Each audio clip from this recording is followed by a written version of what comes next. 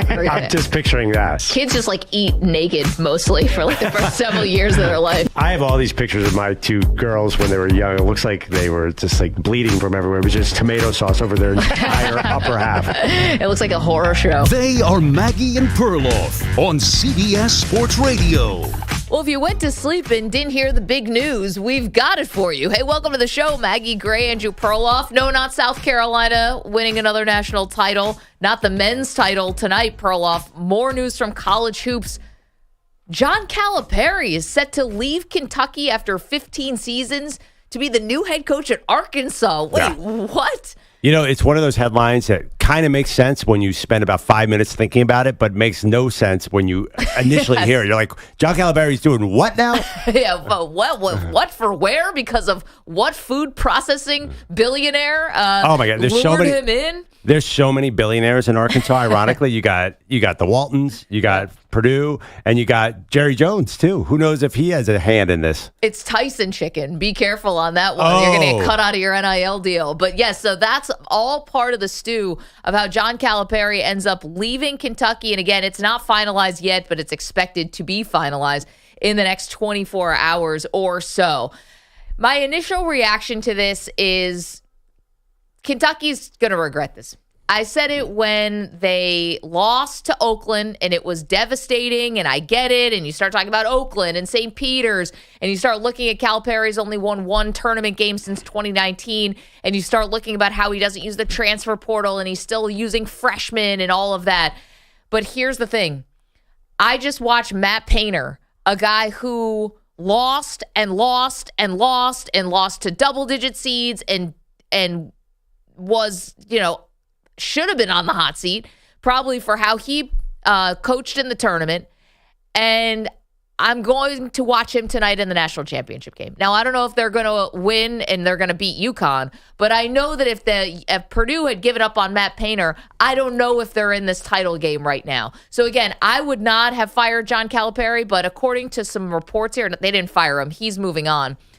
The situation got uncomfortable. Yeah. And Calipari was looking for an exit ramp. You had me until you compared John Calipari and Matt Painter. What are you doing here? Matt Painter. I'm just John saying. Calipari's won a title and had more success than any college coach of his era. He's won a million games. Matt Painter is not John Calipari. And the other thing, too, is I also don't think Kentucky should be sad at all. But Calipari is basically said, I have no interest in adjusting to the modern game. I'm going to keep on throwing out these young guys who are going to get slaughtered in the tournament again and again and again. He will not adjust to the modern game. So I think you're thrilled if you're Kentucky. You had to get him out. Now you get him out in a positive way. Okay. I mean, where was it going with him? But here's the thing. Isn't it being lauded and looked at as a huge positive for Arkansas? Ironically, it's a win-win. Okay, wait, hold on. But it's definitely a win for Kentucky, too, because they need a guy who's going to coach like it's 2024 and not like it's 1999 or whatever year the freshman mattered. 2012. 2012. Even then, he had all these superstar freshmen. He barely got through with that team. Just the way he's coaching is not working in today's college basketball game. Okay, but again, no one ever thinks that anyone can change until they do. Or no one thinks that a freshman can win you a title until they can. Like, it wasn't that long ago. I know they didn't win the title, but didn't I just watch Paolo Banchero basically take Duke to a Final Four? It's not... Dude, it was 2 years ago. Right, I know. Getting Duke to a Final Four is not an accomplishment. Winning, and first of all, they were not like on the doorstep of a title. They got beat by 30 by North Carolina the first time they played. Then they got beat again by North Carolina. No, I don't think the freshmen are going to win anymore. I mean, how much evidence do you need on this? And Calipari doesn't seem interested in being a Jay Wright who has older guys. And Matt Painter, by the way, one of the things, he's got a lot of older guys this year. So old guys win. It's basic math. 22 beats at 19. I get it. The news today is John Calipari set to leave Kentucky and take over as the head coach of Arkansas. And it's like, Arkansas, who hasn't won a national title since 1995 and hasn't won the SEC since 2000. It's like, and Arkansas, that is a football school. Well, yes, but I mean, the Bill Clinton, Nolan Richardson era, they do have, they have way more titles in basketball than they do in football. They have no prayer in football. Yeah, but Perloff, we're talking about John Calipari won in 2012, and people think that he's, can't adjust to the modern game. I mean, Arkansas has not been listen, I'll say this. Eric Musselman, who is one of the dominoes that even set this whole thing in motion here, that he ends up leaving to go to USC because Andy Enfield left USC to go to SMU because SMU decided to go to the ACC conference without taking any money at all, just because they wanted to be involved in part of the party. All those dominoes that set off this eventual John Calipari is set to take the Arkansas job, we believe, later today. They've been doing really well with Eric Musselman. 5 years with Musselman. Now, they missed the tournament this year. They went 16 and 17. But a Sweet 16 appearance, an Elite 8 appearance, and another Elite 8 appearance where they were losing to the likes of Baylor, Duke, and UConn. These were not losses to Oakland and to St. Peter's and to some of the upstarts. They were losing to the cream of the crop of college hoops. No, this is a great spot That's for Calipari. That's a great spot. And I think Calipari is going to do great things here. You would agree that they have a much better chance of winning a title in basketball than football. They are never going to win a title in football. Well, I mean, never. They're in the SEC with Alabama and Georgia. Okay, but Alabama is now onto a new coach after Nick Saban, and Georgia's still going to be amazing. I just think, I mean, the reality is we know you can win a title. I know it's 1994, it was a long time ago, but there is proof of concept. It feels like the SEC basketball is rising. All of a sudden, Tennessee is the number 2. You know, it's a different world. The question is Calipari going to do the same stubborn thing where he just recruits big-time freshmen, or is he going to really be able to take advantage of the transfer portal there? Otherwise, Arkansas is going to run into the same problem as Kentucky. I wonder, and again, we're talking about John Calipari. If you're just getting into your day and into the news, he's set to leave Kentucky to go to Arkansas. Who do you think is going to have more success in the next 5 years? Whoever takes over for Calipari, because that is really hard to follow up. Let's call it what it is. It may have soured at the end. I know Calipari doesn't have a great relationship with the athletic director. Anytime you have to put out a statement like supporting your Hall of Fame coach, probably a sign that things aren't going great. But nonetheless, you do take over for a guy who sent countless dudes to the NBA, who has won a national title there and also went to 4 Final Fours. That's big shoes to step into, even for Kentucky, who's going to be big game hunting, as I like to call it, when it comes to a coach, as opposed to Cal, who really goes to Arkansas with maybe the expectations get lowered a little bit, but he's still John Calipari. He still walks into your living room. You're likely leaving with him. Yeah, no, that's a great point. But I think actually it depends who Kentucky gets. I'll tell you right now, just top of mind, if Nate Oates goes to Kentucky, I'd take Nate Oates the next 5 years over Calipari at Arkansas. Just because I think there is a real issue is John Calipari has the game passed him by. That sounds mean, but has the game that he mastered with bringing in all these one-and-dones and future NBA players, that has nothing to do with college basketball right now. It is not a future NBA game. In fact, it's the opposite. It's, hey, I don't have a lot of future NBA guys. I'm going to compete. So I'm not sure how he adjusts, where I still think Kentucky is Kentucky. It is it's right there. To me, it's Duke, North Carolina, and Kentucky. Those are the 3 premier programs in the sport, and that's not going to change. They can spend a ton of money. I think whoever comes there has a great chance to win. And if you could put just pie in the sky anybody here, as we're talking about Kentucky and John Calipari leaving for Arkansas. Pie in the sky, realistic, Nate Oates. Unrealistic, Danny Hurley. Okay, so Nate Oates has an $18 million buyout. Now, again, it's the SEC. This conference has never met a buyout that they don't love. Is that a big buyout? For football, that seems kind of middle of the road. Is that a big buyout for basketball? We'll find out. $18 million. What's the difference? How much do you think you're going to pay these guys? I mean, they make probably $10 million a year. About 8.5. Yeah, so if you wanted, would you say, hey, Danny Hurley will give you $12 million a year? I just don't see Danny Hurley, and I know guys have gone from the Northeast to the South, and it happens, and guys have success. It's just he's so Northeast. You're telling me a guy born and raised in New Jersey who's coached at Wagner and UConn and, Rhode Island, he's now going to go take over at Kentucky, maybe? Yeah, I mean, what is John Calipari isn't exactly I get it. Born in the South. He's from Pittsburgh, right? Or something. Yeah, he's from Pittsburgh. And he's one of the most Northeastern guys. Patino. Brian Kelly's at LSU. Yeah, look at I get it. Look at Patino and Calipari are 2 of the most famous recent coaches. And it's the Midwest, too. I understand. It's just, I guess I'd just be a little shocked, especially if you're coming off of back-to-back titles. Well, that's really the question. If they win tonight. Is Kentucky still so attractive that they can get any coach they want? That's the big question. And, the game has definitely changed since Anthony Davis won a title in 2012. I still think the timing is right for Danny Hurley. I would say for Nate Oates, I could see. But again, he just got Alabama to their first Final Four. He's a legend there.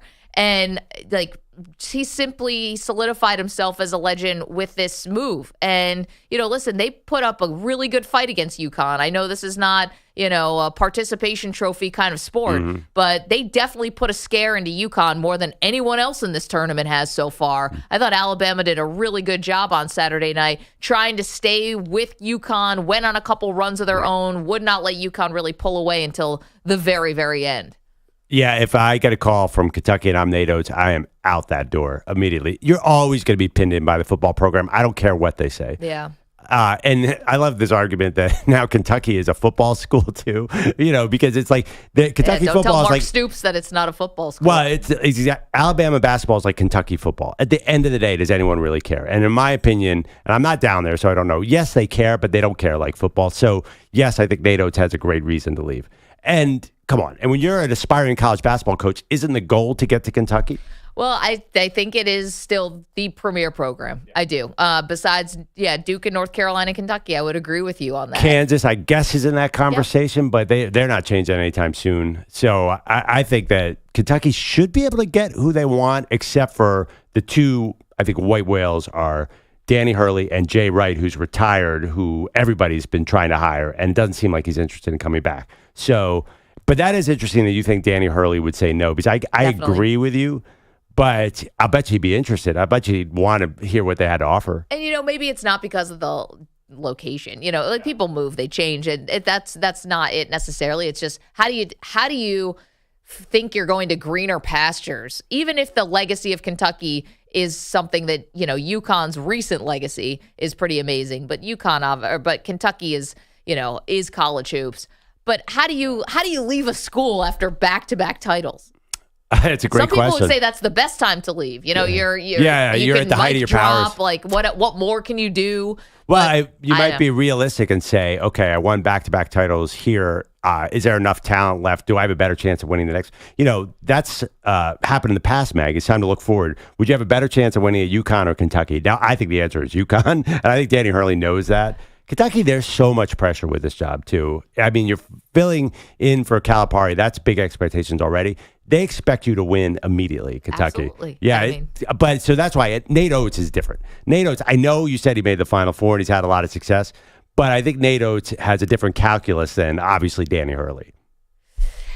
I think Kentucky they need someone for like the mantelpiece, if you will. Yeah. And I think Nate Oates could be that guy. I mean, what about one other name that comes up a lot? And apparently, reportedly, he's good friends with the AD is Scott Drew, for the Baylor coach, who came into the Maggie and Perloff studio and knew our entire bios. He did. In almost a creepy way. It was kind of weird. Why does this coach know so much about us? He definitely was internet searching and stalking us. Well prepared. I think I appreciated it. That's a very realistic target, too. I mean, it sounds like Nate Oates and Drew would be to me the 1 and 2. So Scott Drew just turned down the Louisville job and just signed a new extension. So again, timing might be wrong. You're right. On some of these. I've got a name that no one's talking about, but I want to hold it right after the break. Nobody is bringing this name up, and I don't understand why. And it's not Rick Pitino, 100 years old. Man, I was excited. Sorry, EJ. It's happening. It's definitely not happening. I hope somebody has a white suit down there because Patino's coming back. Now, this one, nobody has this one on the bingo card, but it should be.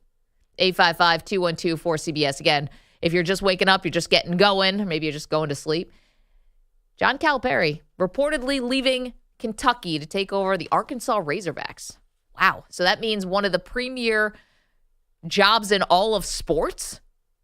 Certainly college basketball, but all of sports. I think the Kentucky basketball coach certainly holds a place in sports in general. That is now going to be open. Who should take over? Got a name for you next. Maggie and Perloff, CBS Sports Radio. You're in a 5-minute break.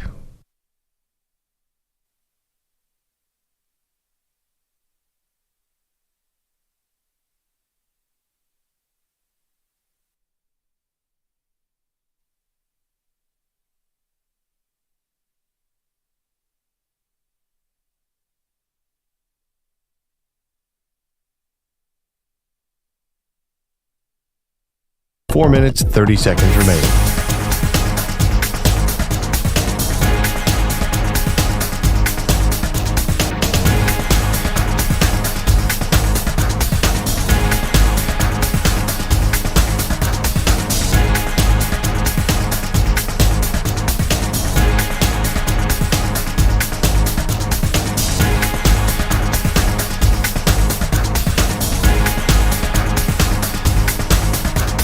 Four minutes remaining.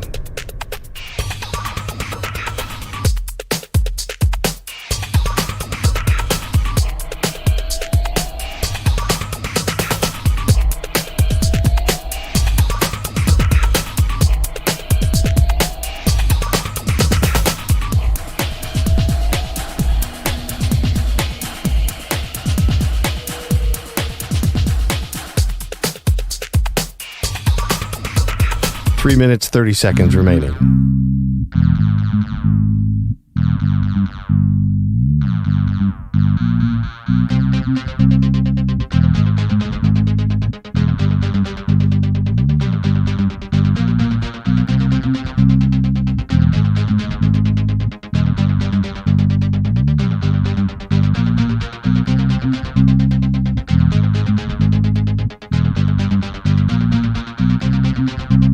Three minutes remaining.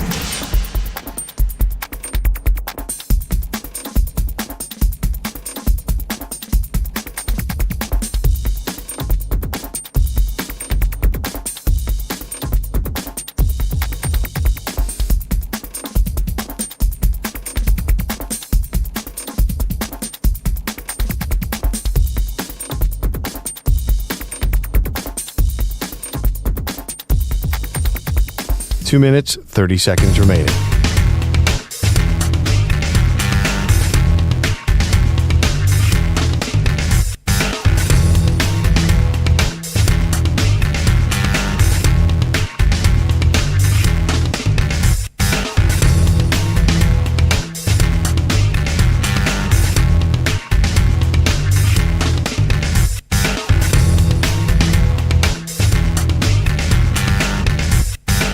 Two minutes remaining.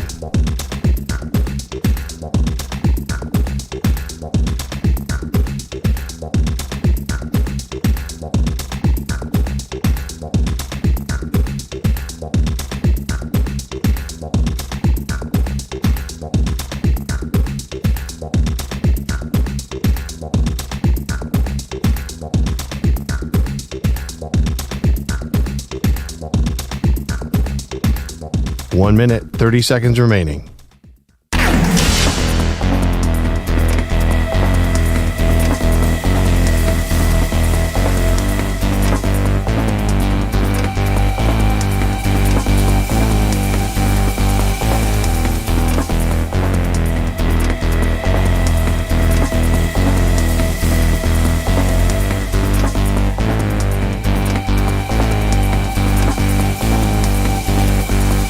One minute remaining.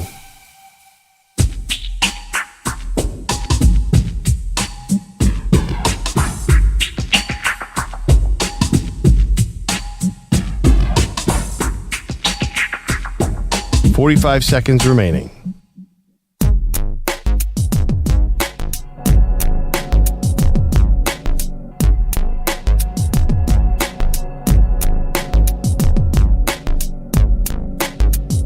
.30 seconds remaining.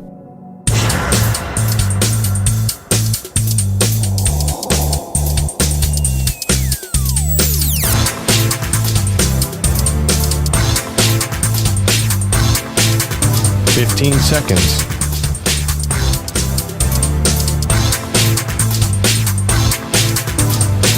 Break ends in 5 seconds.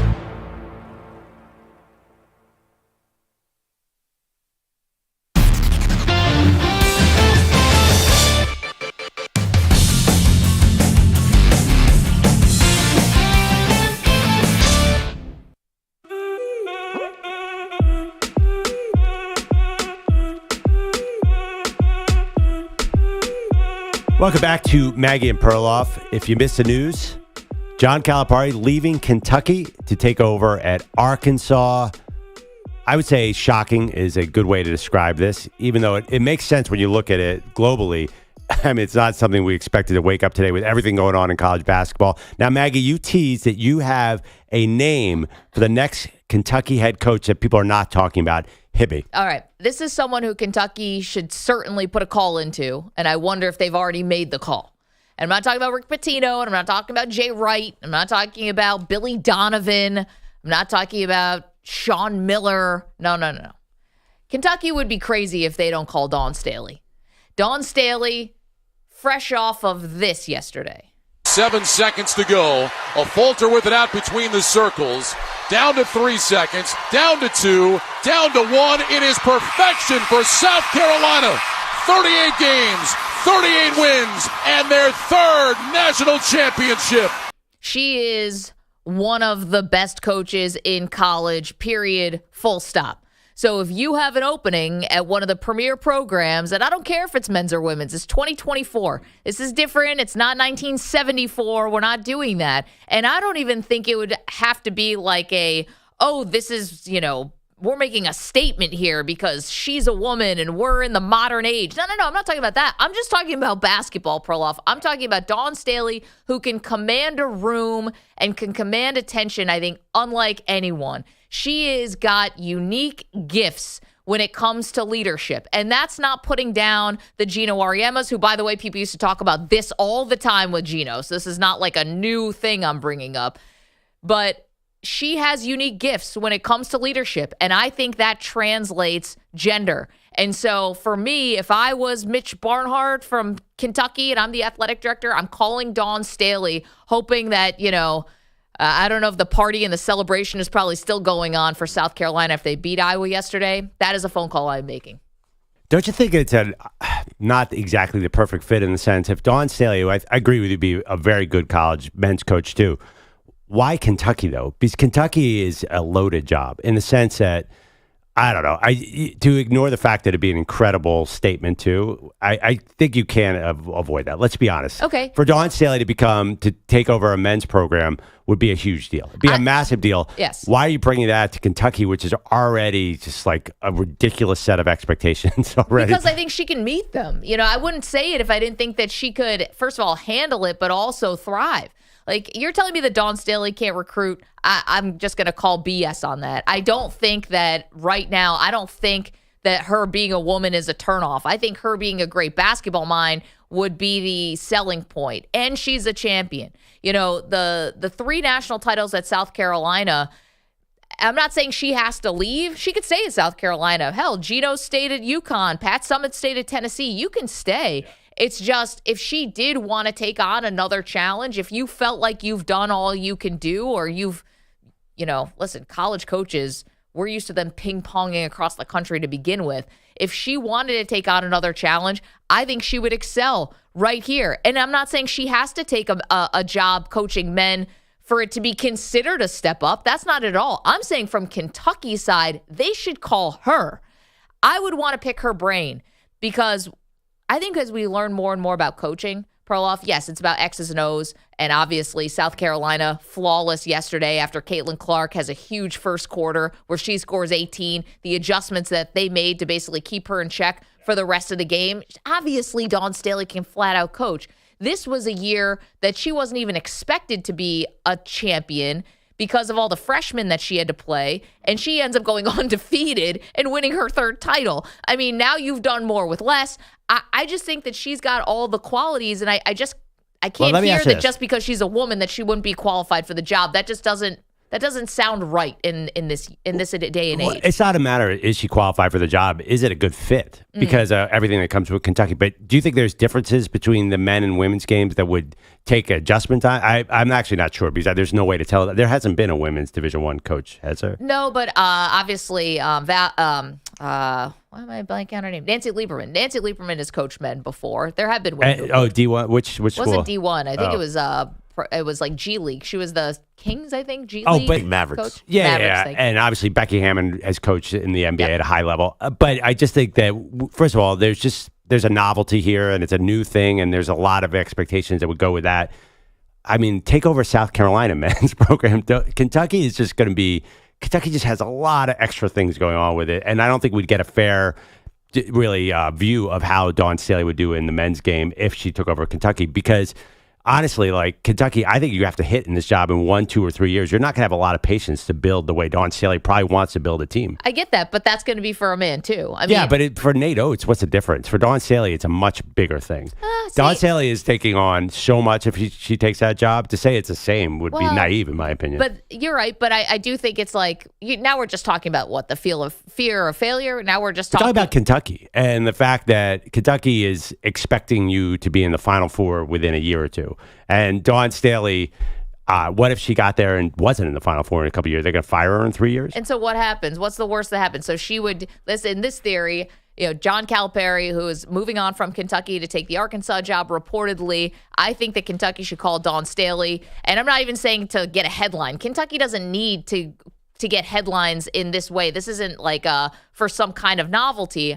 I think she's one of the best coaches in America, and that's why I would call her for this big job and say that just like if a man took over, just if Billy Donovan took over or Sean Miller, and they don't get to the Final Four in the next 4 years, they're going to get fired. Yeah. So what if Dawn does? Then she goes, back to the women's game or goes to another men's program and I think continues to have success? It's all coaching. I think it's a little different because, let's see.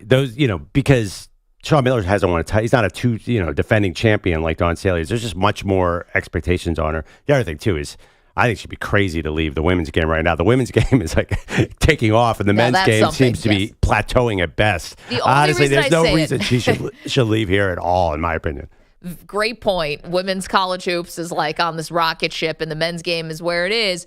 Maybe it needs a little bit of a shakeup, but that's the thing. Like, it's not because, again, I don't think she needs to go coach men to be validated in any way. It's not that. It's just, it's Kentucky. Like you and I have talked about how there are very few jobs like that open, whether it's men's side or women's side, that are this big. And I think she is one of the best coaches, and that's why I would call.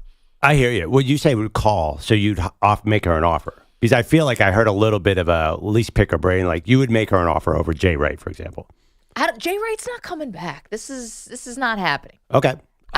You think he's coming back? I mean, if you call Dawn Staley, I would hope you'd be ready to hire her. Yes, I would call her and be ready to hire her. Yes, when I say make the call, I mean not just feel her. I mean, I do mean feel it out, but and also with the presumption that it's a real call, that there's real interest. I just think like I get a men's program hiring Dawn Staley for sure. It makes so much sense. Just I don't think this is the right program.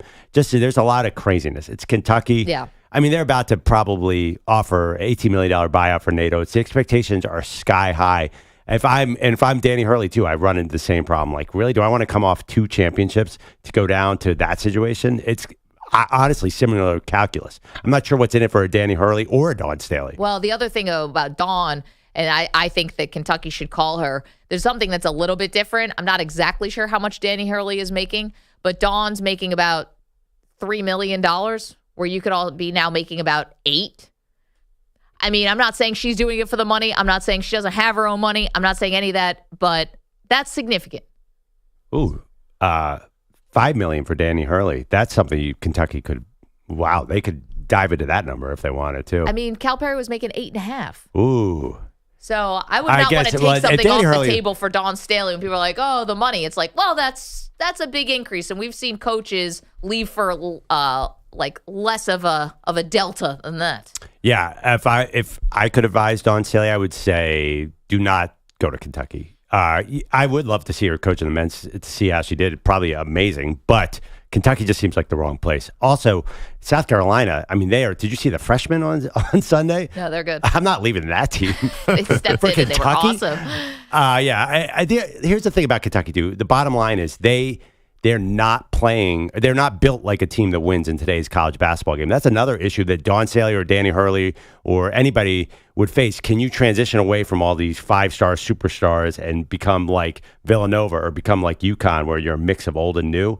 That's going to be a tough job in Kentucky because they are built to get these great future pros. Name a future pro who's impacting the college basketball game today. Zach Edey? Not really. I think it's just going to be a tough spot. Honestly, the more I think about it, the less I want that Kentucky job. Perloff just talked himself out of one of the premier jobs. This is not himself out of $10 million. This is not how people are thinking. I'll bet you they get a lot of no's.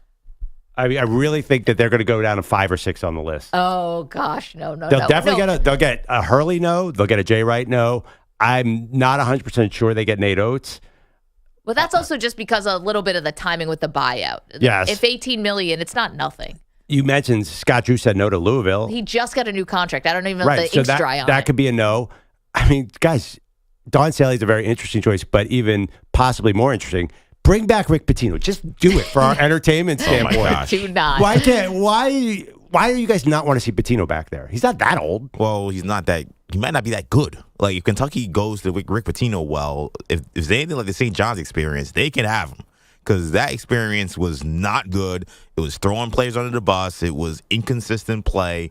Rick Pitino, he did a great job at Iona that first year at St. John's. Not great. So, What about for our purposes for content? well, that's a very Do we selfish. get another scandal? Like, cool, lucky us. And then Kentucky's left to pick up the pieces again? Yeah, I don't even think Very you need awesome. another scandal. You got plenty to work with already. Yeah, let's dig some of those up. All right, so there you go.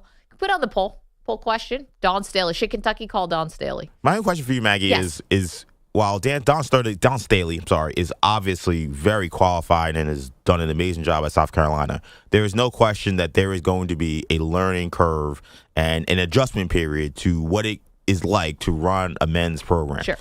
Is Kentucky Yes. the kind of job where you should be beginning that learning curve? You're Kentucky. Yes. I'm not saying another school. Well, why? Because to me, if I'm Kentucky, I'm saying, look, we have the expectations as high as it can be. Sure. Is this the time to be experimenting with a brand new thing that we have no idea how the expectation or the Yes. adjustment is going to be? I get it. I would say yes. And here's the reason why. One, you have no idea what it's going to be like for one of these coaches who has had success once they get to Kentucky, what this is going to be like. You can't tell me Nate Oates with 100% certainty is going to walk into Kentucky and he's going to be going to Final Fours. It is always a bit of a crapshoot when one person leaves and another person takes over, especially when someone's been there for 15 years. If it was so easy, we'd be handing the baton off to these programs just one after the other after the other. And it doesn't always work like that. So that would be my number one. Number two, this is why I would like it for Dawn Staley at Kentucky, is because you are going to be able to have the money and the resources to also surround yourself with unbelievable coaching, right? So your foundation, the support, is going to be better there than maybe any other place in America. Yeah. So you get the money, you get the resources. Yes, you're going to get, it's going to be a lot of pressure, but you can surround yourselves with people who can help you, close that learning curve and close that gap as opposed to, somewhere else. And I would say maybe it'll be Colorado. We have 7 NFL coaches that go 4-8. well, but what's Colorado going to do this year? Probably better than that. I think the other part is she's a leader.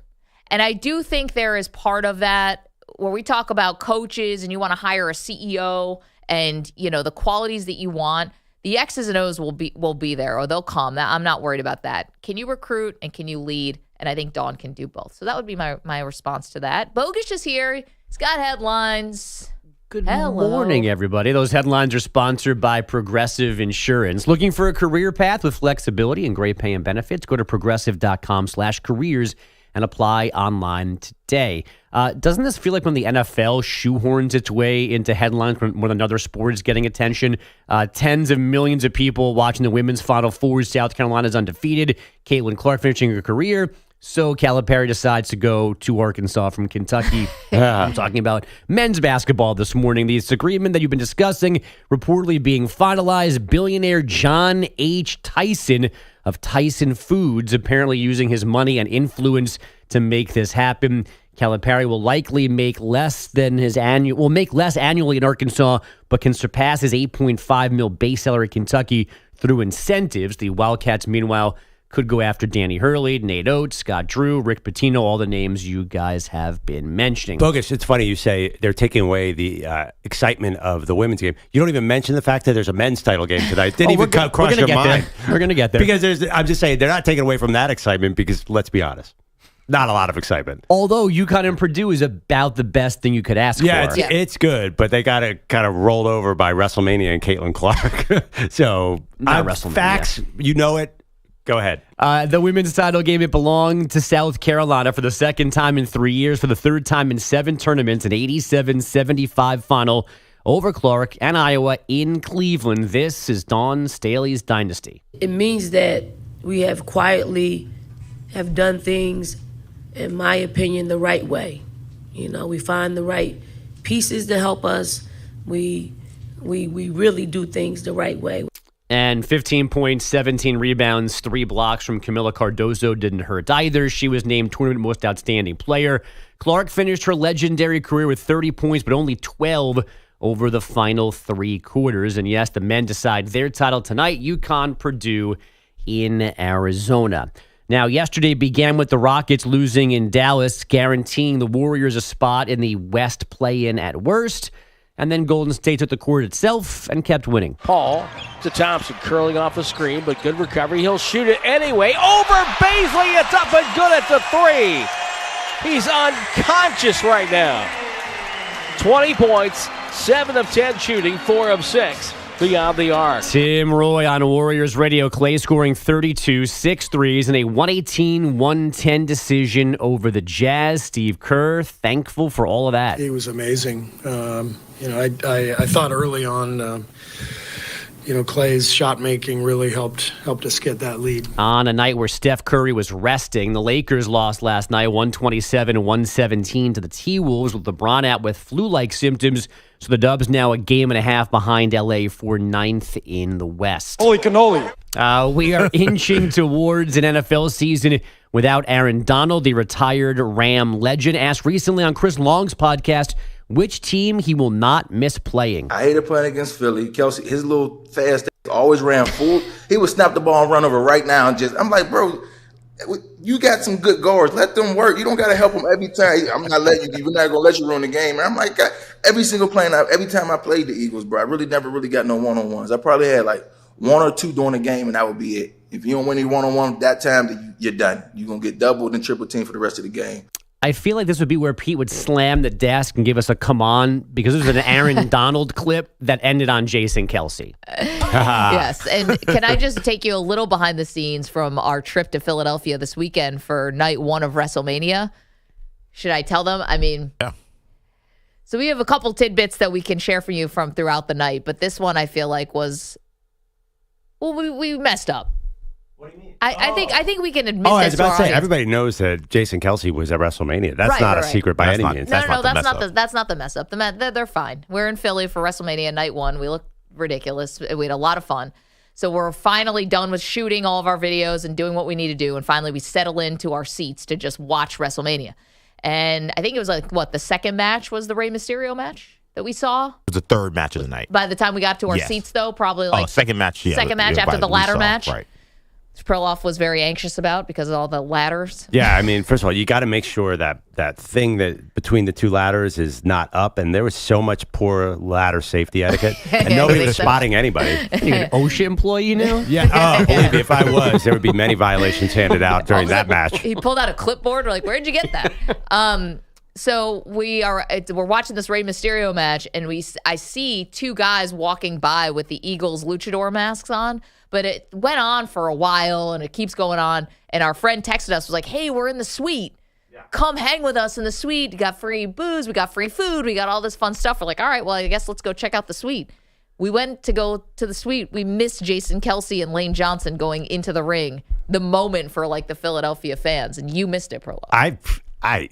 First of all, everyone knew Jason Kelce. That was not that cool. I'm sorry. What? Wow. I don't know. I saw the highlight of it. I'm like, oh, okay, whatever. It felt like they were just sort of going through the motions, to be honest. Well, they didn't really do anything. What do you want to do? Oh, they beat up Dominic Mysterio. What do you want them to do? Oh, yeah. I don't know. I just felt like it was going to be the big match, and The Rock would be out there, and then Jason Kelce would have a pivotal role in whatever happened in the final match of the night. That would have been awful. That felt like they were just checking a box to put out. They're like, I will put... and. You think The Rock's allowing Jason Kelce to if he had Taylor Swift in a box, yes, then I think The Rock would have allowed her. The Rock is a multi-million-dollar enterprise. He's not letting some football player do a wrestling spot against him. He might get hurt. Well, I'm just saying, if it was Shaq would have been later in the night. I just don't think that Jason Kelce played a pivotal role in WrestleMania. Are you guys disagree with that? No, I just thought you would want to see it because it was the only real Eagles thing that we had right one. By the way, he helped out a living legend in Rey Mysterio. Let's put some respect on his name. Yeah. It wasn't like Jason Kelce went out there and helped some jobber. I don't know. Also, too, where was Jalen Hurts? I know I know where he was, but he was at the women's title game. But why? I felt like they could have gotten some skill position players involved, like Lane Johnson and Jason Kelsey. I don't know. But I read there was like legit negotiating with Lane Johnson and the Eagles about what he was allowed to do. Like Kelsey had free reign, obviously, but like Lane Johnson's script was approved by people. Oh, there you go. Under contract. Yeah, I think that's right. Lane what I was trying Johnson to tell you guys. is the key to this whole Eagles offensive line and the offense. Maybe. Lane Johnson, that's not good because is he 47 years old right now? I just think that, I don't know. I don't feel bad. You guys are trying to make me feel bad about this. Was it really a seminal moment? Well, he's saying that now. I think this is some coping because when I told him he missed it, he was very upset. Yeah, I mean, Is that me singing? It was funny because we were walking through the concourse. We were like, "Wow, that's a lot of cheering going on. All of a sudden What's going they're cheering. on?" We're on our way to the Crown Royal place or whatever we were doing. Man, lots of fun. Bogish missed you. Manny missed you. And as we learned last week, I'm such a Philly fanatic, pun intended. I would have loved to see Jason Kelsey and Lane Johnson run into the ring live in person. I can't believe, as my fellow Philly person, that you're shunning this. The Philadelphia Phillies are the best run organization in the NFL. Yeah. Mm-hmm. Did they win last yesterday? That was when Perloff wrote Bogish's sports update for him. Honestly, I wouldn't be surprised if Jason Kelsey shows up at your son's Little League game. That guy is ubiquitous. I mean, he'll be probably are they doing wrestling tonight? Yep, in Philly. Kelsey will definitely be there as well. That dude will show up at anything. It's amazing that, and he will not have a shirt on. He looked pretty good, by the way. I was just also thinking in the highlight, I'm like, ooh, maybe he's staying in shape. So what, for a comeback? Oh, yeah. Apparently he can block Aaron Donald. Listen, here's the thing. If you don't try to get yourself in shape to be around those other wrestlers at WrestleMania, then what are you doing? That's a lot of competition. You got to work a little bit. You can't just show up looking like a flabby, when you got The Rock. So you think he did a bunch of sit-ups to get ready for WrestleMania, not the NFL? Rey Mysterio's like 100, and he was out there looking great. And I say that with respect. It was fun. You were missed, Bogues and Manny. Manny? Yeah, Manny. Hey now. Wow. Manny's not a wrestling fan. Are you a wrestling fan? Not even a little bit. Yeah, thanks, Manny. Bellotti, who is not here today, but will be back tomorrow, I'm assuming. Yeah, he's on his WrestleMania hangover. Really? Amazing. All right. Definitely. I heard the show did go late last night. We have more from our time in Philadelphia. We have and WrestleMania. We've got more on the big news. Bogish, thanks so much. The big news about John Calipari. He is reportedly leaving Kentucky to go to Arkansas. I think Dawn Staley should be the first phone call that Kentucky makes. What about you? 855-212-4CBS. Don't move. You're in a 5-minute break.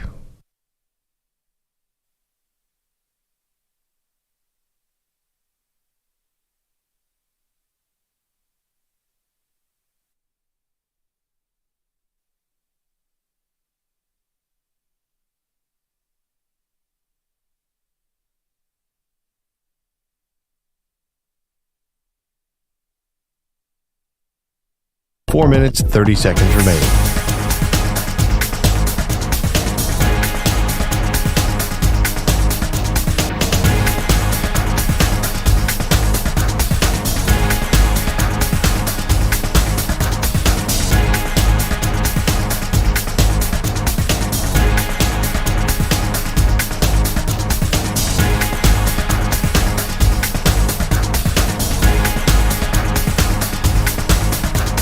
Four minutes remaining.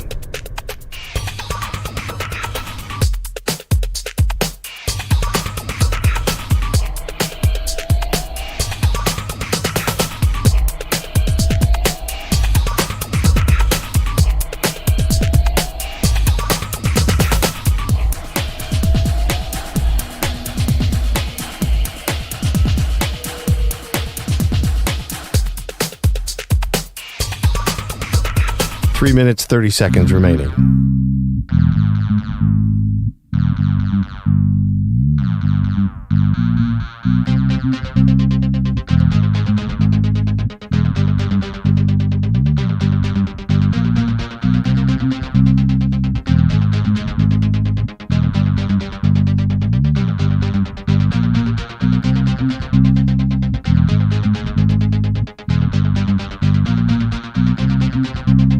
3 minutes remaining.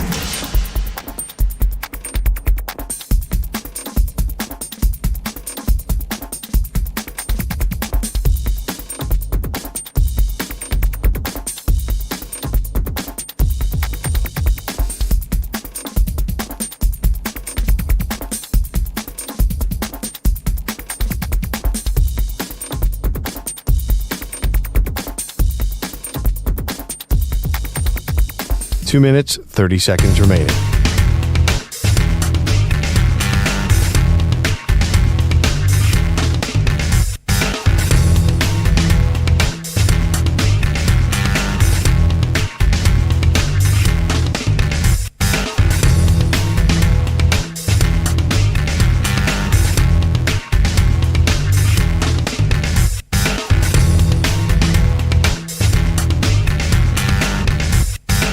Two minutes remaining.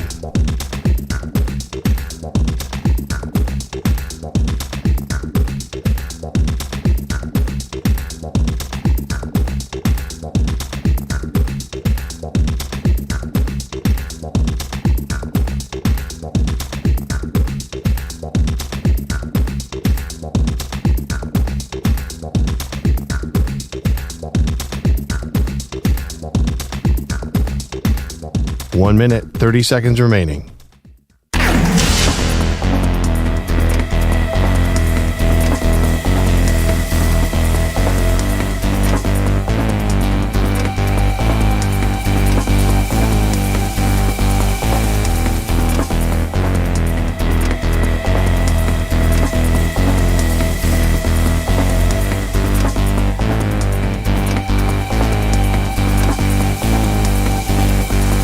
One minute remaining.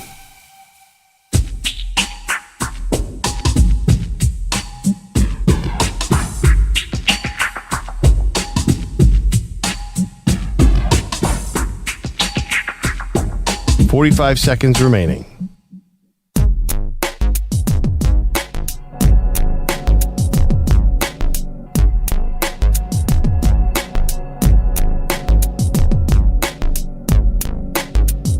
$30 seconds remaining.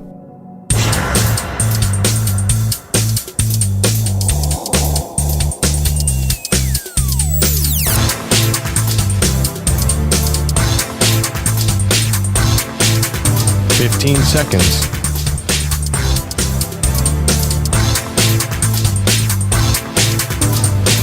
Break ends in 5 seconds.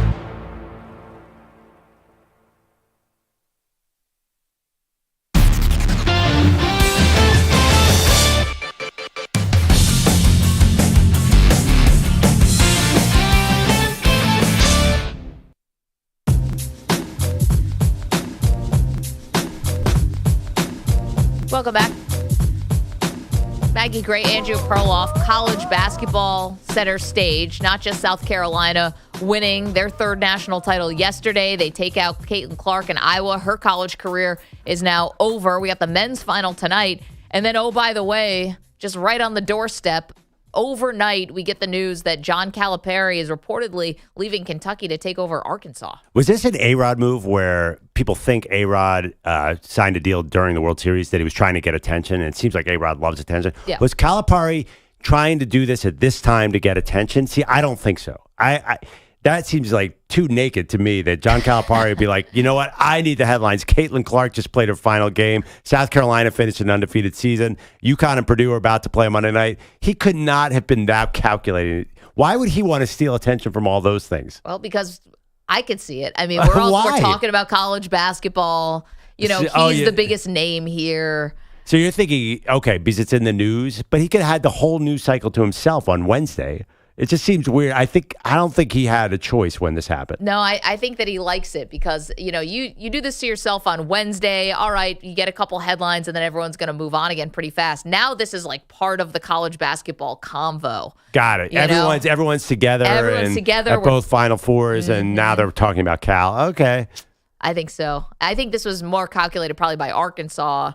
You know, they want to get this out there because this is good. This puts them in the news while we're talking about champions. Like, oh, We're talking about South Carolina. We're talking about Iowa. We're talking about UConn and Purdue and Arkansas. Well, I mean, also, too, the timing is affected by the fact that Musselman left for USC, and a lot had to happen. I'm not sure Arkansas came into this offseason planning this whole thing. I don't think so. And where's Bronny fit into all this, too? Let's talk about that. 855-212-4CBS. We will talk about that. Cameron is in Myrtle Beach. Has a thought on Cal taking this job reportedly. The details are not hammered out yet. But Cameron, what's on your mind, pal? First of all, I want to say shout out to the Lady Gamecocks. I watched the game, and that was an impressive effort all year long. Yeah, amazing. 38-0. Yes, that's amazing. But my take on the Calipari situation, he could have waited another day. He definitely could have waited another day. That's a very Calipari-ish move, a very Kentucky-ish move. You don't see in the NFL, for instance, players wait till after the Super Bowl to make big moves. When it's coming close to that time, they wait till after the big game. This is a take that takes away from women's and what the game last night meant to everyone and television in general. It takes away from that. And it also took away from the WrestleMania to put the men. Well, the WrestleMania. I mean, Cameron, I get it. The men back in the spotlight. He could have waited another day to announce it. Yeah. No, I get it. I don't think it took away from the women because everybody watched the women's game too. I don't think it affected the ratings. I think everyone's still celebrating that women's game the same amount with John Calipari or not. No, I think the WrestleMania may have taken away a little bit from the men's Final Four if you were maybe took a couple eyeballs from that, but I don't even think it did. And by the way, The Rock doesn't need our help. He will get headlines no matter what. Sounds like Cameron's a Cody crybaby. No. He said Calipari took away from. No, I know, but then he also said WrestleMania. It took away from WrestleMania. Yeah, Calipari definitely did not take away from WrestleMania. No, but maybe his point is there. I just about maybe not giving the women all their flowers today because now Cal comes in and this is such huge news because it's him and because it's Kentucky. I see what Cameron's talking about. I think this was probably not Cal specifically. I think it was the school. I think they wanted to get this out there. If I'm Arkansas, I want to get this out there because I have the most to gain right now from this news. This is I'm excited. I have somebody coming here.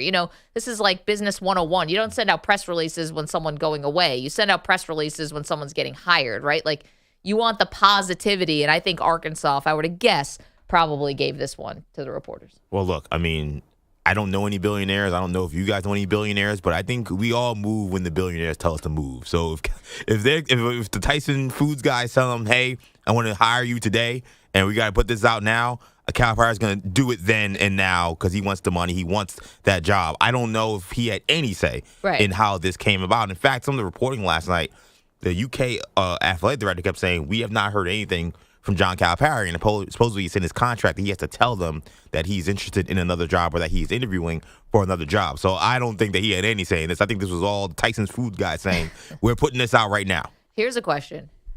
Do you think the billionaire who's now I think he just runs the board of directors. I think he's actually stepped down as the CEO of Tyson Food. How much of their own product do you think they eat? Ooh. I think he probably eats quite a bit, but he gets something. John Tyson's getting a lot better stuff than we're getting. Let's put it that way. I mean, I'm eating it. It's true. And all that other stuff. Do they do organic? I don't know. Yeah. I don't eat organic. Okay, then probably. I think they do organic.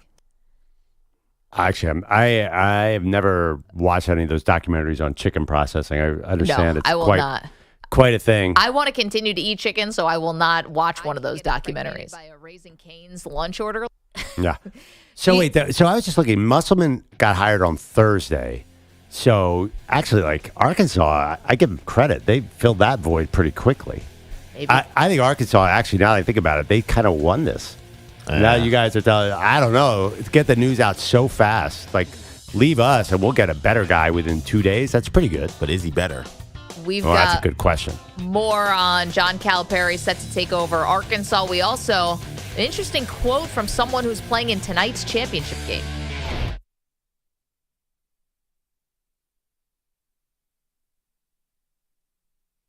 You're in a 5-minute break.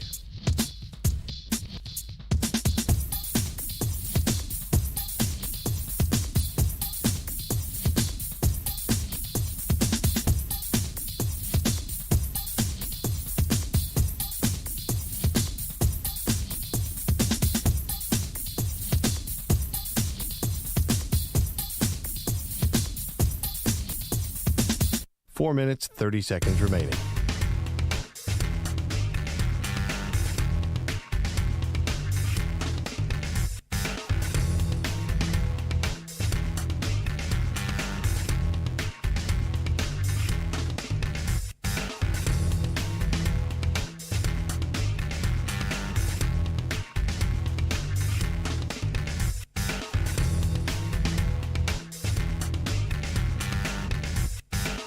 Four minutes remaining.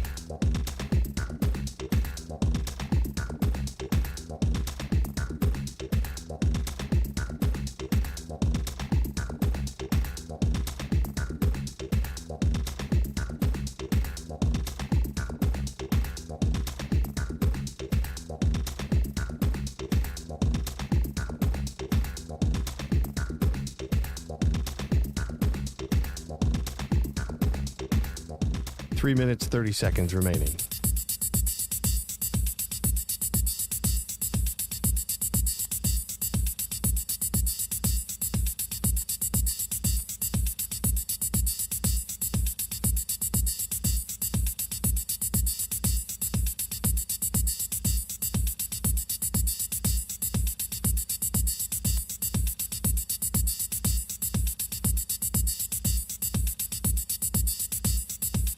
Three minutes remaining.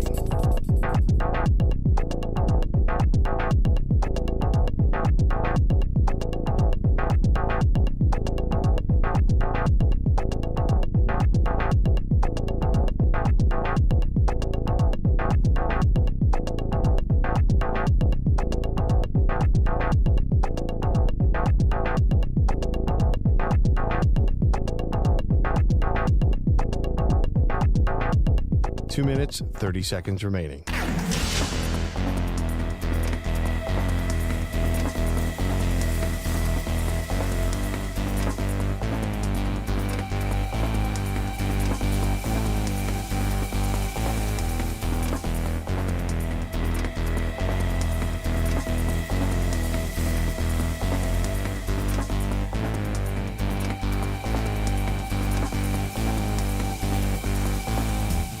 Two minutes remaining.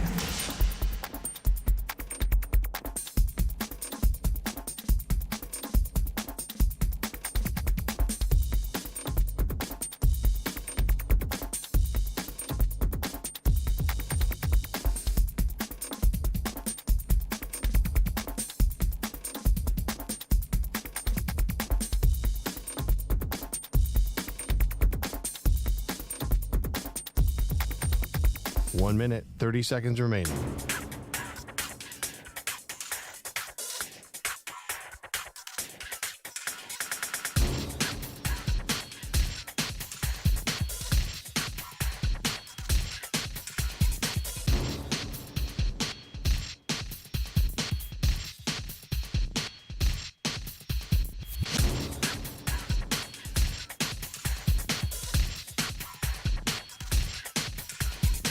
One minute remaining.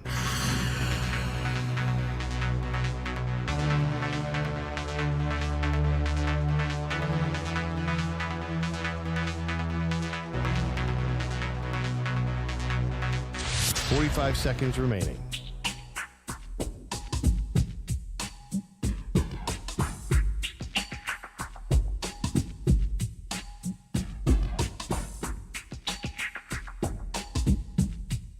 Thirty seconds remaining.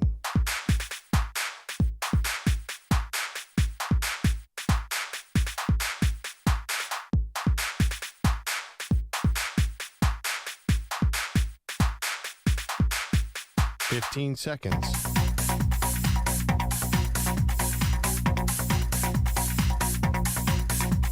Break ends in 5 seconds.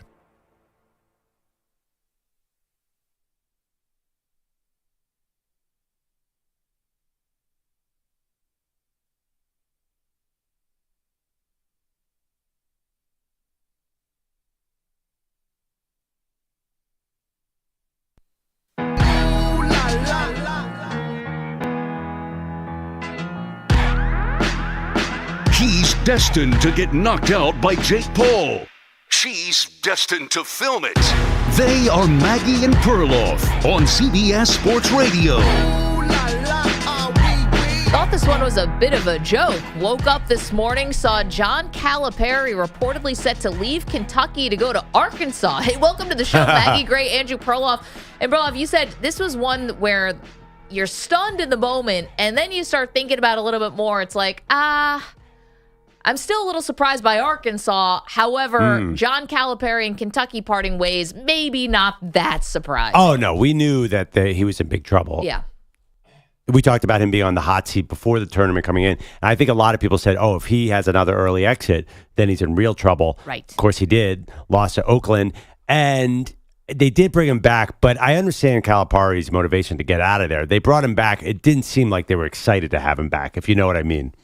Yeah, kind of like he would have gone through this upcoming season and the spotlight would have been even hotter on him, than it already is, and that the seat would have been even hotter. Because when you have to put out a press release after you lose in the first round of the NCAA tournament, hey, we're sticking by our coach, generally not a good sign. No, that's not what you want. And I can understand why Calipari, who, listen, even if it hasn't been great over the past couple years, you still want to go to a place where you're wanted. For a Hall of Fame coach like he is, you still want to go to a place and be somewhere, not where you feel like you're hanging on for dear life, but where you're going to be welcomed with open arms. And that's exactly what's happening with Arkansas, because Arkansas's, I'm not going to say their standard is lower, but the expectations definitely are. Absolutely. And that's even considering all the good things that Eric Musselman has done for the program, which is a Sweet 16 and 2 Elite Eights in the last 5 years. Well, it's such an interesting spot because it feels like there's a sleeping giant element to it. Kind of like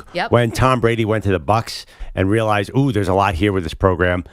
I think that he'll be able to recruit there. I think there's tons of money, and reportedly they're making a lot of NIL money available, which is one of the keys to this game. The boosters are going to pay for players. Yep. Calipari's got to get older players in there. He cannot go with the 5-star route all around. He's got to get some experience in there, but you cannot win. I mean, Connecticut's got the 5 stars and experience. You need that combo, and he's never done that really. As far as I know, he's always had a young team. I think to win a title at Arkansas, I think it might be a little easier than Kentucky because he's not going to have to do it with a bunch of 19-year-old 5-stars. He can maybe build a team the right way. Well, I don't know. I mean, he was pretty resistant to changing things when he was at Kentucky. Would he now all of a sudden do it with, I'm presuming, less oversight? You're Arkansas. You bring in John Calipari. He's got free reign of the place, right? I don't think there's the athletic director is going to come down, knock on the door. Hey, coach, can we talk for a second about how many amazing freshmen you've been recruiting? You bring in Cal, you realize what you're getting. Now, I always think people can change. And if you have the opportunities to go into the portal and to get some players, I mean, I think I would imagine he'd take it. Maybe there's an extra sort of bit of a chip on the shoulder now that you felt like it was no longer working at Kentucky, and you probably want to prove, hey, I can win at a place that's other than Kentucky. Yeah, but there also is a reality. If you bring in a huge recruit and pay him $6 million to come there, he's going to get playing time. Yeah. I mean, you can't just sort of put that guy on the bench. He will face some of the same challenges, I believe, with the balance of old and new. Yeah, but I agree with what you said, though. The expectation being lower at Arkansas might actually help him. He doesn't have to get all the 5-star recruits. There will be some questions about how good of an X-to-the-nose coach is he. I think that's always sort of followed Cal around. No doubt. Didn't do much when he was in the NBA with the Nets. Lots of assistant coaches recently, too. Yeah, I'm very curious. This will be more of a referendum on how good is he as an actual basketball coach, which never really seems to be a big part of the conversation with Coach Cal. It's like, which future NBA stars is he getting this year?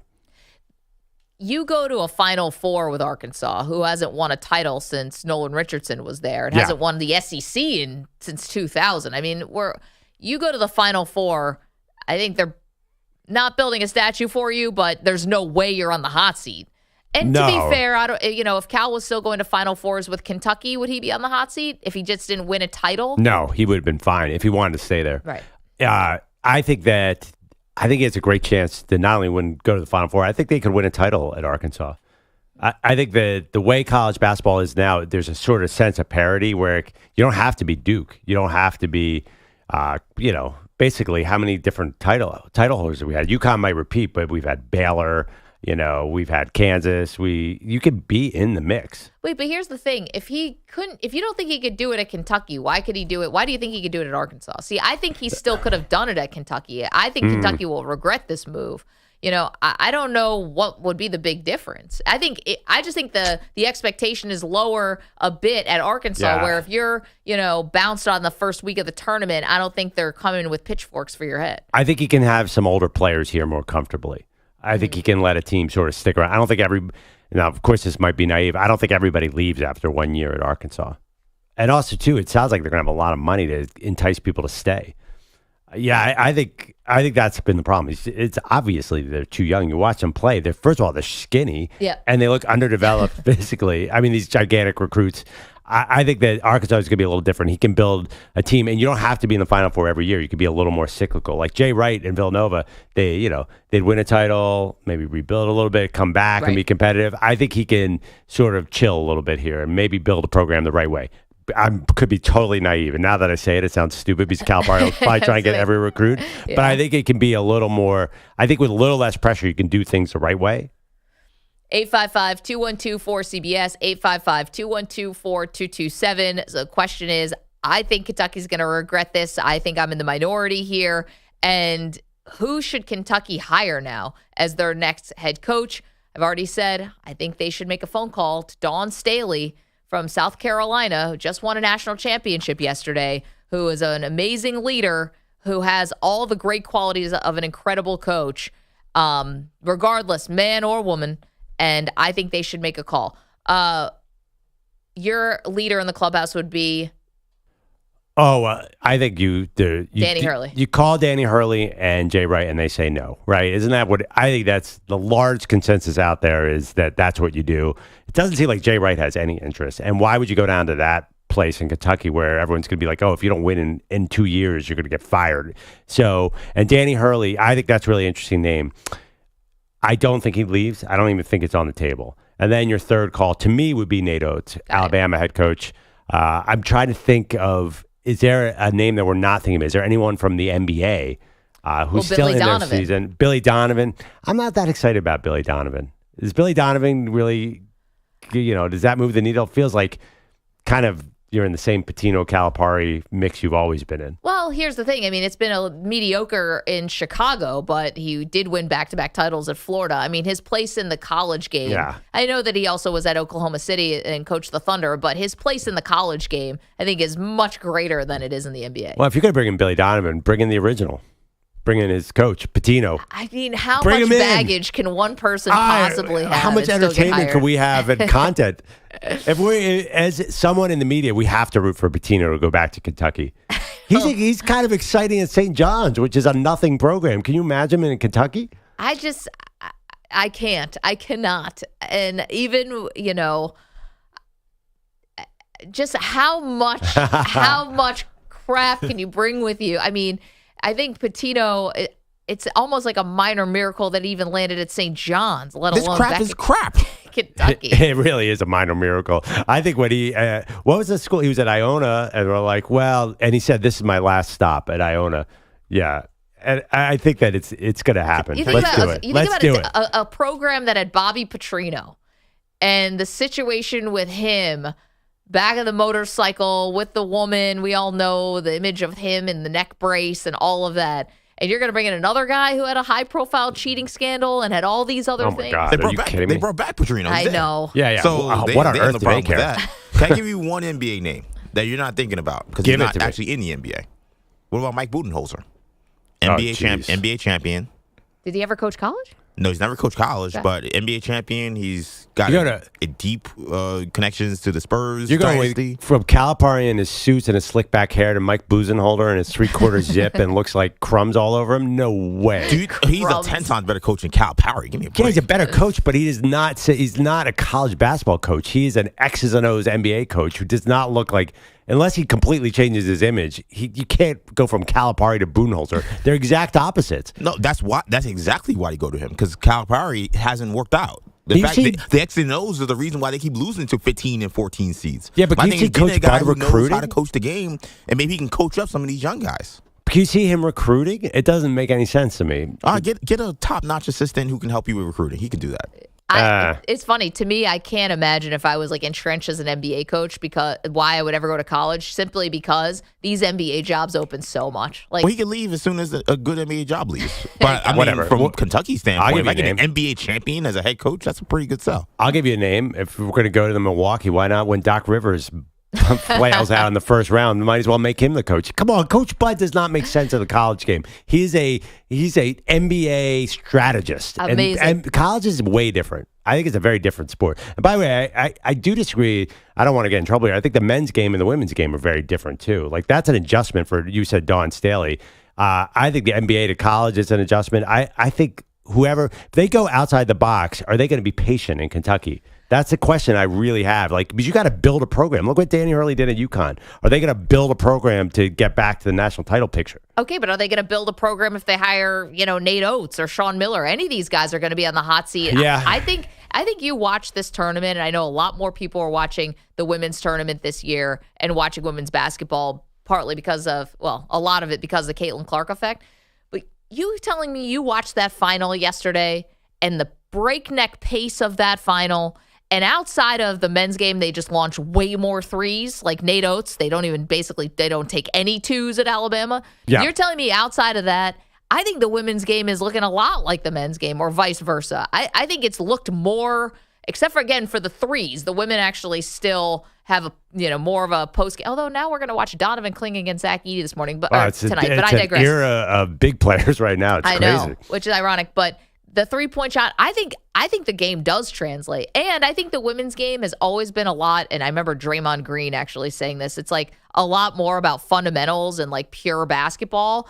And I think that translates. That's the foundation of men's and women's. I mean, you've played a lot more basketball than I have, so you would know. I agree with all that. But is it possible there'd be a 1 year or 2 year adjustment? I think that's possible. I don't know. I mean, the games are very different. Like you said, there's just way more 3-point shooting. Well, actually, now the men's game is catching up on that part. That's a good point. And also, the women are shooting from so far back, too. I think they're closer now than they've ever been. I wouldn't be worried about that. Again, we're talking about John Calipari. If you're just missing the news, a little confused, what's going on? John Calipari is reportedly leaving Kentucky to go to Arkansas. So we've been trying to play the role of Kentucky athletic director today and fill the role of one of the premier jobs of in sports, let alone college basketball. And I think Dawn Staley would be a good option. I'd make a call. And tell me about I'd make a call. You should say I'd hire her. I'd hire her. Over everybody else. Over Danny Hurley. Listen, you're telling me guys coming off of back-to-back championships.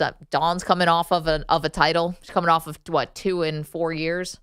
But yeah, I know. Let's be realistic. Danny Hurley's a long shot. Dawn Staley's actually probably a long shot too. She's probably a long shot as well. If I'm Dawn, I'd be flattered to say, thank you, I'm good here. I don't know why she would leave South Carolina because we saw the young players.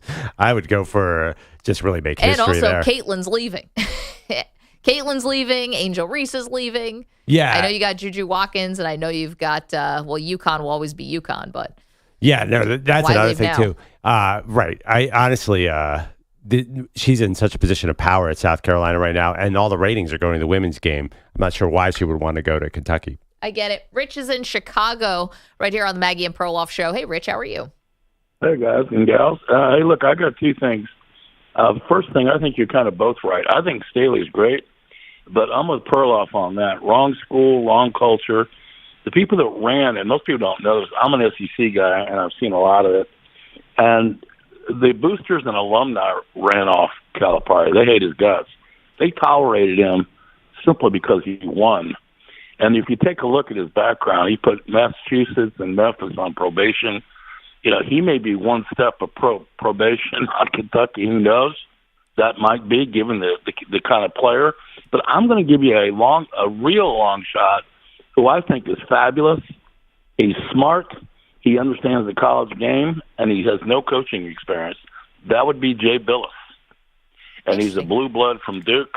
Oh, the new trend going from the broadcasting booth right to the sidelines. But has it worked lately, though? I just think of Jeff Saturday's disastrous experiment in Indy. Well, and Mike Mayock, I don't know. Give me an example of it working. Well, you got Billups with game day, and as long as he's been there, closer to the college game, and I've listened to from a strategist, from a recruiting point of view, and from just an image, the SEC is brutal, and you got to win over the fans and boosters control Kentucky, not the AD.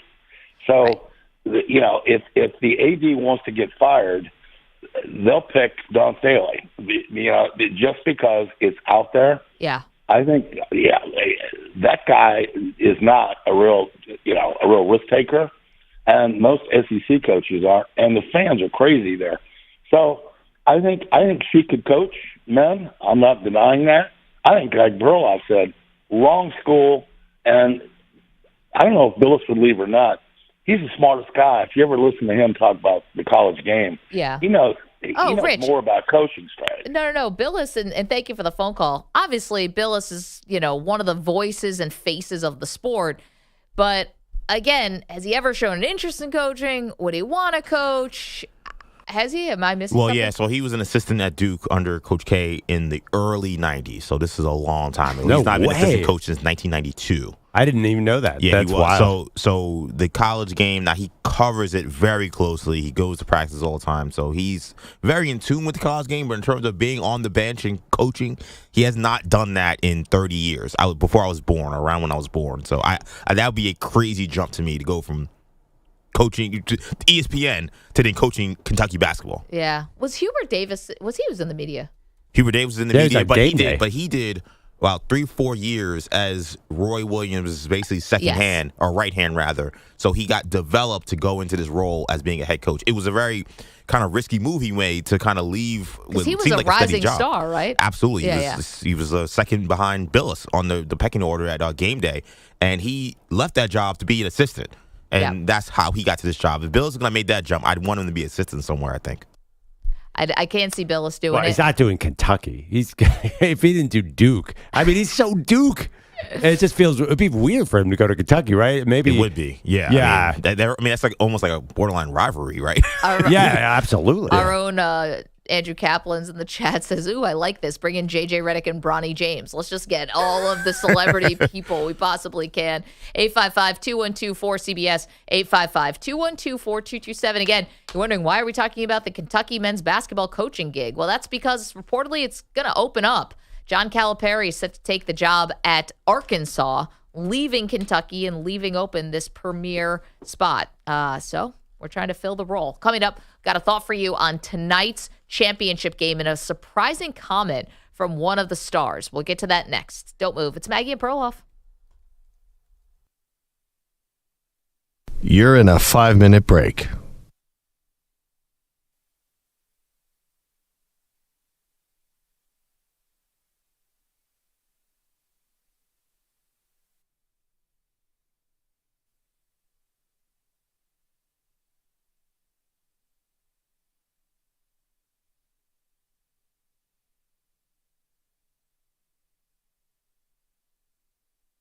Four minutes, 30 seconds remaining.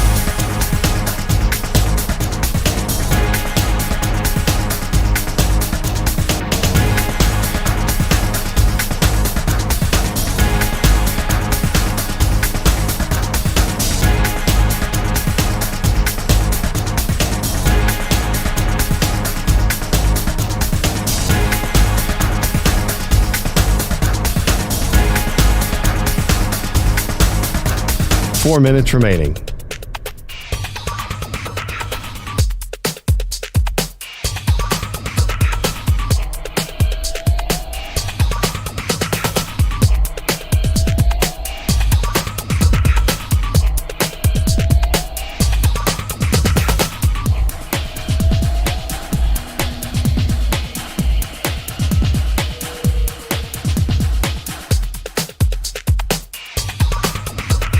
Three minutes, 30 seconds remaining.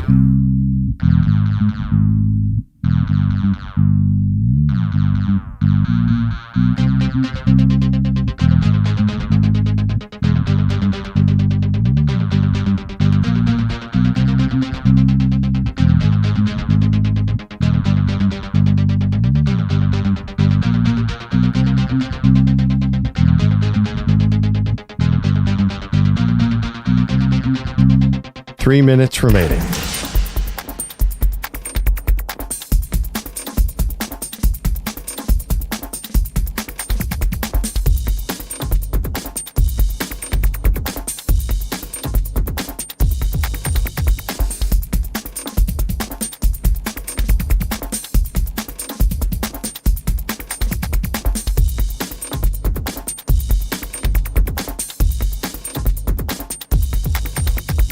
Two minutes, 30 seconds remaining.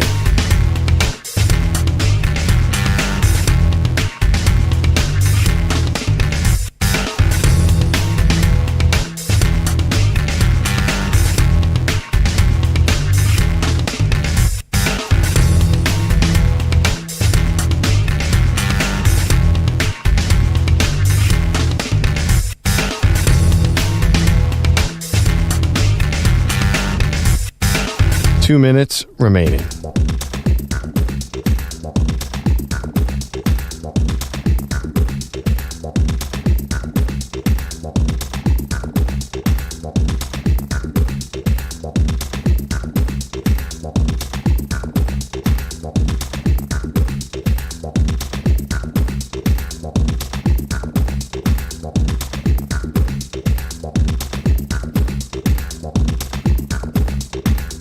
One minute, 30 seconds remaining.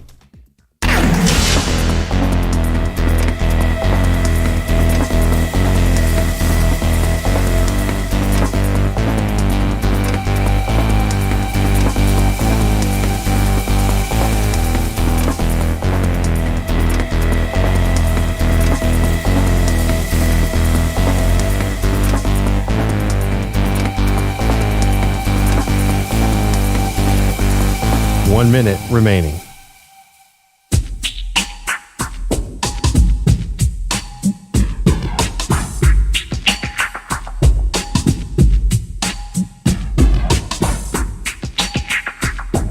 $45 seconds remaining.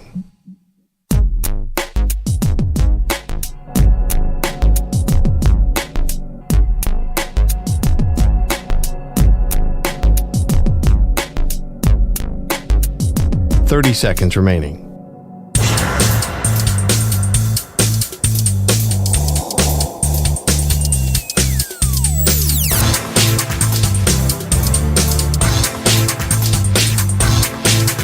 $15 seconds.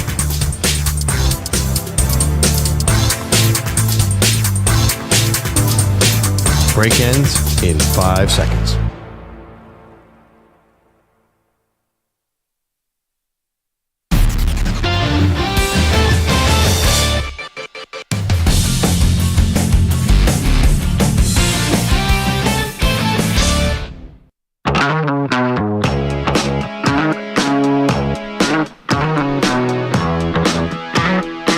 Welcome back to Maggie and Perloff. A lot going on. We have to recap yesterday's South Carolina-Iowa game. John Calipari is leaving Kentucky for Arkansas. But tonight we have another, obviously, huge game, and huge because there's some huge players in UConn, Purdue.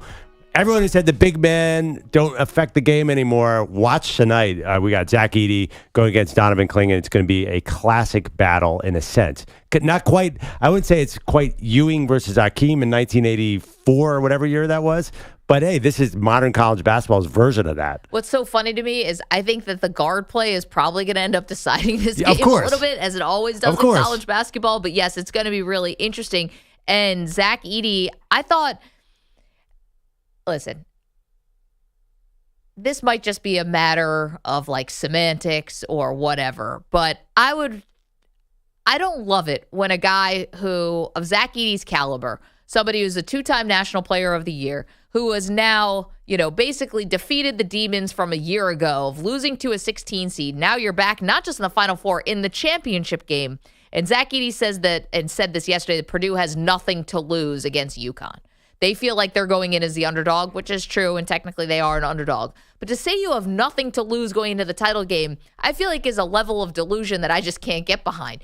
You're right there. You have everything to lose right now. And again, I know that he's not going to be now remembered as the guy who lost to Fairleigh Dickinson, but still, you can't be on the doorstep of a title when you've had this much, when you've been this big of a player in college hoops, and now say you have nothing to lose. You have everything on the line tonight. You're so close. I feel like you say teams that have nothing to lose are the underdogs, the Cinderellas. And even though they're a number one seed and they're a top team, they feel like an underdog and a Cinderella to me. Like if Purdue loses, nobody's going to say that was a disappointing run. So by definition, you have nothing. That's what you call a team that has nothing to lose. He should be looking at it. He's got to be looking at it as this is ours to take. And by the way, UConn's been winning by what? About 28 points was like the average margin. I think Purdue's been winning by like almost 20. So, I mean, yeah, but still, obviously, I think everybody's picking UConn tonight. I haven't seen an expert pick Purdue. Well, there are a couple of experts who pick Purdue, but I think UConn is a heavy favorite here. Well, if that's the case, then, I mean, is there ever been a team with nothing to lose? Define your nothing to lose team, because they feel like they fit in that category to me. Do you think that there's ever been a football team who's going to the Super Bowl saying we've got nothing to lose? That just sounds insane to me. Yes, 100%. That's an expression in sports. You're basically saying nothing to lose does not exist. I do, at the title game, I do not. When you're going to the first weekend and you're a 16 seed playing against a 1 seed, you've got nothing to lose. Go up and ball out and all of that, and just go in as the underdog and just try to do your thing. When you've made it to the title game, you've got everything to lose. You've got the title to lose. You're only the last two teams standing in the whole sport. Yeah, I view there really is like one team's going to be looser and one team's going to be tighter. I feel like Purdue's got nothing to lose. Right.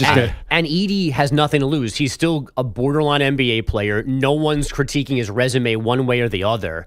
Like he's just he exists tomorrow the way he exists today. No matter what happens tonight. Nobody cares if Purdue basketball wins a title. That's not a thing. Okay, but here's the thing: whether you don't Perloff or you don't Bogish, with we 19 longtime Purdue fans, I mean they're not a national team in any way. No, but they do. See, that's the thing. I'm not saying that. I'm not a proponent that he should be so tight and feeling all this pressure.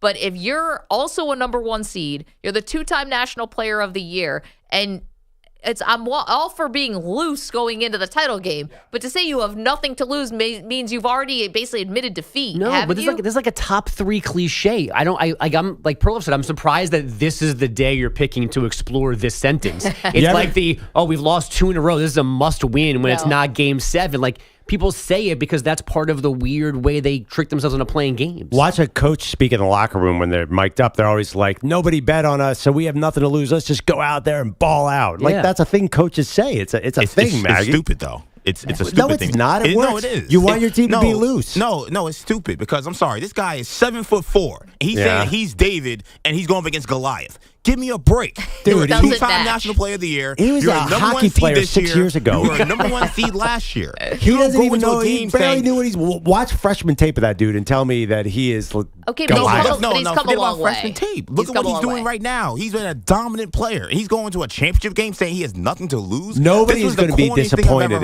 I would agree with Bogus. No one's going to be disappointed in Zach Edey and Purdue if they lose tonight. No one's going to be like, wow, what a huge disappointment. I can't imagine anyone thinking that. But if I were him, listen, everyone's got their own cliches and how they pump themselves up, and I get that. But for Zach Edey to say he's got nothing to lose, I want him coming in being like, I want to dominate this game. This is mine. This is mine to lose. I feel like this is the best that Purdue has been playing. They've been scorching hot this entire tournament. Why come in and be like, well, I guess we're just the scrappy underdogs here? No, you're not. So what would you say to that question? Whatever the question. I'm going to come and dominate.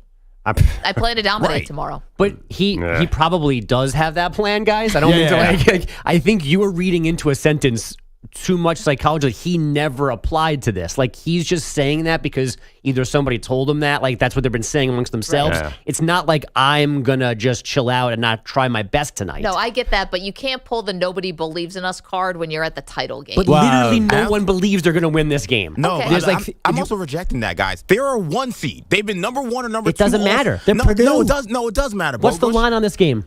6.5. That's a lot of points. Right. Okay, 6.5 points. But guess what? They've been dominating teams just like UConn has been dominating teams. And you watch college basketball as much as I do. Yeah. They've been great all season. The idea that you have the number 1 and number 2 team playing in a national championship game and the number 2 team is saying that we're a little scrappy underdog, I think that is loser mentality. I'm sorry. I hated this from Zach Edey. They're just trying to get through an interview. When a quarterback says, I'm taking one game at a time, are you analyzing that expression? Well, that dude's only, look at it. He's taking one game. He's just trying to get through that interview would say something, and so he could go on and practice. No, I get it, but this is where we pick and choose as the media. Sometimes we read a lot into what these guys say, and sometimes we don't read anything into what they say. So you're picking and choosing to say this means nothing. It means and nothing. I'm picking and choosing to say I think this is a window into the mentality that Purdue's coming into. So you think he's checked out? No, he's that's not the same inference that we're making. No, it's not checked out. I think that there's a little bit of we've got nothing to lose. Like, hey, happy to be here. No. I think exactly. If he come out and said, I'm going to dominate, he would sound asinine. No. If he said, I'm going to go out there and I'm going to dominate the game. They've been winning by 30 points a game, They're playing, They've been dominating. They're playing the defending champion Connecticut Huskies. They're not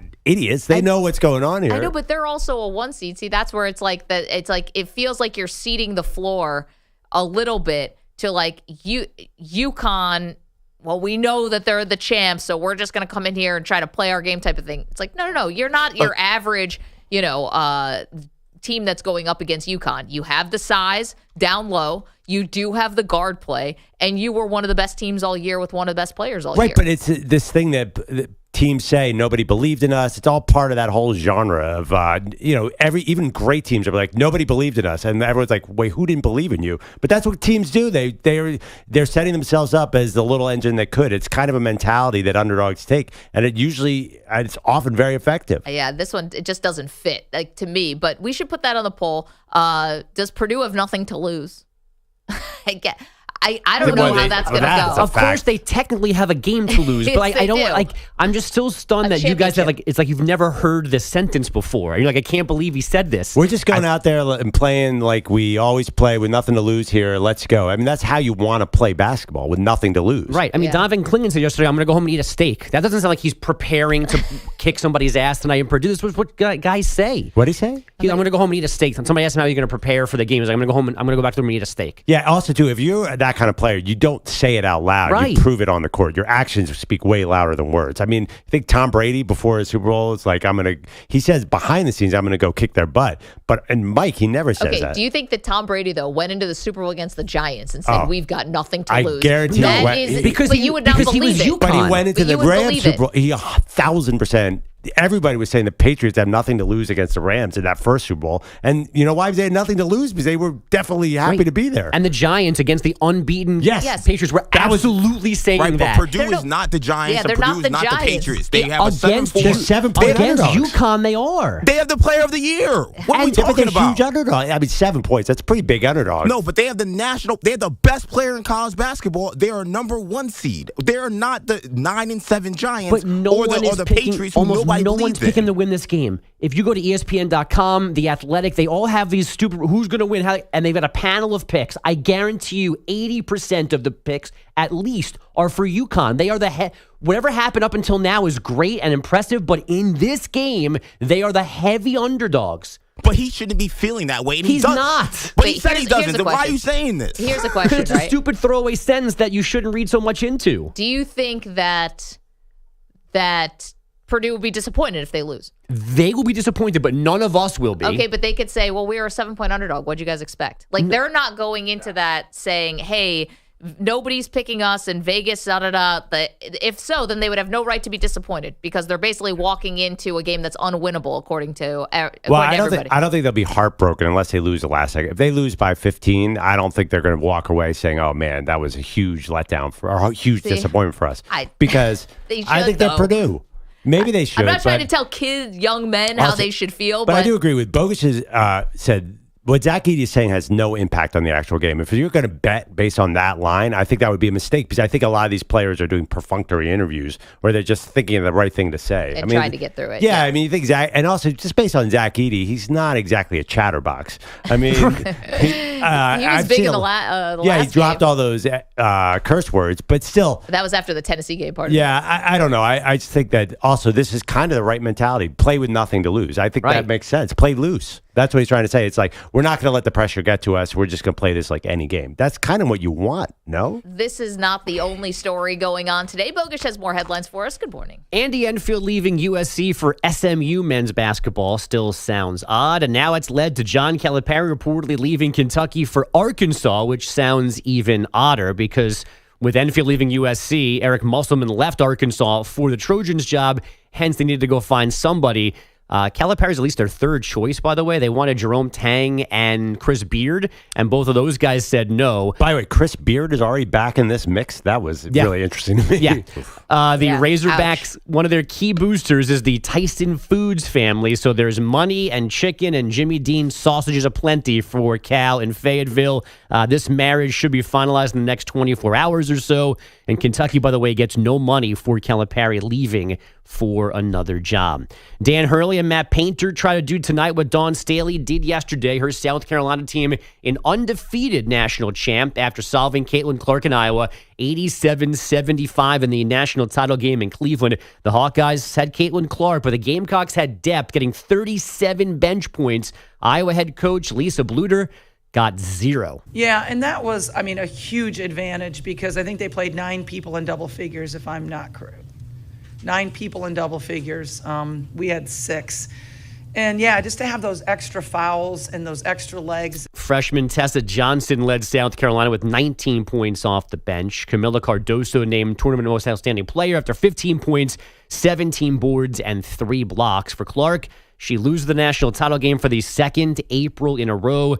She had 18 first-quarter points yesterday, just 12 afterwards.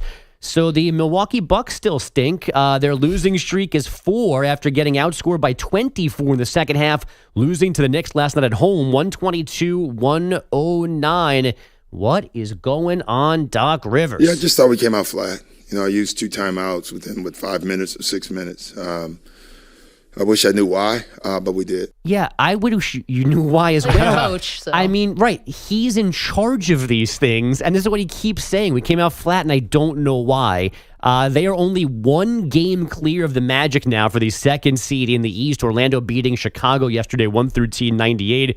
Those Knicks up to 3rd in the East, a half game ahead of the Cavs, or 4th, that is, a half game ahead of the Cavs, who threw away a 26-point third quarter lead on the Clippers, losing in LA 120-118. The Clips have their first 50-win season since 2016-17. Back to the things that sound odd department. Bill Belichick spent the weekend in Washington Huskies gear, the unemployed NFL coach, on the field Saturday with his son Steve running the Huskies D through a practice.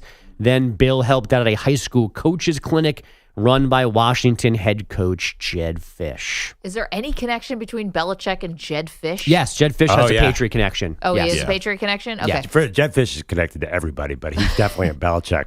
Yeah. Part of that group. So what's funny, I was thinking about this. I'm like, all right, I'm watching Belichick in the Washington Huskies gear. Can you get further away from New England? Like if he was actually going to join this, yes, I guess Miami, right? I was already shamed for this, like Mraz. But no, I was wondering, I'm like, oh, could he just do a West Coast? Is the West Coast the next thing for Belichick? Or is this just it? Is this just hanging out on random sidelines, getting free visiting swag, his old buddies, different hats, different jackets? Assistants everywhere, right? I mean, he's got his whole crew is all over the country. Like, does he want to be somebody's like defensive consultant and just sit somewhere, make up game plans, and then not have to be on the field on a weekend? You do that from your boat. Yeah. Just watch some game tape, send it a plan or a thought or two to somebody at some college. Now he can it's go like writing jokes for a comic. Yeah. He can go to concerts with Saban. Wasn't that their thing? They used to sneak out and go to concerts, which was so weird. What, like Bruce Springsteen or something? So in the 90s, in Monty Burke's book about Saban, like he used to spend these secret weekends with Belichick because they weren't allowed to talk. I don't understand why. What's up with that? Yeah, it all sounds they very used to like weird. sneak away to like a to like a hotel. To like a hotel and like over game plans and stuff. Yeah. And then That's Urban so Meyer, intimate. who knows how he fits into this whole picture. There's definitely a group of these older coaches who are just very tight. They should. What if you had a staff? You brought Saban, Belichick, and Urban Meyer all together. And day by day. I mean, would you take that for your team? I mean, would you? If you're the Jets, for example, like would you some rather kind of have evil Belichick, empire? Urban, and Saban than To Salah some and, people. and Nate Hackett? I mean, look, Jets is like the bottom of the barrel when it comes to I think he's a coaching bum. staffs. But I feel like that's a little old for me. Wow. A little old. There's also Urban Meyer. I dislike Right. him so much. The other two guys, like, maybe I'll pass on. If they're a package deal, maybe I got to say no to Bill and Nick. It's almost like when you got a group of friends and there's like attractive group and then there's one obvious a-hole among the group. Don't You're be like, a hey, freaking look, weirdo. You're saying Urban is more so than Belichick? Yeah, they're all weird. Oh no, but I'm just saying Yeah. though, like I didn't want to say attractive, but I'm just saying like somebody's got to take the a-hole in the group, and it ain't gonna be me. So Big I don't shout know. out to all the women backing up the fellas. I'm just saying that he's definitely the grenade. Let's just say that. I totally agree. Actually, yeah. Urban Meyer's the grenade in that group, and I think. But he you just know moves how on. tight he Wait, is I'm with sorry. Belichick. What's the though. dynamic of this friend group that I'm hearing about? So you have a friend, you have an attractive group of men. Is this what? Yeah, no, it could be men or women. But Okay. Physically attractive? Let's say you're running a 3-man or 3-woman. Okay. And you're you see some beautiful women or some beautiful men at a bar, and maybe there's 2 really good looking guys, and there's one Ugly doofus. friend. Right. Doofus. Yeah. Let's say. Okay. Do you still run that 3-woman with the doofus, knowing that you got to take the doofus into whatever game you're playing? I don't think you do. Because Urban Meyer is the doofus there. Let's be clear. I know, but the other 2 guys are pretty attractive. Yeah, but what if they're old? What if they're 60? Yeah, but they're rich. I'm just kidding. I mean, the reality. Sorry, I got lost. Are we in a radio show right now? The reality I is, thought we were just doing calculus. Urban's probably the most attractive candidate for most schools out of I'm that. a great time. Dude, Urban will win you a title in 3 years. The other thing I don't about- think those guys are doing that. Belichick and Saban, both defensive guys, a little redundant for the staff. I don't. Yeah, who's running the offense? Is Urban calling the plays himself, I guess? I mean, Yeah, I think by well. the end, Belichick was running the offense a lot too. And that wasn't helping. Yeah, but that being said, if you were at college, you would hire Urban over those 2 guys, probably. I mean, Not Saban. do you really want Saban now? Saban's checked out. You could tell. I think he's He done. was just a play away from playing Right. another I don't national know. title game. It seemed like he walked away with such relief. I don't know. I feel like Urban's got some evil plans for the future. Who knows what that could be? Yeah, I Is that we talking mean- about coaching anymore? Or we just, I don't know what Urban's going to do, but he's 59 and Saban is 72. Anyway, but they're all best friends. Like, aren't they all like super tight? Like, I didn't realize Belichick just Urban goes was on in that. Oh my God, is there a single Urban assistant coach who Belichick didn't hire at some point? He drafted all Urban's players. It is like a rehab center, and you Yeah. throw Shiano at Rutgers in. There's this weird thing like you need a job, we'll give you one, and we'll push you back up. Urban, well, Shiano's part of that too. Yeah. But Urban used to go up to New England in the summer, and then Belichick would go down to Florida. They're as close as Saban and Belichick, almost. right. I saw the documentary about Belichick and Saban. I didn't see Urban lurking. Oh, yeah, they're famously close. I mean, also, too, they're all the same person, aren't they, in a weird way? Which is why I don't think it will work. You can't have 3 of them. Yeah, I think there's Saban worked with Belichick 30 years ago. I think there's a reason why he hasn't worked with him since. You know that Sylvester Stallone movie where he gets all the old action heroes together? Oh, yeah, like Dolph Lundgren. Expendables, yeah. The Expendables. That would be this college football team. That'd be amazing. I like it. I'll take it for the Bills if you guys don't want it. Well, you want Belichick still. I wanted Jim Harbaugh, but I'll take whoever I can get. You keep saying that. Yeah, I when I was a young man wanted to date a swimsuit model. You weren't getting Jim Harbaugh. If they just tried a little harder, maybe they would have. No, they wouldn't have. 855-212-4CBS. Thank you, Bogish. Oof. Coming up, Caitlin Clark's final college game, but this isn't the end of her story. Get to that next. You're in a 5-minute break.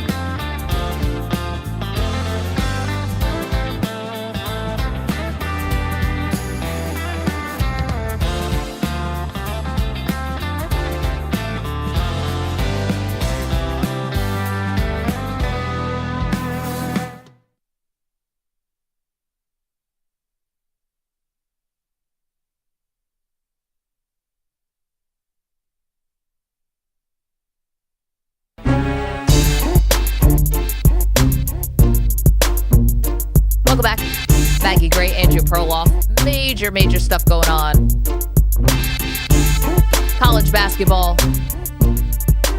Caitlin Clark's final game yesterday, Perloff. So her college career ends with 2 trips to the national title game and losing. She will go on to be the number 1 pick in the WNBA draft. Obviously, all the congratulations in the world to South Carolina, who really pulled away in that game. They used a different defensive game plan on Caitlin Clark after she scored 18 points in the first quarter, and they got pretty bottled up the rest of the way. Yeah, they face guard her all over the court, which you don't really see, except for Caitlin Clark. You barely ever see people get guarded like that, but that's been the formula. You saw it in the Big Ten tournament, too, where you just gets over half court.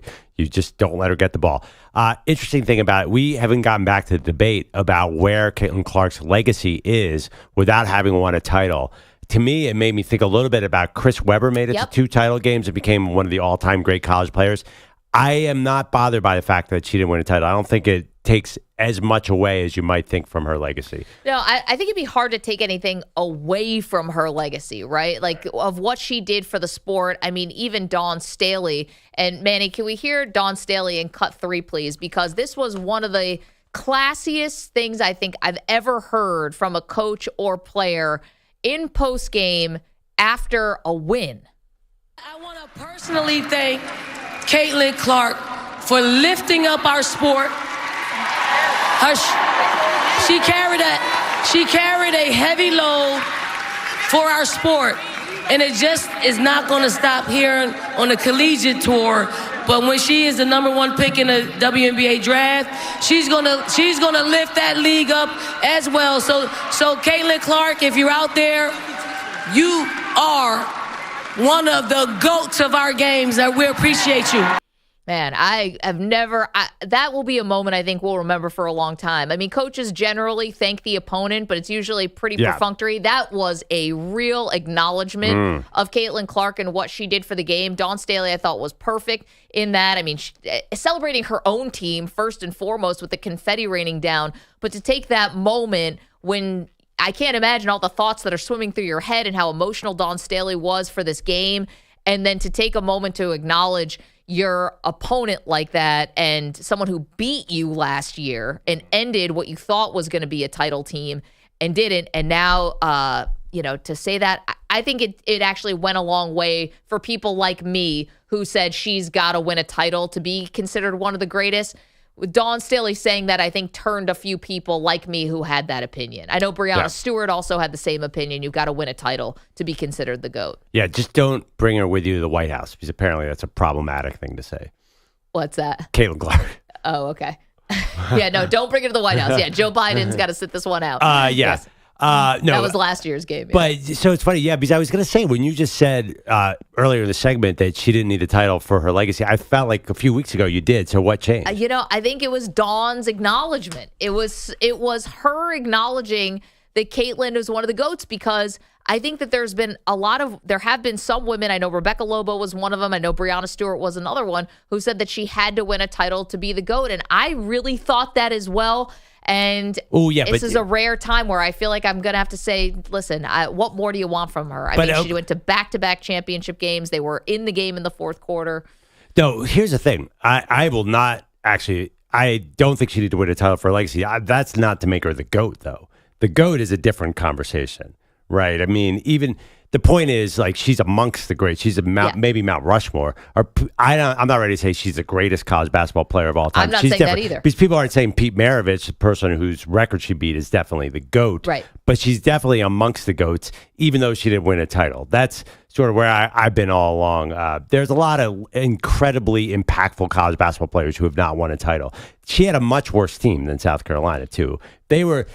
It would impact her if Iowa had the same level of talent as South Carolina and Caitlin didn't win. Right. Then we really be discussing this. But the fact that the team was worse to me makes a big difference. Yeah, I mean, this was a conversation that we've had throughout the tournament, but it was really a lot before the tournament. Like, she couldn't afford an early exit and all that stuff. I mean, they made it back to the title game. She vanquished LSU in the process. They beat UConn on Friday night in the process. I mean, I have to acknowledge that it does feel like I can't take anything away from her. It'd be silly to sit up here after she got this close and say, wow, what a disappointment your career has been. That in reality, I can't do that. If they had lost early on, if they lost that game to West Virginia or something like that when they got a scare early in the tournament, I think you can nitpick it. What more could she do? I mean, you're right. South Carolina was they were just a much better team. And the fact that this was a close game, even in as late as it was,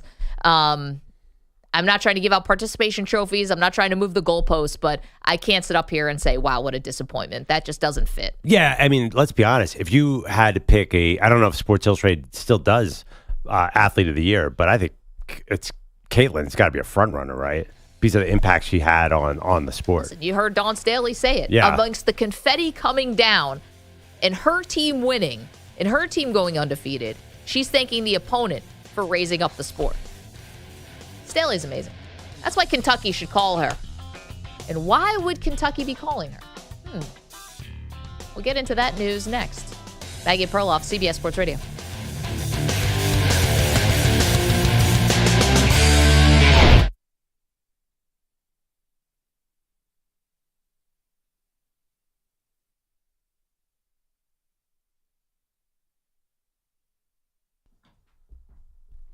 Okay, great.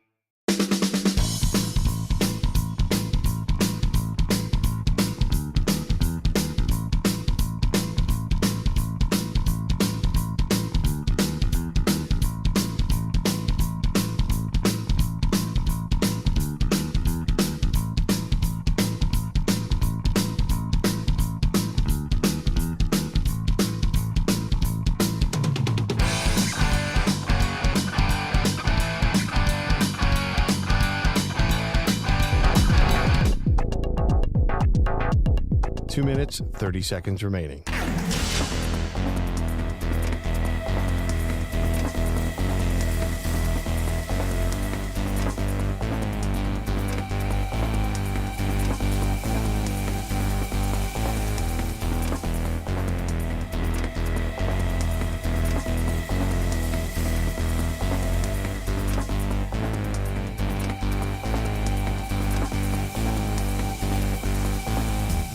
Two minutes remaining.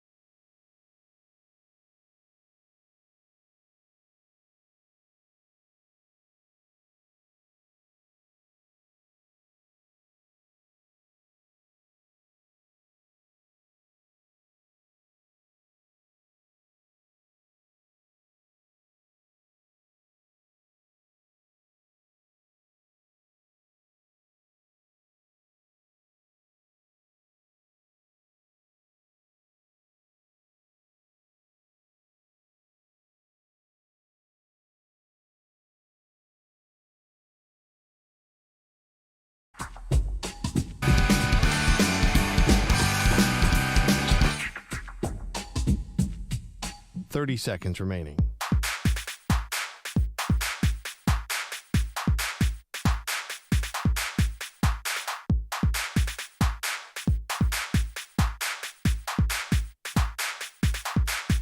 Fifteen seconds.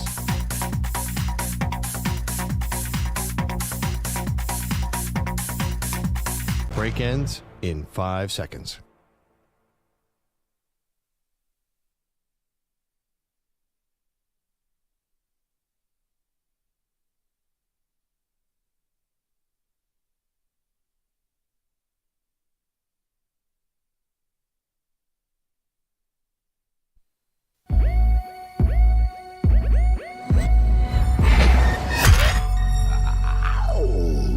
He's a violin prodigy.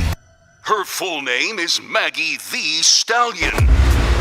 They are Maggie and Perloff on CBS Sports Radio.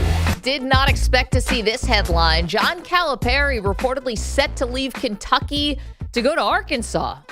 Good morning. Welcome to Maggie and Perloff. Huh? Exactly.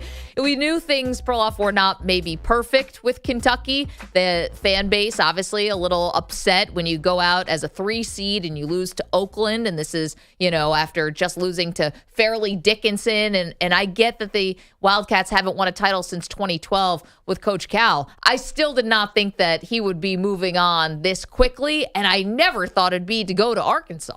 Yeah, Arkansas was not in my thought process. Obviously, it makes sense with Eric Musselman leaving, but this is a bizarre headline in the sense that, him being fired would have made much more sense, or him parting ways. Right. No, nobody would be surprised. Him going to Arkansas is the twist that I don't think anybody had said, unless someone had read it somewhere before. That was not a rumor. People had already been talking for a long time about who's going to take over for Calipari. But nobody had been talking about where Calipari would go. That was not part of the conversation in any way. I actually thought, he'll leave Kentucky and chill out for a year, maybe do TV. I think that's what typically happens in this, not to go to a conference rival. Or I thought maybe he'd go back to the NBA, try that for a minute, because basically half the NBA went to Kentucky anyway. So he'd have a lot of allies on these teams. But no, I did not expect it, just because staying in the same conference, listen, Eric Musselman really did revive the Arkansas program, after Mike Anderson had left. A Sweet 16, 2 Elite Eights. I mean, this has been a little bit different, where Musselman now had the option to say, hey, I do want to take the USC job. I do want to go to Los Angeles and get back to the West Coast. And now this opens.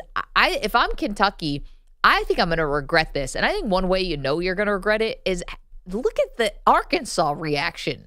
They are thrilled. Yeah. They feel like they are getting a real difference maker here. And I guess it's the, old cliche of one man's trash is another man's treasure. But I think that Kentucky probably always thought it would be at their whim, at their favor. And now you have a lot of dominoes that have already fallen in the coaching search. You already have Scott Drew, who just signed a new contract at Baylor. You already have Nate Oates, who's got an $18 million buyout and could be in line for an even bigger deal because he just got to the Final Four. You don't exactly, you're not at the beginning of the cycle here. It's not you just pointing and saying, I want that coach, I want that coach. The timing may not be right. Danny Hurley could win his 2nd national title tonight. You think he's leaving UConn after that? So for Kentucky, Calipari, and the timing of this is probably not what you wanted. No. It should have been right after the season. But I still think a couple of those guys that you just mentioned, especially I think Nate Oates, I don't think $18 million buyout doesn't even sound like that much to me. I mean, Gus Malzahn got $21 million. So for your Kentucky basketball, I think that you should be able to pay that easily. So I think that they'll be okay because Alabama played so late as well that they probably haven't had a chance to redo Oates' deal. Or did Oates just redo his deal recently? I believe it was recent. Yeah, so regardless, whatever you're redoing your deal, the money's not that huge. They could get those guys. Yes, it's not perfect. I don't think they'll regret losing Calipari, though. I think the fan base was ready to move on. They were not headed in the right direction. He's just not figured out what to do right now. Yeah, but you know what? It's like we act like Kentucky was no longer like a top 15 team. I would say top 25. I mean, they came into the tournament as a 3 seed. I get you're disappointed. The dude from Oakland is freaking 25 years old and hit 18 threes Oh, to I mean, beat them. yeah, but it took like an all-time tournament record. I just think this what are you is. talking? They lost the year before that. Did they lose? Who they lose to before They that? lost Princeton. to St. Peter's. And yeah, they've lost to everybody. What's the difference of who does it? I mean, they were not going in the right direction tournament-wise. You can't argue with that. Listen, I would just say that if Purdue could have fired Matt Painter after he lost to, all these same double-digit seeds, they didn't do it. They stayed the course, and now they're playing in the championship game tonight. I think you throw the baby out with the bathwater. How many cliches can I use this segment? You throw the baby out with the bathwater here with Cal, and now you're telling me that you want to move on from him so much, but yet the next person is going to have these big shoes to fill. It's like, well, which way is it? Were you so happy to get him out the door that you just want a change, some new blood? Or yes.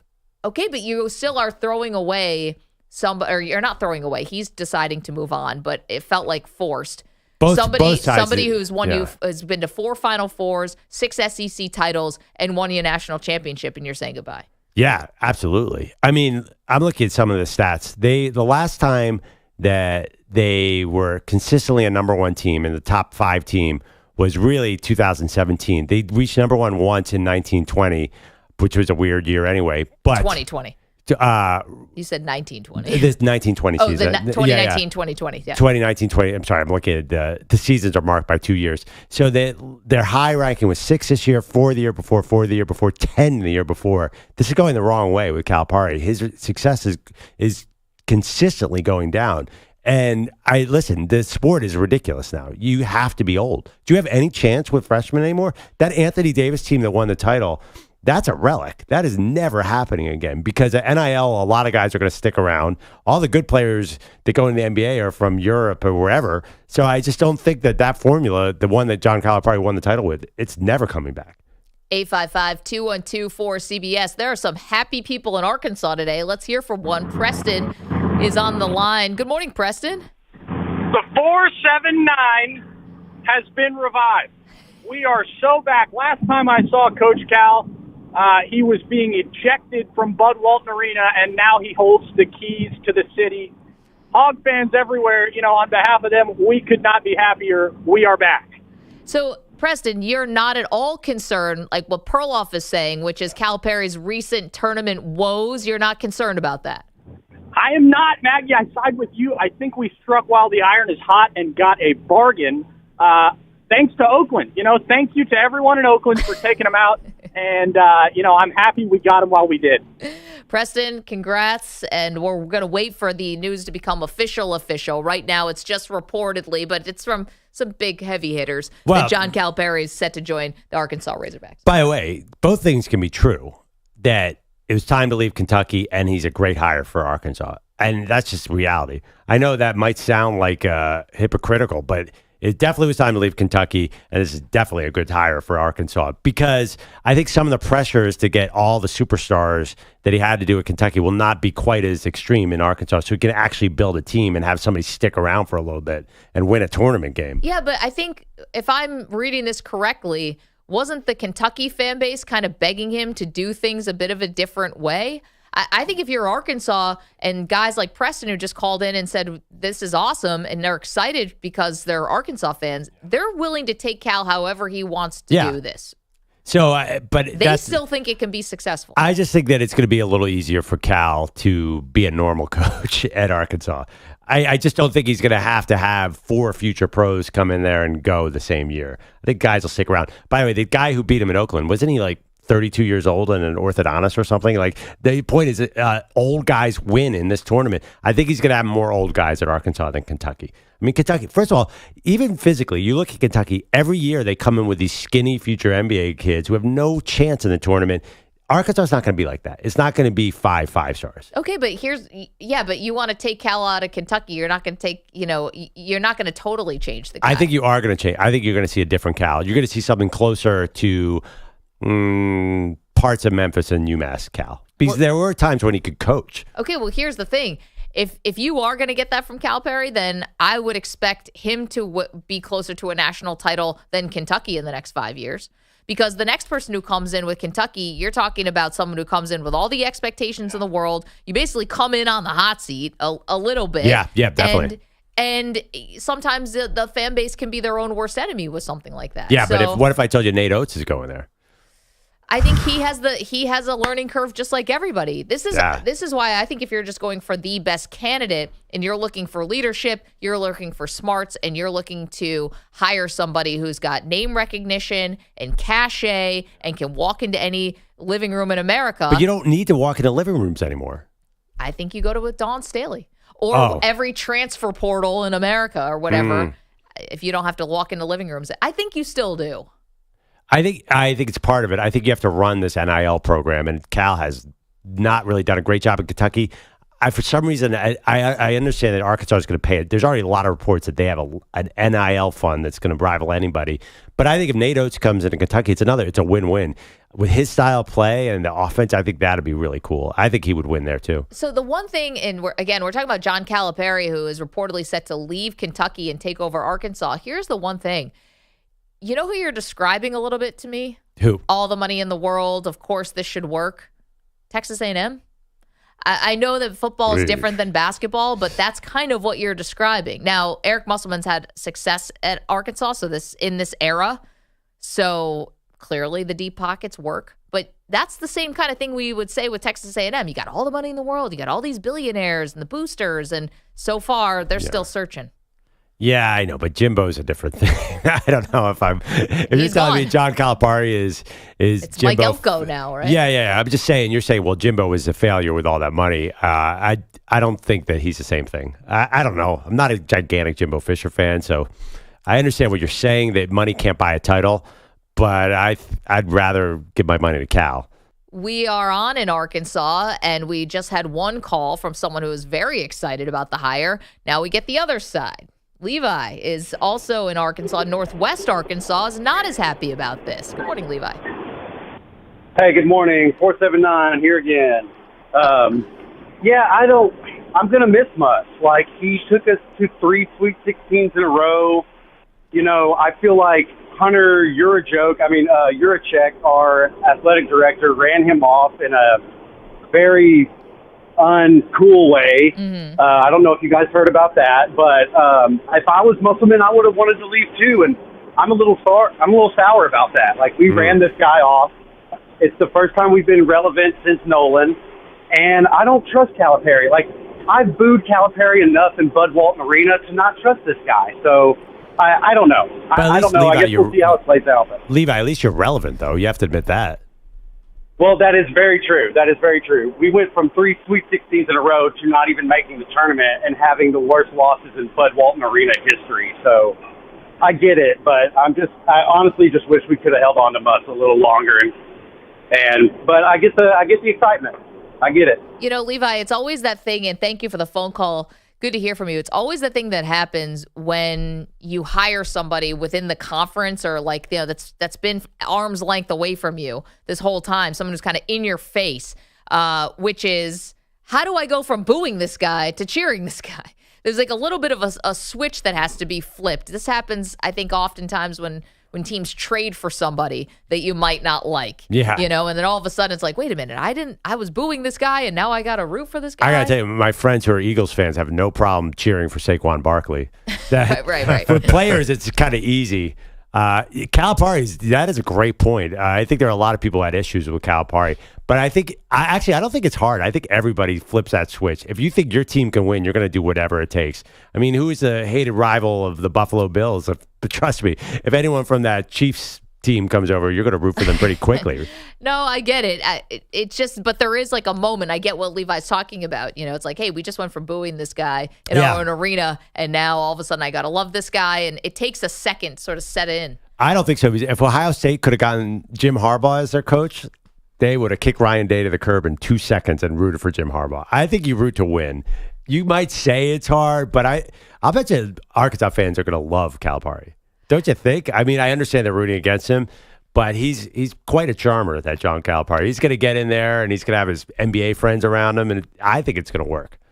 This is why I think Arkansas – this is how I think you know that Kentucky, I think, comes out as the loser today. And we'll see who they end up hiring. But I think they are the loser today because you have this other fan base who's so excited about this coach who's going to be leaving. Yeah. And I think for Kentucky, listen, I get it. The standard is extremely high. I'm not asking Kentucky to lower the standard at all, but I think that you're just basically throwing away 15 years, or you kind of were ready to get him out after 15 years when I think it's like you're only remembering the bad times. It's like a marriage where you're not remembering any of the good times. It's only the bad. To me, it reads more like this. We've talked a lot about dating on this show so far today. When you have a longtime girlfriend, but you kind of want to move on, but you can't end it, maybe because you're a bit of a wimp, then she finally ends it. I think that's the relief. Yeah, I think that's a relief Kentucky's feeling because you could tell by their quotes they did not want him around after this season. They were done. Okay, yes, you're right. But they did put out a statement saying that he was going to be back next year. Yeah, it didn't read like, man, we're so thrilled to have John Calipari back. It read like, we'll give him one more year. What's interesting about your dating analogy, though, is I think in your dating analogy, you are, you can't break up with the girl. Yeah, it's hard to break up. And she breaks up with you. Yeah. And so you She feel finds another man or whatever. Right. Oof. So you sort of dodge a bullet, but now she's going to be dating somebody else and they're still living on your block. Yeah, you're just so happy to be free of this relationship. You don't care. You don't care. I mean, if you guys ever broken up with somebody, it is, and you too, Maggie, isn't there just that incredible freedom of, oh God, I don't have to deal with this relationship anymore? Maybe, but then you have to watch them, and let's just say now they're all of a sudden knocking down their house. They're building a bigger house. Now all of a sudden their kid is the star quarterback on the football team. Now all of a sudden, you got to live now with the consequences. I mean, I've only been dunked by somebody, but knowing that I knew the person that they were then moving on to didn't feel great. Just gonna put that out there. Didn't feel great. Really? Oh, I'm so sorry to hear all that. Why, you were relieved when your girlfriend broke up with you? Oh my God, it was like I would have held a ticker tape parade down because I was having trouble breaking up with this longtime girlfriend, and finally she's like, "This is ridiculous. You're out." And I felt really bad at the time, but then it was like, oh, it was time for both of us to move on. Right. It was a win-win situation. She wanted to get married and live wherever, and I did not. So much like this situation, she took the Arkansas job, and I hired Nate Oates. And then I rained threes on the rest of the SEC, like Nate Oates. Actually, by the way, I don't even know. Like, I keep saying Nate Oates is a great hire. I got to be honest. Like, I'm not sure how Nate Oates will work at Kentucky, but it seems exciting. Well, first of all, he hasn't been offered the job. We don't know who's going to get the new Kentucky job. 855-212-4CBS. I think they should make the call to Dawn Staley. You think Nate Oates would be number one? No, no. I'm sorry. You Hurley, think Jay Danny Wright. Hurley, Jay Wright. I'm going, and this is everybody. Obviously, you're going to call Danny Hurley, right? I mean, but that's unrealistic. Jay Wright is the other one. And then my third and only realistic candidate here is Nate Oates. With the $18 million buyout. Can I have one more? Yeah, sure. Candidate? I threw out one that Pearl hated. Maybe he'll like this one better. What about Kelvin Sampson? He's a little older. But if you want to win right now, and if the whole deal with Kentucky is to keep going to the tournament and losing, give me somebody that can go deep into the tournament with Kentucky's resources. I feel like Sampson would be great. He's been doing it with lower end recruits, so he's got some big guys of late. Yeah, but he spends a lot of money. Do you really want to bring in? He kind of feels like a defensive coach to me. And sorry, Kentucky. I think of the Pitino teams. I want to run up and down and go crazy if I'm Kentucky. That's not the style I would want. Stylistically, it might not be great, but again, I think Kentucky is done with the flash and dash. I think he's different. That fan base, I think, really got kind of disillusioned by what Cal was selling them by the end, and I think that they'd be open to anybody they think could win. And if I'm looking at the best winners in college basketball right now, he's definitely among the best. Now, would he want to leave Houston, a place that he really calls his home? I don't know. But he wants his son to take over for him. So maybe he could say, hey, son, you take the Houston job while I go over to UK. That could be something I could see happening, but it may be a long shot. Interesting. 855-212-4CBS. So Kelvin Sampson maybe could be on the table. The idea that EJ threw out that Perloff did not like is Mike Budenholzer. Oh, come on. We're not going to get back into that one. I actually, I was not a big Budenholzer fan at the Bucks either. I didn't think that was working. He was great. on the hot seat. He basically had to win the title to keep the job, and that was only for another 2 years. I say, just bring in Doc Rivers. Why are we messing around here? He's clearly done in Milwaukee, and he just got there. Honestly, and if my how this played out in my mind worked, Dawn Staley would go to Kentucky and just like blow the doors off of sports. You want to talk about men's basketball, need a little shakeup. put Dawn Staley at Kentucky. You'll get it. And then Doc takes over South Carolina just because 100 days. He sees the roster. It's a young roster. Yeah, and they lose in Game 7. Just like Milwaukee kind of vultured his way into that good roster. Yeah, and how'd that go? 855-212-4CBS. Coming up, okay, lots more to do, including updating the only bracket that matters around here. We'll get to that next. You're in a 5-minute break.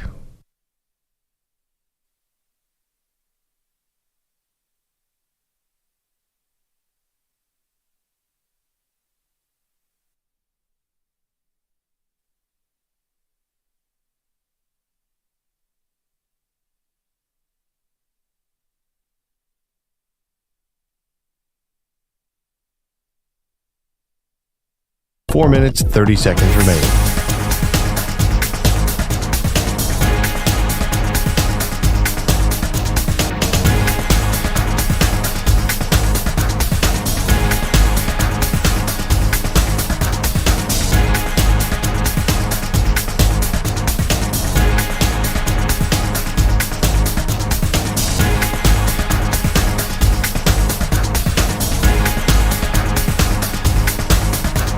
Four minutes remaining.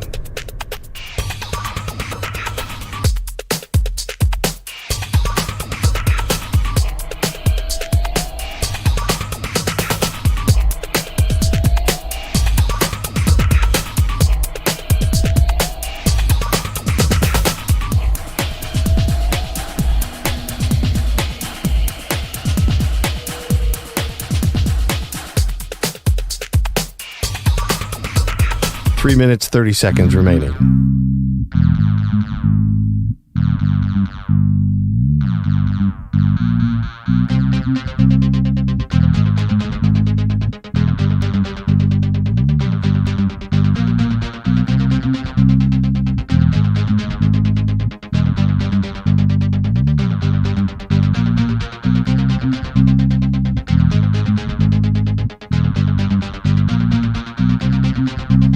Three minutes remaining.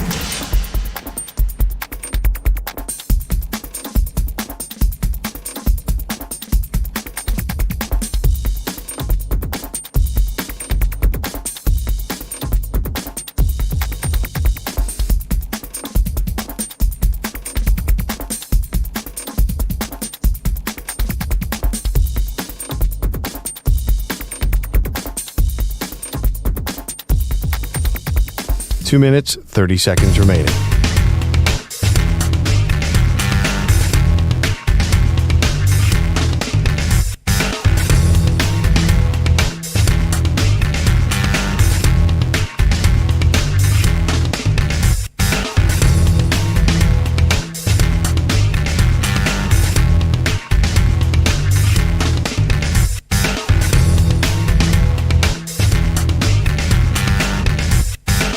Two minutes remaining.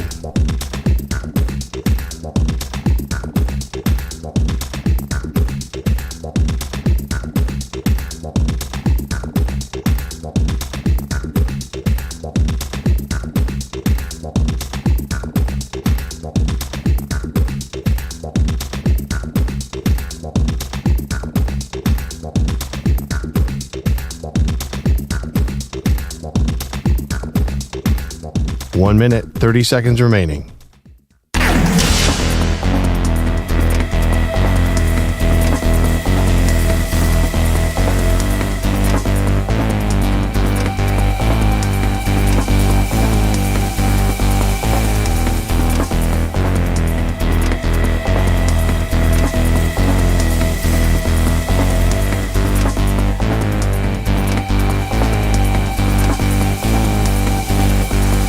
One minute remaining.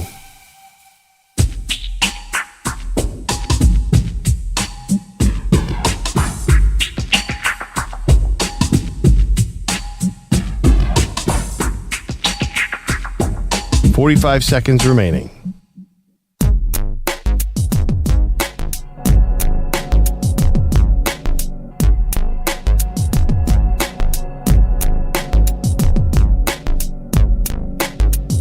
.30 seconds remaining.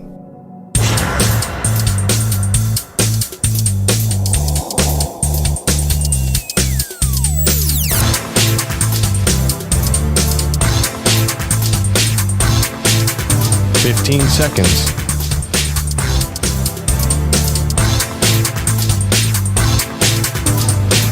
Break ends in 5 seconds.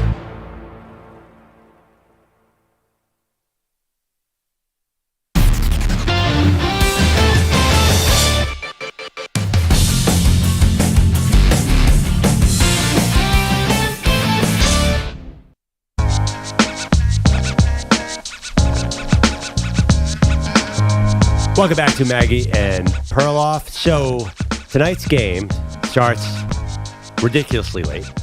9:20, 9:30 Eastern. Purdue, Wait UConn. a minute. Are you serious?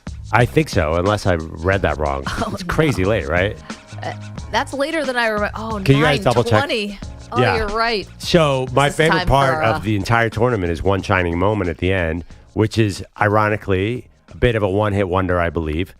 And we are doing the one-hit wonder bracket. And after the one-hit wonder bracket winner is named, our annual Maggie and Perloff non-basketball bracket, we're going to play one shining moment. So we're going to go from the winner of the one-hit wonder to another one-hit wonder. It's going to be beautiful. It's going to be tearjerker. It's going to be awesome. I'm getting goosebumps just thinking about it. But meanwhile, we should update the Maggie and Perloff bracket of one-hit wonders. As Perloff was mentioning, we are down to our Final Four. And it's really your Final Four because all of the winners here have been chosen by you, by the listener, voting at Maggie and Pearl on Twitter. So let's just recap this here. We're going to start with the Final Four today. So the voting will be open right after we announce these Final Four songs. So Manny, let's hit it. The Final Four for the Maggie and Perloff bracket of one-hit wonders. 5th seed, Jump Around. I came to get down, so get out your seat and jump around. Jump around. Jump around. Jump around. Jump up and get down. Jump, jump, jump. Everybody jump. Jump. And that was the winner of the weddings region. And I'm not sure the last time Jump Around was played at a wedding, but I'm sure it's been pretty that sounds recent. like a pretty good wedding song. Every wedding I've been to. Yeah. recently. Okay. Okay. That. I mean, the big question is Every House of Pain a Wisconsin. one-hit wonder? That is, I mean, For our purposes, yes. yeah. If you can't name another song by them, they're a one-hit wonder. Does anyone know any other House of Pain songs? Nope. So they will take on the 10 seed. This is the winner of the last call region. It's 867-5309.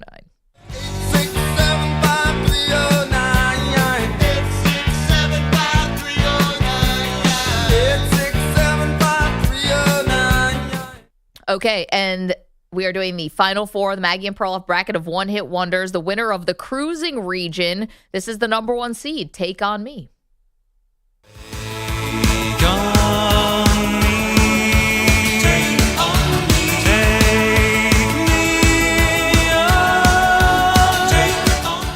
And they will take on another number 1 seed in the Final Four, the one-hit wonders bracket. The winner in the Turn It Up region, Rapper's Delight. I said a hip hop, the hip it to the hip hop. You don't stop the rocker to the bang bang boogie. Say up jump the boogie to the rhythm of the boogie to beat. Okay, so there you have it. Maggie Perloff, Final Four of the one-hit wonder bracket. You can go vote now. Maggie and Pearl on Twitter. Exciting. Very exciting. You're ready for this to be over. The All these songs no, have they're been stuck in my head, and we've Yes. been playing them at home. Especially 80s one-hit wonders. My kids, the only music that we can get together on is either Broadway musicals or 80s hits. My 13-year-old loves Nicki Minaj, and we have issues with her playing the uncensored versions. Oh, jeez. It's not good for polite company. And my 12-year-old likes Taylor Swift, and my 13-year-old thinks Taylor Swift is the uncoolest person alive. So it's a big mess. So we can always go to the 80s, right? Everybody likes the 80s. Am I wrong? Like 80s music is like, it's kind of positive. You know, there's nothing wrong with the 80s. So there's one thing about one-hit wonders getting stuck in your head, and this is probably, something that should have come with a warning label for what we were doing this entire month of March and into April. When it's stuck in your head and you're singing it, you don't mind it as much. It's so annoying for the person next to you or the person you live with when you have something stuck in your head and you keep singing it, because all you'll do is sing the same couple notes or lines. There is maybe nothing more annoying than the person you're with over and over and hey, call me. Like, well, it's shut even up. worse. It's even worse with me because I get lyrics wrong to every song I sing, so I make them up as I'm going along. Especially Baby Got Back I've been singing it all over the house, and my wife keeps on getting offended. It got eliminated anaconda too. don't wanna, and I don't even know the lyrics. I make them up all the time. Yeah, keep going. My good so far. anaconda don't want none unless you got buns, hun. Yeah. And your wife's just like, I'm sorry, what? Yeah, exactly. It's Wednesday. What's the line about an itty bitty something too? There's a round thing in your face, an itty bitty waist, and a round thing in your face. Yeah, you get yeah. sprung. Yeah, exactly. My wife's like, what are you talking about? Shut up. But then there was a Who Let the Dogs Out day. That was even worse. I was say the one thing about Baby Got Back is that and Who Let the Dogs Out. These songs got eliminated like 3 rounds ago. Why are you still singing them? Oh, Baby Got Back just got eliminated. I thought it got eliminated. Got eliminated in, the like, lead Elite 8. Yeah, right. Yeah, it 2 was just rounds stunning because they were like round ago. UConn. They were just murdering everybody. Are we in the Final Four? Yeah, I You guess are now we in are. the Final Four. It's just taking a long time. They have nothing to lose. Bogish is here with headlines. Don't start that, Manny. Yeah, Sir Don't start Mix- the nothing to lose. Sir Mix-a-Lot's Maggie got will nothing to throw her lose. computer across. That's why you lost.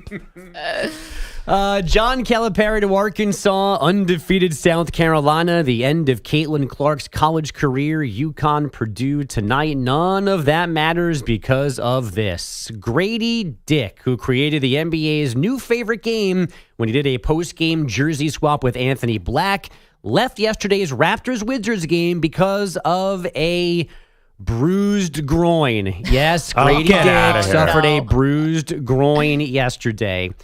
Now, the rest of his Raptors rose to the occasion, beating the Wizards 130-122. It's their second straight win after that 15-game losing streak. Elsewhere in the NBA, a tough night for me as my Sixers took on my Wemby. Ricky with the ball. Council shakes in on Victor to the corner. Batum for 3 in the lead. It's up and good. The Sixers lead 131-126. They extend their lead. Council with the dish. Batum with another clutch 3. Tom McGinnis on Sixers radio. The huge 3 from Nick Batum. A career-high 52 from Tyrese Maxey. All while the valiant Joel Embiid rested that knee. Philly a 133 double overtime win. There should be a second score there. I didn't write it down. Double OT win in San Antonio. That's 5 in a row. Staying 1 game behind Indy for the 6th seed. Victor Wembanyama did have 33 points, 18 rebounds, 6 assists, and 7 blocks. So he's still useless. Is it a valid question who is the better Frenchman in this game? Because Batum did hit the big shot there. A second apology now to Wemby? I mean, listen, Wemby's clearly winning the Rookie of the Year, but I did not want him to beat the Sixers as well. That would have been added insult to injury. I'm glad the Sixers fought valiantly to win that game, which really doesn't mean anything because they're going out in the first or second round. But Wemby, man, I watched a chunk of this game. That dude is pretty good. I was dead wrong. Yeah, and I will keep saying that. You should be thinking about that somewhere as you're going through Tennessee. Wembanyama. But can I tell you one thing? I do have a Wemby issue. Everyone's like, he's going to be Defensive Player of the Year because he averages 5 blocks a game or whatever the second half of the season. Why does he let up everybody who goes against him scores 50, though? I mean, was he guarding Maxey last night? Embiid scored 70 on him. The other day, I think Joker dropped 50 on him. I do think that he gets a lot of blocks, but I also think that people score on him all the time. Because you bring him outside, and I don't think he's quite as effective. Is he going to win, though? I thought Gobert was still going to win. Gobert's 1, and he's 2. He had a quote. I heard this on a podcast the other day. He said, I'll give Gobert this one, but I'm going to win the next 10. See, I like Wembanyama. I like the arrogance a little bit, the confidence bordering on arrogance. I think it's great. But my issue is Rudy Gobert is also a huge defensive detriment who keeps winning Defensive Player of the Year. It's the weirdest thing that the NBA seems to have no idea what good defense is. Like Gobert, you have to pull him off the court because in the playoffs you pick and roll him to death. But he's Defensive Player of the Year. That's like saying Aaron Donald's great, but we can't use him on third down. It makes no sense. Well, to me, it's almost like a guy, a starting pitcher who's dominant in the regular season, but maybe in the postseason he's getting pulled in the 3rd or 4th inning for whatever reason. I like those guys are making impacts defensively during the regular season. It's the playoffs where teams are going small with that's causing the problems. It's not really happening. Yeah, but I got to tell you, Embiid just destroyed Wemby when they played. Like, he can't cover these guys now, but he's a great shot blocker. Anyway, it's a deceiving stat. I'm reaching for straws here. I got to say something negative about Wemby. I was going to say, I think this is a grasp. I get what you're talking about, but I mean, you're driving to San Antonio to apologize to this dude. It's happening. Yes. I Get definitely your playlist of one-hit I've wonders been thinking ready. a lot about my route. I know you guys, but you guys are going to be so mad if I have a good time. You want me to suffer here. I mean, you did lose. Right. It is a punishment. It's not Yeah. supposed to be the Andrew Perloff college football, Wiener Schnitzel and beer fest. I was driving home from WrestleMania on Saturday night. We all went to WrestleMania, and 2 hours on the road. Did you hook through LA for that trip? How'd you do? No, but I was actually thinking, I'm like, God, I forgot how much. Toronto seems weird. I thought to myself, I forgot how much I enjoy road trips. This trip to San Antonio is going to be awesome. Just me and my music. No family to deal with. No nothing. It's going to be incredible. Sorry, Andrew. Nah, it's fine. I'm over it. Funny, I had the I don't think exact so. opposite driving home from WrestleMania. I was like, when will this end?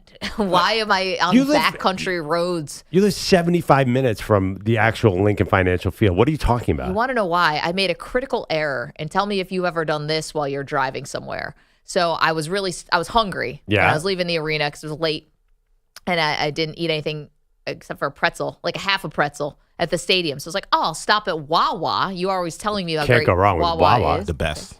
And I'll get some gas, and I'll also get some food.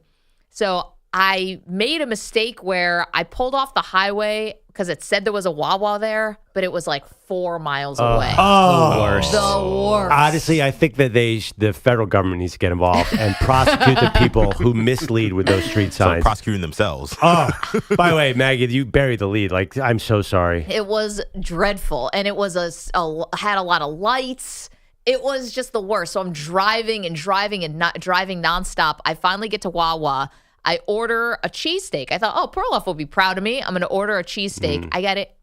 It was so bland. Why I'm did you- sorry, Wawa. It was so bland. It had no flavor. I did the cheesesteak with the provolone, just the way you told me to do it. I put some toppings on it, salt and pepper, the whole deal. I was like eating cardboard.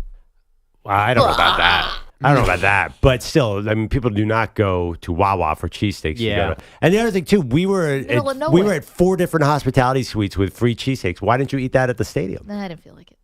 I know why. I don't think Maggie wearing the wrestling singlet wanted to be seen eating. It's true. I think she was like, this is already embarrassing enough. I don't want someone having, a picture of me with cheese whiz on my face while I'm eating the cheesesteak before we go down and shoot some more footage. So I think that was the game plan. Yeah, nailed it. You're 100% right. That outfit, I couldn't fit anything else into that outfit, by the way. I would have taken one bite and it would have burst at the seams. I gotta be You're honest. saying that. I mean, shoot, the guy from, what's his name, Dan Levitar, basically called me fat. It was Michael funny. Ruiz, shout out to him. We put him on the spot. We did. We asked him for a tag team name for me and And I EJ. love Ruiz, by the way. They're great. Him, that's his name, Master. right? Yeah, Mike Ryan Ruiz. Mike Ryan. Sorry, yeah, Mike Ryan Ruiz. Yeah, I mean, I'm a huge fan, and we're both Miami Hurricanes fans, but He's great. And we put him on the spot, him and Master, put him on the spot and said, can you give us a tag team name? And Mike Ryan looks at the two of us and just goes, Paramount Plus. he said Paramount. No, he said plus size. Oh, he said plus size. I thought he just said Paramount Plus. No, he said Paramount plus size. You're not plus size, though. Look He was at just you. coming off the top of the dome. Yeah, Wow. That's cold. yeah, it was. What do you think? How do you think I felt? We laughed, but that's also because you're not plus size. It's just compared to me, I think. Well, yeah, but also it's like for those who have never worn a wrestling singlet. Yeah, they're not flattering. If you are not thin or you don't have a 6-pack, it's rough. it is not flattering. Do Get not a freaking suggest. tricep on this team. Also, I can tell you guys this now. I was wearing like layers of body armor underneath that thing. It was not just one layer. I had all this other stuff on underneath to kind of. And did you go into Wawa like that still? I put some jeans on and a Okay. coat. Okay. All right. Hi guys, I'm here. I'd like a cheesesteak. Give me my cheesesteaks. She's arrived. The champ is here. Half I a did not go Paramount to Plus is here. I did not go to Wawa. Just Okay, like that. Maggie, if you're trying to say that you looked fine in the single, let's just put it No, that but way. I'm Yeah. pulling back the curtain a little bit. Yeah, It yeah. wasn't If just you a were- layer of spandex. I put a lot underneath. Anyway, Wawa, here's where I disagree. You can't make a bad cheesesteak. What's bad about a cheesesteak? Even a bad cheesesteak is better than any other food. What do you mean it was flavorless? What are you talking about? I should have gone with like an Italian sub or something. They're good at that too. It was a mistake. But I That's what feel you like gotta do it with. Yeah, exactly. A bad cheese. It's like a bad cheeseburger. You can't have a really bad Should've got a cheeseburger. There's some foods where even the floor is pretty good. So I don't understand. Did you load up with ketchup?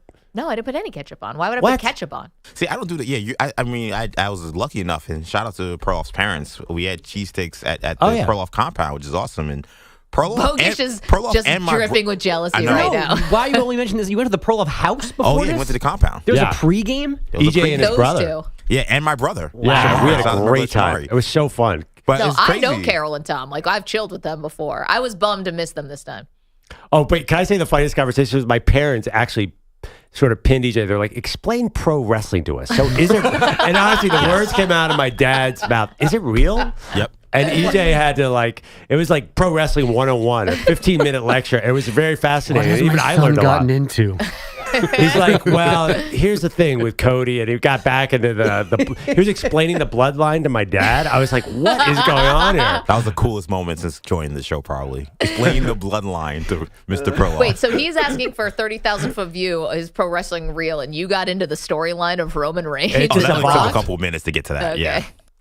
It's a quick jump from the San Martino family to that. Well, it's funny because my dad was like, he lives in Philadelphia, and he was like, this thing is taking over the city. This seems like quite a popular sport, as if he'd never heard of it before. I'm like, Dad used to drive me to the Spectrum to matches. He's like, oh, yeah. It's like the people now who are flocking to different places for the solar eclipse. Like, some people are super into it, other people are not, and so it's like you're either on one side of this or the other. Absolutely. But I got to tell you, Philadelphia went bananas for WrestleMania. That's legit. I read many stories. It felt like a Super Bowl atmosphere, and I kind of felt that too. It was Super Bowl traffic, that's for sure, getting in there. But can I say this? So we were only there Saturday night, and Sunday night was clearly the more star-studded of the nights, but that's fine. We were happy to be there. We got a lot of really great videos that we're going to put out. It didn't feel like a Philly crowd to me necessarily. It felt just like I hear you. Yeah, there wasn't a lot of Eagles chants, which is surprising to me.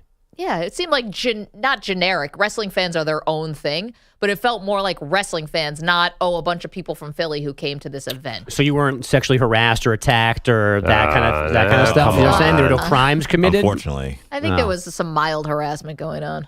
There was a 9-year-old girl in front of us who was screaming profanities the whole night. Did you guys notice that? Oh, yeah. So that was a Philly crowd in a sense. People were giving the finger. So I guess maybe that little girl was doing way more than giving the finger. She was cursing out every other wrestler. While we're here, maybe this is the mom in me that kicked in. There were a lot of very young kids there. Yeah. Little kids. Well, I mean, wrestling... Like 5. Yeah, well, WWE is technically PG right now. Now, the pay-per-views tend to veer a little bit more adult, but it's a PG product. So you're supposed to be able to bring your kids. Now, The Rock has been dropping F-bombs and saying crazy stuff for the last 2 months because he's breaking the rules because that's his character.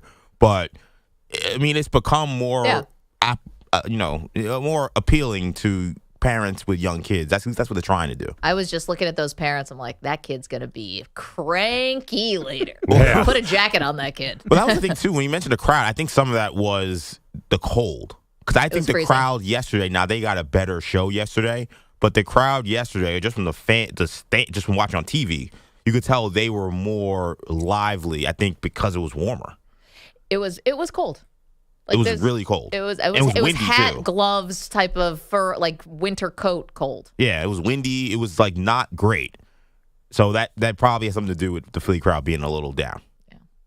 Bogish still upset you didn't come after that? Only the Perloff house part, but I guess I should have expected to be let out. Oh, no, we're planning a big party in suburban Philadelphia this summer. We're going to bring the whole gang down. Yeah. Everybody. Your parents said there may be a pool involved by then. They have a pool. It's going to be great. We're going to have Maggie eat the right kind of cheesesteak. We'll get a good cheesesteak. Awesome. I don't know. Phillies game together, maybe? Love it. Oh, I can't wait. Now you're messing with me. We'll go to Phillies. Banned from all Perloff. It was such a things. fun experience. It felt like, I'm a comic book fan. I felt like watching Perloff's origin story play out right in front of me. Well, the other thing, too, is my mom's like, oh, I have all these first edition Marvel comics in the attic. You want to go through them, EJ? I swear that happened. It happened, and I took one. What'd you take? Took a Iron Man Captain America comic. Yeah, that comic collection, guys, was legit. I'm not talking like some people say, I got comics, and you kind of go through and it's kind of crap. Like, I'm talking about like real 1970s, 1980s, good condition original comics. Like, there's probably $10,000 in that box. Wait, Like, what are you guys doing up there? Why do your parents sell this stuff? Why are you guys such nerds? Because I'm Another like me. great They had question, no Max. idea that was $10,000 worth of comics. I was like, EJ, take one. Now that I know, give me that. I told Give you, it back. I literally told your parents and you, I don't want to take one. You guys were begging me to take one. So I was like, let me take this one because I don't think it'll be worth that much, even though it was still really cool. Yeah. It's a cool relic to have. But You're yeah, lucky I mean, EJ didn't get one of a dolly and start loading stuff up into the car. I mean, my brother had the trunk. I could have said, hey, open the trunk and then let's go. Dork. Stand by it. All right, first call after the show. Mom, we're sitting on a gold mine. 10 grand. 1978 Dorcas Wolverine comic. I'll tell you what I'll be doing while everyone's in the pool this summer. I'm going to be rifling through your parents' attic trying to grab everything I can. All right, Bogusch, I left you no more time for headlines. That's back to it in just no a one's moment. nice to me here. We got college hoops, but we would not forget about the Cowboys. Got some news on them, too. Don't move. Maggie and Perloff, CBS Sports Radio. You're in a 5-minute break.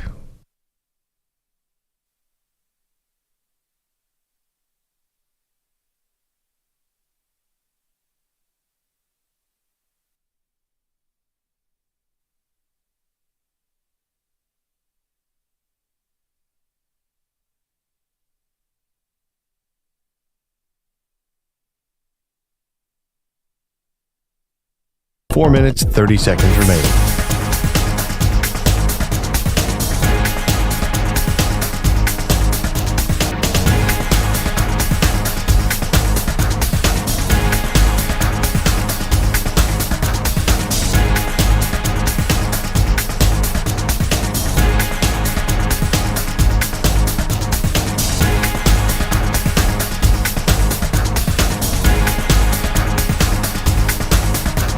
Four minutes remaining.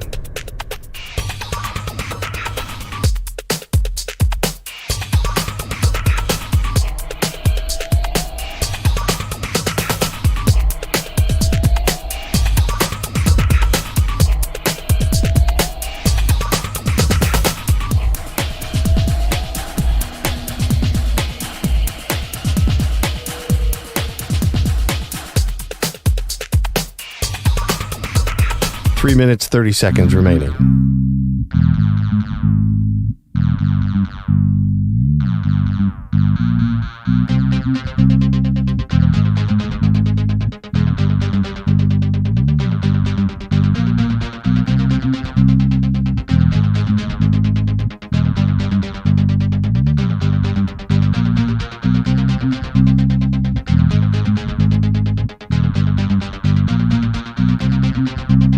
Three minutes remaining.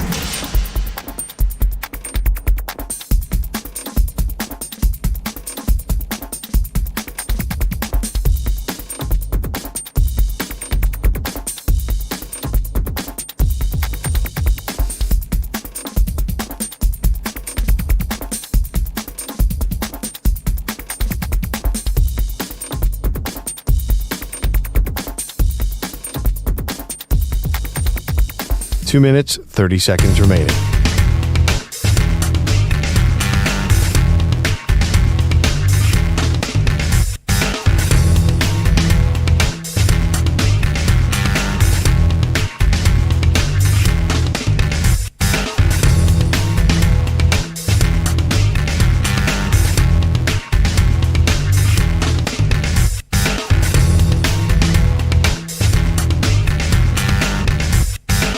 Two minutes remaining.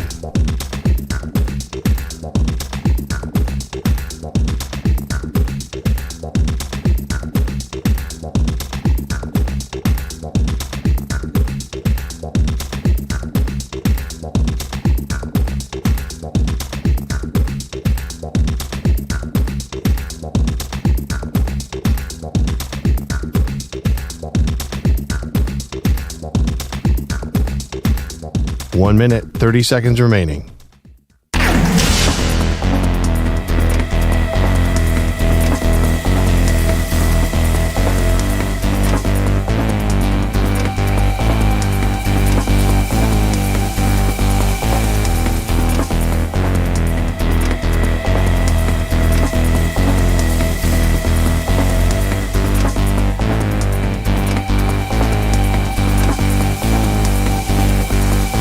1 minute remaining.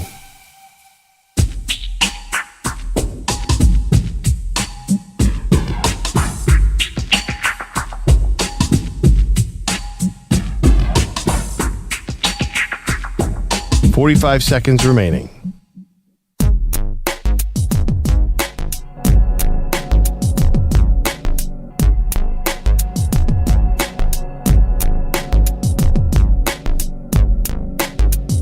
$30 seconds remaining.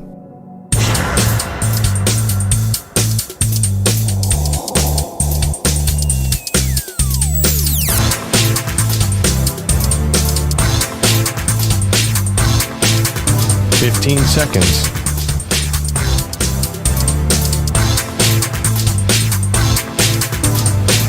Break ends in 5 seconds.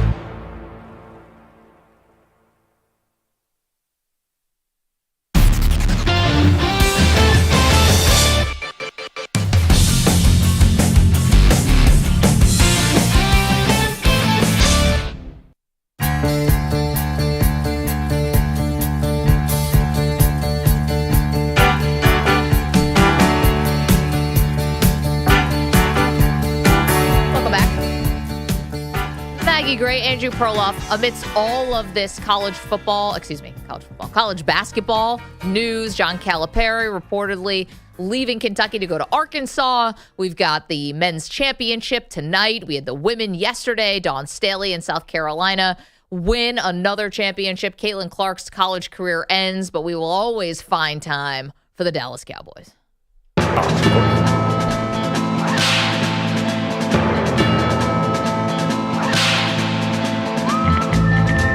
Got a little report for you from down in Dallas, 105.3 The Fan. Sean and RJ do a fantastic job. They're a morning show down there, and they're great. They do a weekly with Jerry Jones. So all those Jerry Jones radio interviews throughout the season, these are the guys who do it.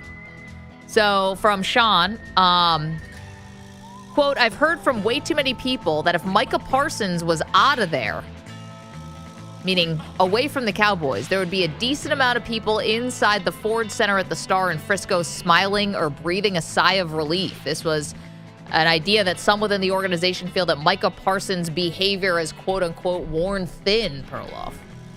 I have to admit, I like it. Well, you like it as a competitor. He keeps on, and I think this is part of why it's worn thin. He's completely honest, and he said so many nice things about the Eagles over the years. Like he thinks Saquon Barkley is going to be a big hit. I got to tell you, bring him back home, Maggie. If the Cowboys don't want him, there are 31 other teams that want that dude. He is their only legit superstar. I think a little, even if he is a malcontent, and even if people might be happy to have him out of the building, like you need that guy. So he has all the power, in my opinion. Yeah. Anyone who's happy if he leaves that building should not be working for a team. Well, that's what I would say. This is not good. I know that Micah Parsons does the podcast, and you might not like it, but imagine, like, he's not actually, it doesn't seem to be a bad guy. Doesn't seem to be he's not getting in trouble at all off the field. You've got to understand, a guy's just going to have a personality. That's not necessarily a bad thing, and I would not want to do anything to try to alienate him because he's one of the future pieces. He's going to get paid, and I think he should get paid. Now, listen, He's going to be a little honest. He's going to give you a little Draymond, you know? Yeah, I mean, I think everyone even knew when you drafted him. I remember the discussion around the draft is like, oh my gosh, he's so good, but he is a talker. He will not hold back on anything. I love when he talks. He's really entertaining. He's really smart, and he's really funny.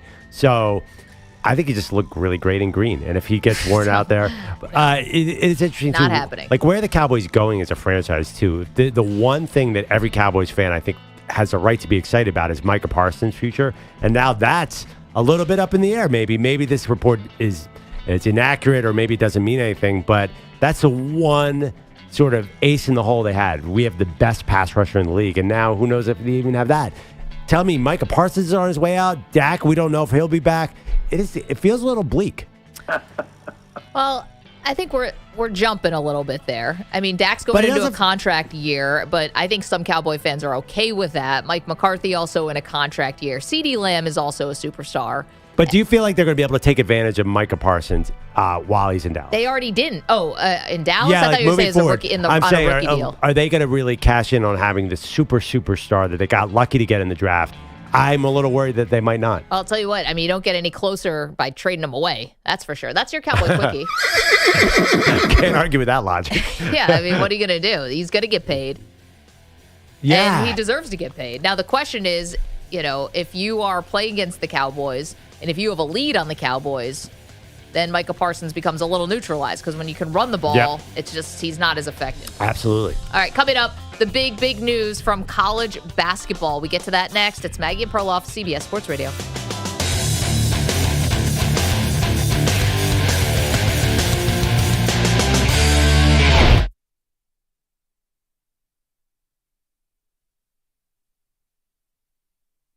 You're in a 5-minute break.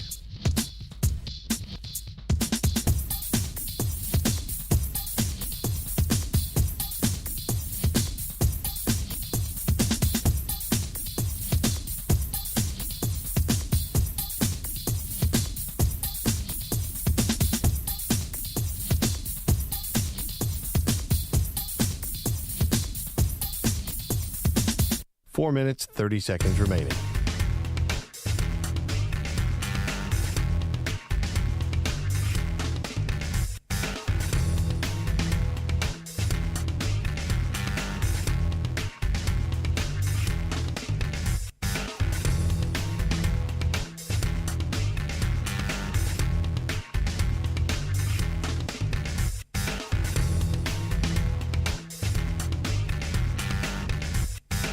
Four minutes remaining.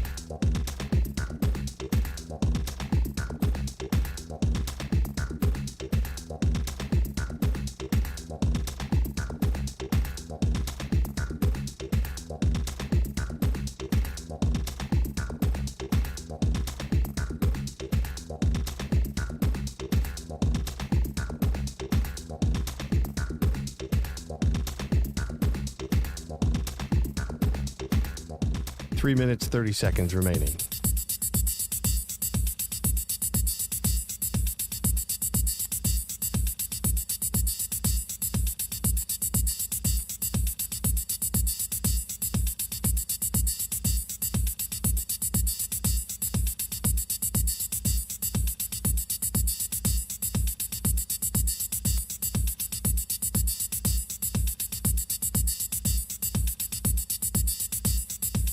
Three minutes remaining.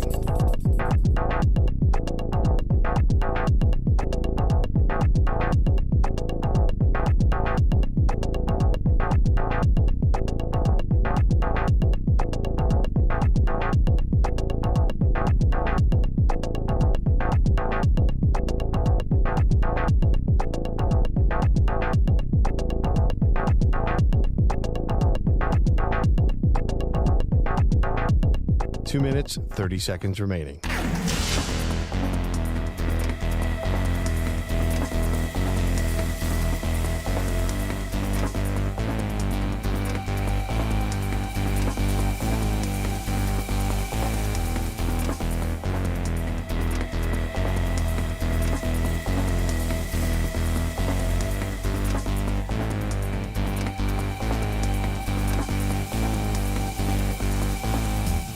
Two minutes remaining.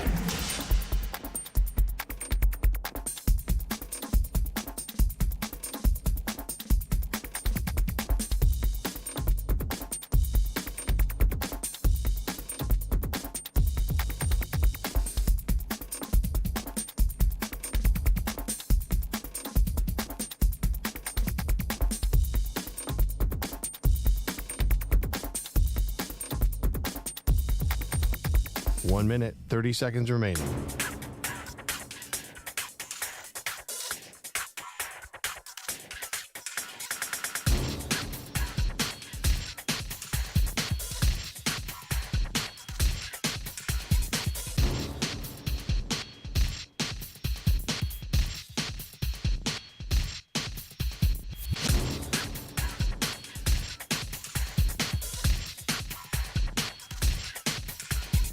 One minute remaining.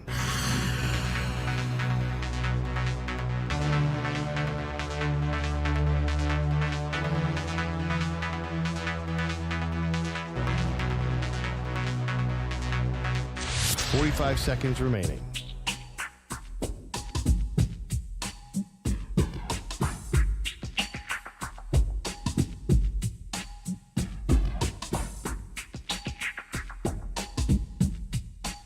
Seconds remaining.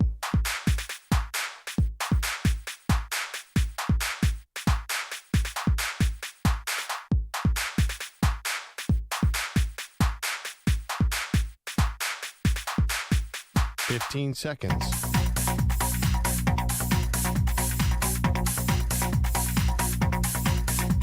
Break ends in 5 seconds.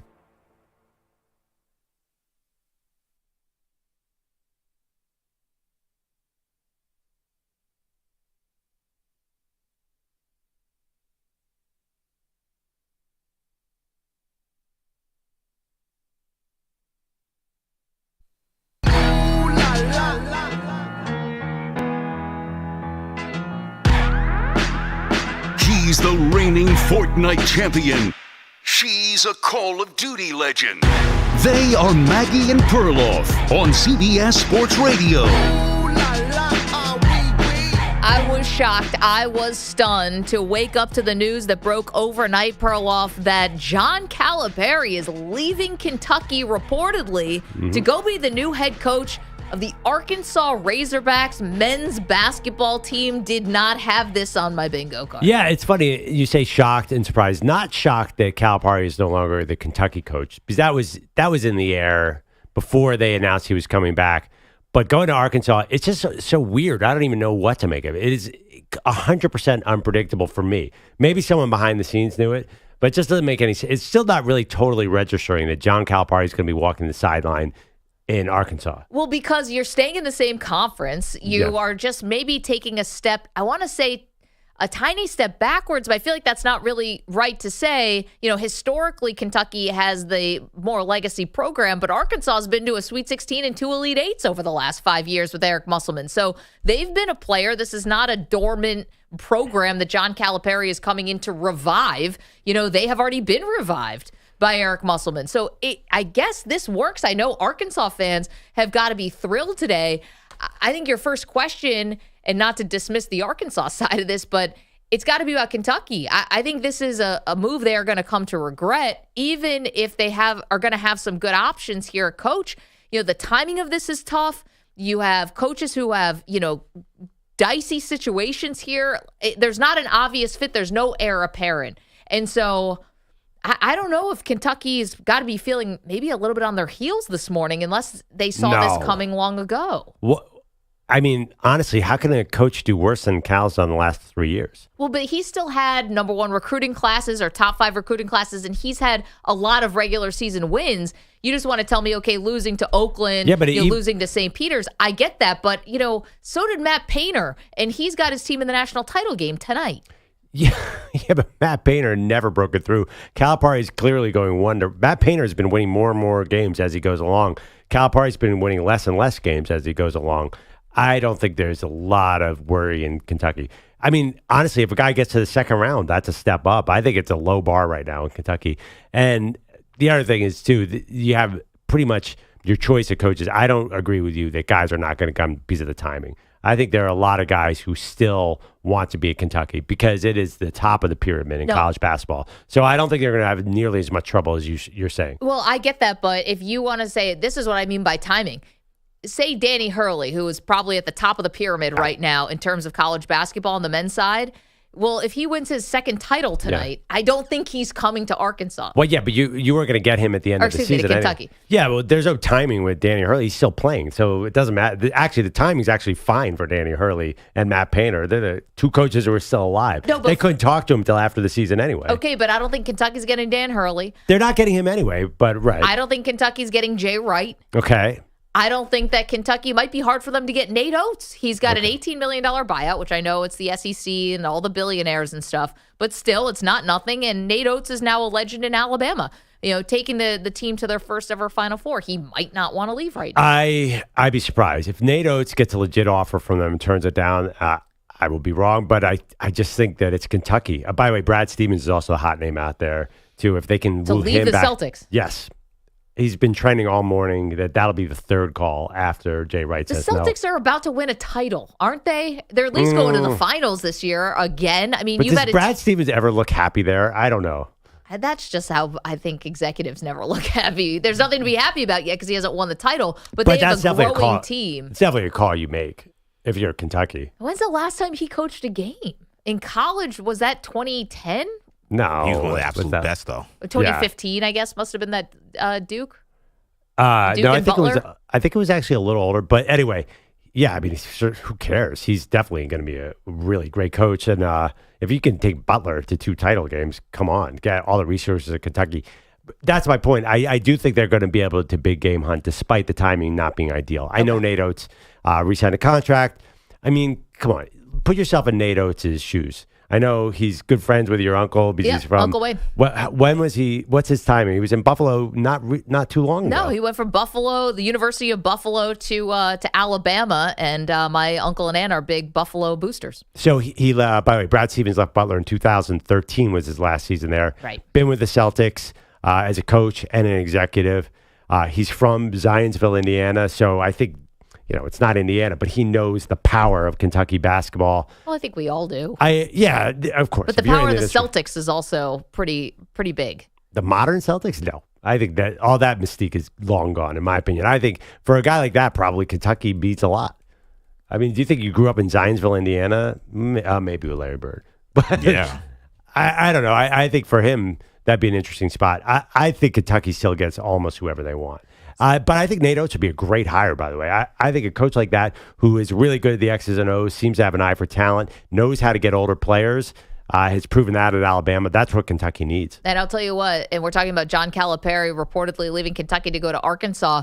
It's going to be raining threes. And that's what it's going to be for Nate Oates. So I hope that the fan base is understanding of what this is going to look like. If you thought it was flashy with Calipari and with his freshman stars, this is going to be, this looks like the NBA game. That's what Nate Oates has done to try to, that's what he did at Buffalo to try to close the gap there, a talent gap. And now that he's on the same level talent-wise, he is still that is still the game. It is a 3-point game. Yeah, absolutely. And it's certainly not a get the best freshman in the country game either.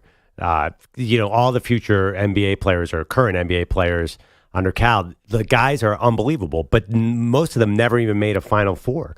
I mean, look at Shai Gilgeous-Alexander right now as an MVP candidate. I don't know how far he got in the tournament, but I don't remember seeing him in a lot of big moments. That's the thing. You're there for 1 year. You're a skinny 18-year-old. You're not going to win a title that way. By the way, Brad Stevens grew up diehard Pacers fan. Wore number 31 in high school for Reggie Miller. So there you go. Was not a Celtics fan. 855-212-4CBS, 855-212-4227. So this was the big news that happened overnight. I have a solution, I think, for Kentucky.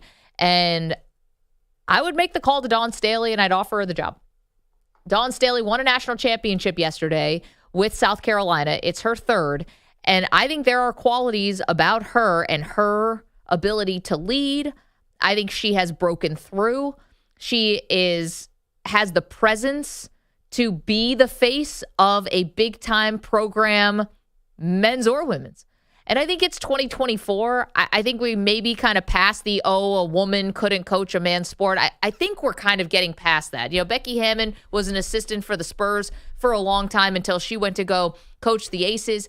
I think there's something about Dawn where the respect that she garners, I think she commands a room no matter who's sitting in it. Young, old, male, female. She has those qualities. And so I would make that phone call because I want somebody who, if I'm doing a search for the best coaches in America, Dawn Staley's on that list. Okay, I assume you're an advocate for women's basketball and women's coaches. Totally. So at some point, a woman will probably coach a D1 team, right? I think so. It feels like it's had that right. Is this the one that you want to be the first one, Kentucky? Why Going not? from because Kentucky's a mess. Kentucky has got these gigantic expectations. Well, why do you want Nate Oates to take it? Well, because it's a different calculus for Nate Oates. Nobody cares if Nate Oates fails here. If Dawn Staley fails here, it's a big deal. And I don't know how she would do, honestly, because Kentucky is Kentucky's in a dicey spot right now. The formula that they used for years to out-recruit everyone doesn't work anymore. So I don't know if Dawn Staley could use her celebrity and her power to build the best team here. And honestly, what if it fails in 2 years? Then there's a lot with that. Can you have a different team with a little less expectations? See, the funny thing about failure, and I think that could happen no matter what. You could have Brad Stevens in there. It could not work. You could have Nate Oates. It could not work. You could have any man in there. It could not work. And what would they do? They would move on and they would get another job. They don't leave coaching. The world doesn't end. It just didn't work out. I think it would be the same calculus for Dawn. I'm also acknowledging it would be an incredible moment for women and it'd be, glass ceilings and all of that stuff. So I'm not naive to think that. But I do think also it is just about coaching. Yeah, but Nate Oates is a nobody. I mean, if he fails at Kentucky, it does not matter. For Danny Hurley, it's a little like Dawn Staley. Why would you go from a champion to a place where you might really disappoint people? I just don't think this is the greatest spot for Dawn Staley. If she really does want to make the move to the men's game, honestly, I would say don't do Kentucky. Do somewhere else. Can I give you another reason why? Dawn Staley makes about around $2.5–3 million. You could be making $8.5 million if that's what John Calipari was making at Kentucky. I don't know if you start at 8.5, and I'm not saying Dawn Staley. I don't know her financial situation. I'm sure she's solid and beyond that. But it's not nothing. And coaches ping pong around all the time. They do things for prestige, money. I'm not saying she has to take a men's job to climb this ladder at all. That's not what I'm saying. I'm saying it's Kentucky. Kentucky, men's side, women's, not the women's game. I'm saying Kentucky as a product, Kentucky as a brand. That is one on the short list of premier college jobs. Why wouldn't she be a candidate? Just because she's a woman, that's not a good enough reason. Well, I disagree with that because there's never been a woman Division I coach, and you're saying like it's a no-brainer that they look at her. It's a big deal. There's a lot that comes with that to be the first woman to coach a Division I men's. I think it's the first woman, right, to be a head coach. But I get this is the thing, right? I know Gino Auriemma. People would talk to him all the time, right, when he was building UConn's women's program. And his name would be a candidate in all these different types of conversations. But do you think it's he never went. Do you think it's exactly the same to have Gino Auriemma and Dawn Staley? I don't know, but I'm just saying someone who coached the women's game to then go over and coach the men's game. If it was going to be okay for Gino, I think it should be, and it was acceptable for Gino's name once upon a time to be put in these conversations. I don't know why Dawn's wouldn't. Well, I understand what you're saying. It all sounds good in theory, but the reality is there's never been a women's NBA coach and there's never been a women's Division I coach. I keep saying that. I hope that's true. So it's almost to take it lightly, like it's like not a thing. I mean, it sounds naive to me. No, it would be a thing. And again, I'm advocating that Kentucky should call Dawn Staley now that John Calipari is reportedly leaving to go from Kentucky to Arkansas. I think in this, where we are right now, 2024, I think it would be less of a big deal. It would still be a huge deal. Don't get me wrong. It would be a huge deal, but it would be less of an obstacle. Her gender, I think, would be less of an obstacle in 2024 than it would have been in 1994, 1984, 74, 64. That. Oh, of course. Yeah. Dawn, even if they offered you more money, I would say go somewhere where you can build a program your way. And that's why Kentucky's like, you got to win immediately. And I'm really not sure what the next coach at Kentucky is going to look like. You brought up a great question earlier in the show. Who has a better chance to reach a Final Four, John Calipari or the next coach at Kentucky? Yeah, and Calipari at Arkansas or the next coach at Kentucky. Yeah, because Arkansas hasn't been in the Final Four in a long time, but still the SEC is all of a sudden risen like crazy in college basketball. I think that's going to be a very even bet. 855-212-4CBS. Lots of news coming in. Got to check in with our pal Big Dave in Kentucky, our number one Wildcats fan that we know. Good morning, Dave. Good morning. How are you guys? When did you hear the news about Cal? My phone blew up about 11:20 last night. And what do you think? You were not happy when they lost to Oakland, obviously, but you have not been happy with Cal for a while. No, there's a lot of things come to mind. First of all, this is the most Cal thing ever for this to come down on the day of the national championship. That's not an accident. We thought maybe this was the Arkansas people trying to get a little of the shine. No. This is the most Cal thing ever. Your take on Dawn Staley, I'd love to have Dawn Staley as a coach. I don't think that's as far fetched. Don't get me wrong. I'm not saying she's coming or think that she is coming.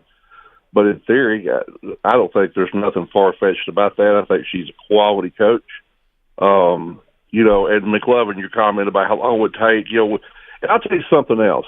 You know, I get kind of tired of hearing, you know, the fan base here gets blamed for everything. It's like we expect, everybody says we expect a national championship every year. Well, that's BS. What? We don't expect a championship every year, but we do expect to be able to compete and stop losing in the first round. Yeah, but I mean, conference tournament. Big Dave, Big Dave, if you're you know Jay what I'm saying? Wright, if you're Jay Wright from Villanova, are you going to deal with that Kentucky crap? No way. You're not going to deal with that. What Kentucky crap? All the What expectations. Kentucky You think crap? that you don't have to win every year? They just booted Cal. I mean, for all intents and purposes. We never fired him. Oh, get out of here. I mean, No, I'm you don't think their serious. expectations what? at Kentucky? Let me That's ask you a ridiculous. question, McLovin. How many banners did you see? We're still selling 24,000 tickets every game. Nobody was booing Cal at the game. There was no posters, and we don't expect a national championship every year. But we do expect to compete and be relevant. And it's not just that. It's not just results. It's some of the mediocre, ignorant things that he has done in the past. I mean, he wouldn't start arguably the two best players on his team, in Rob Dillingham and Reed Shepherd. He refused to start. Some of his substitution patterns were ludicrous. Listen to his press conferences versus some of these other coaches. He sounds like a used car salesman. It's not just that we're not going to the Final Four every year. That's not this fan base's expectation. And I hear that all the time, and it's just not true. Well, Dave, Calipari's always sounded a little like a used car salesman long before he got to Kentucky, to be He fair. has. But here's a question for you. exactly- Big Dave, biggest Kentucky Wildcat fan that we know, definitely that calls this show for sure. Okay, so I'm going to put you on the spot. Who do you think should be the next head coach? I'm going to give you a list of three names. Who do I mean, there's all kinds of folks. Who do I think? I think Jay Wright should be, but I don't know that they're going to be able to. I mean, he seems pretty happy where he's at. But I'm going to give you a list of three names to look for. Okay?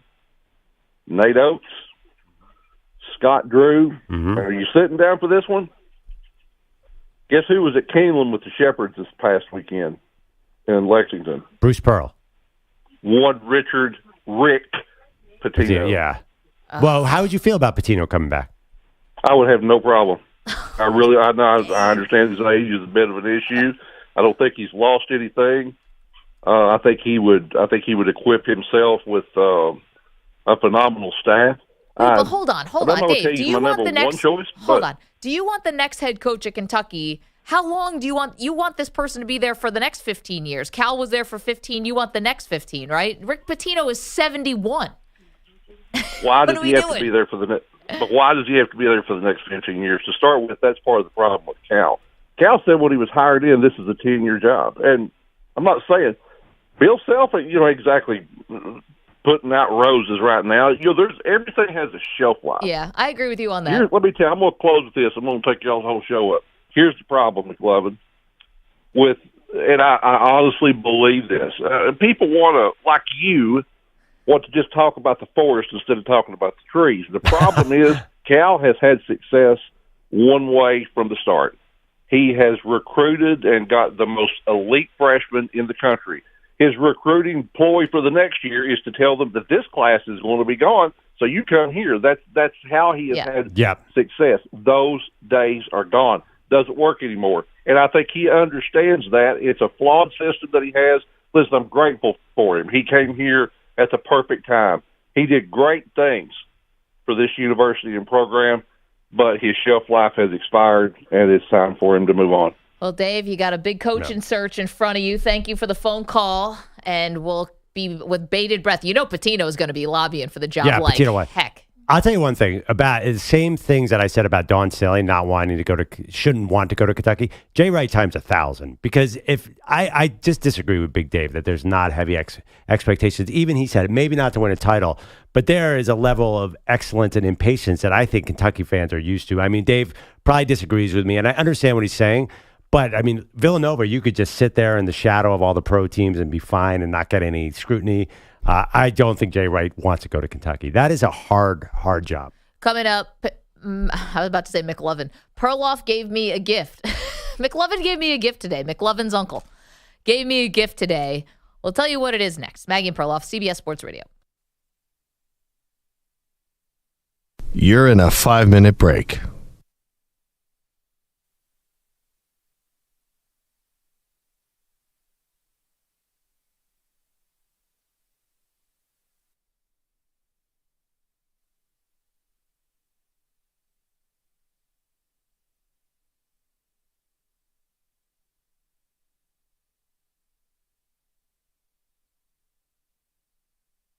4 minutes, 30 seconds remaining.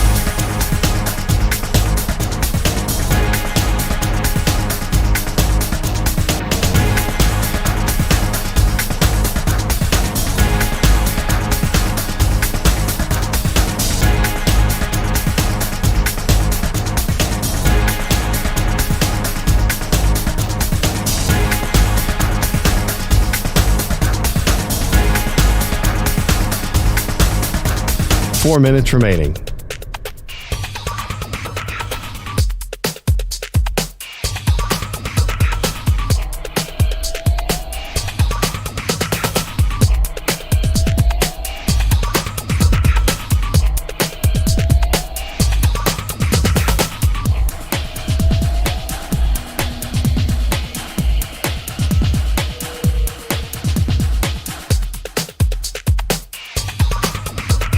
Three minutes, 30 seconds remaining.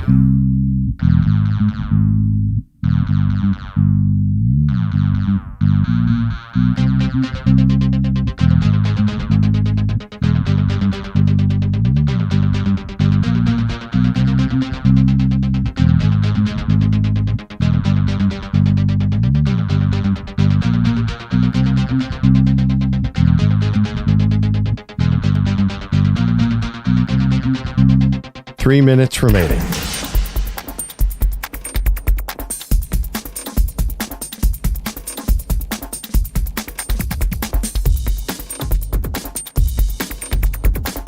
For the four of those.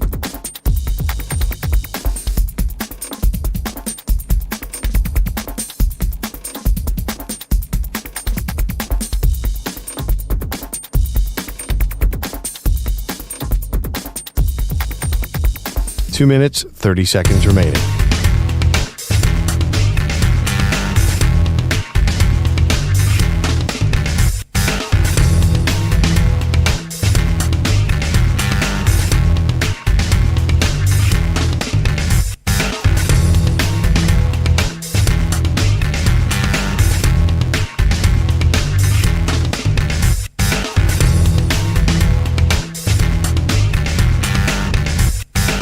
Two minutes remaining.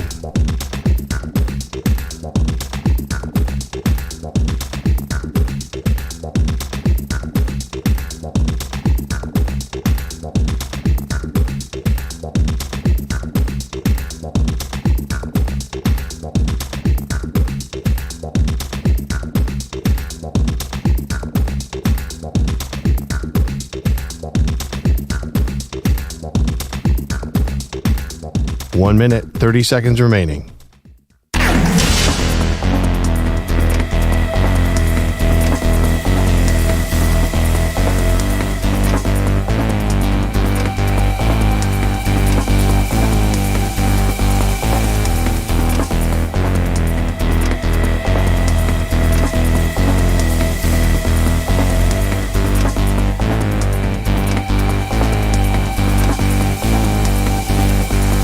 One minute remaining.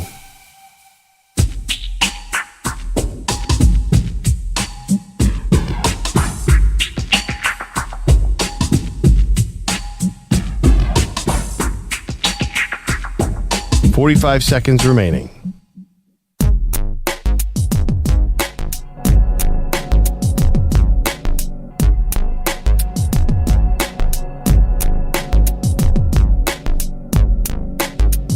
$30 seconds remaining.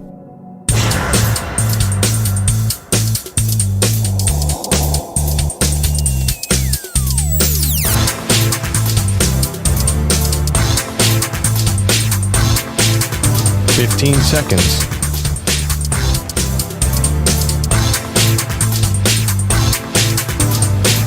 Break ends in 5 seconds.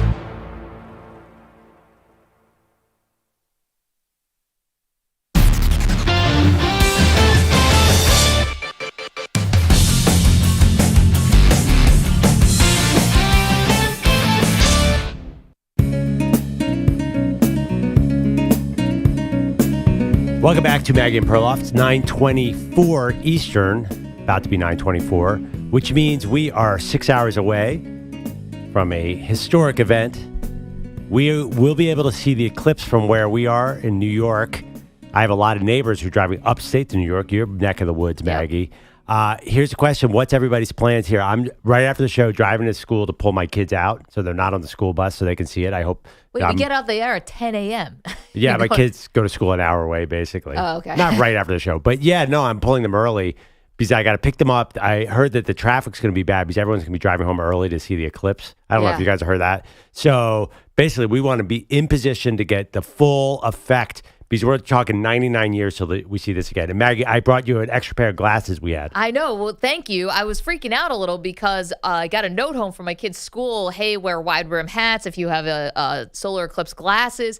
And I'm like, well, I'm the bad mom because I didn't even think about any of this stuff. I was going to let my kid just stare right at the sun. I'm just kidding. And you said I have an extra pair of glasses. And so thank you for bringing them. I'm going to put them on right now. I've never even seen... You can't see. You can't see anything, right? There's nothing. Yeah. It's totally black. Is it Why totally are you guys such black? nerds? Let me see. Let me see. Yeah, go ahead. Totally black? Literally, everything's black. You can't see a thing. Well, what's this all about? Did I get you the right kind of glasses? No. That's how they work. They're supposed to be. You can't see anything unless you're like maybe look at a light. Oh yeah, look up at one of these really bright lights that we have in here. You can't if there's no eclipse or whatever the effect is. They're useless. This is, by the way, these look like. Do you remember when we were kids? This is probably not for Manny or EJ, but for Bogish Movie and Perloff 3D and I. glasses. Yes, 100%. And do you remember there was a But you can Super see Bowl? stuff through them. Yes, there was a Super Bowl where they gave out 3D glasses. How old do you think we are? Do you not remember that Super Bowl? 3D glasses, though? You think we didn't? No, but that looked like that? That looked like Yeah, this. of course it did. Yeah. I saw Titanic in 3D with those things. What were you, 7? I was 12 when Titanic came The out. 3D version. Oh, there was okay. a 3D version that came out in Titanic was 2012. I saw it on 3D? reel to reel. There was a 3D version that released. I actually just definitely saw watched the it from 2000. another iceberg.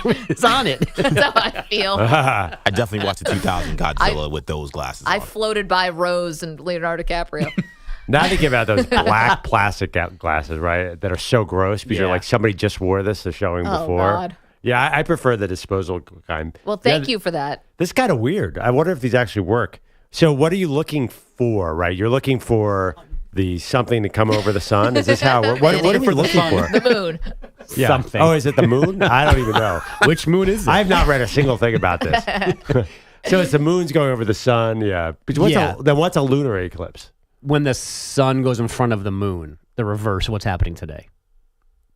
And the result is the same, right, for both? Darkness? No, I think the other one, it gets lighter when it's not supposed to because the sun's out of place. Today, the moon's out of place.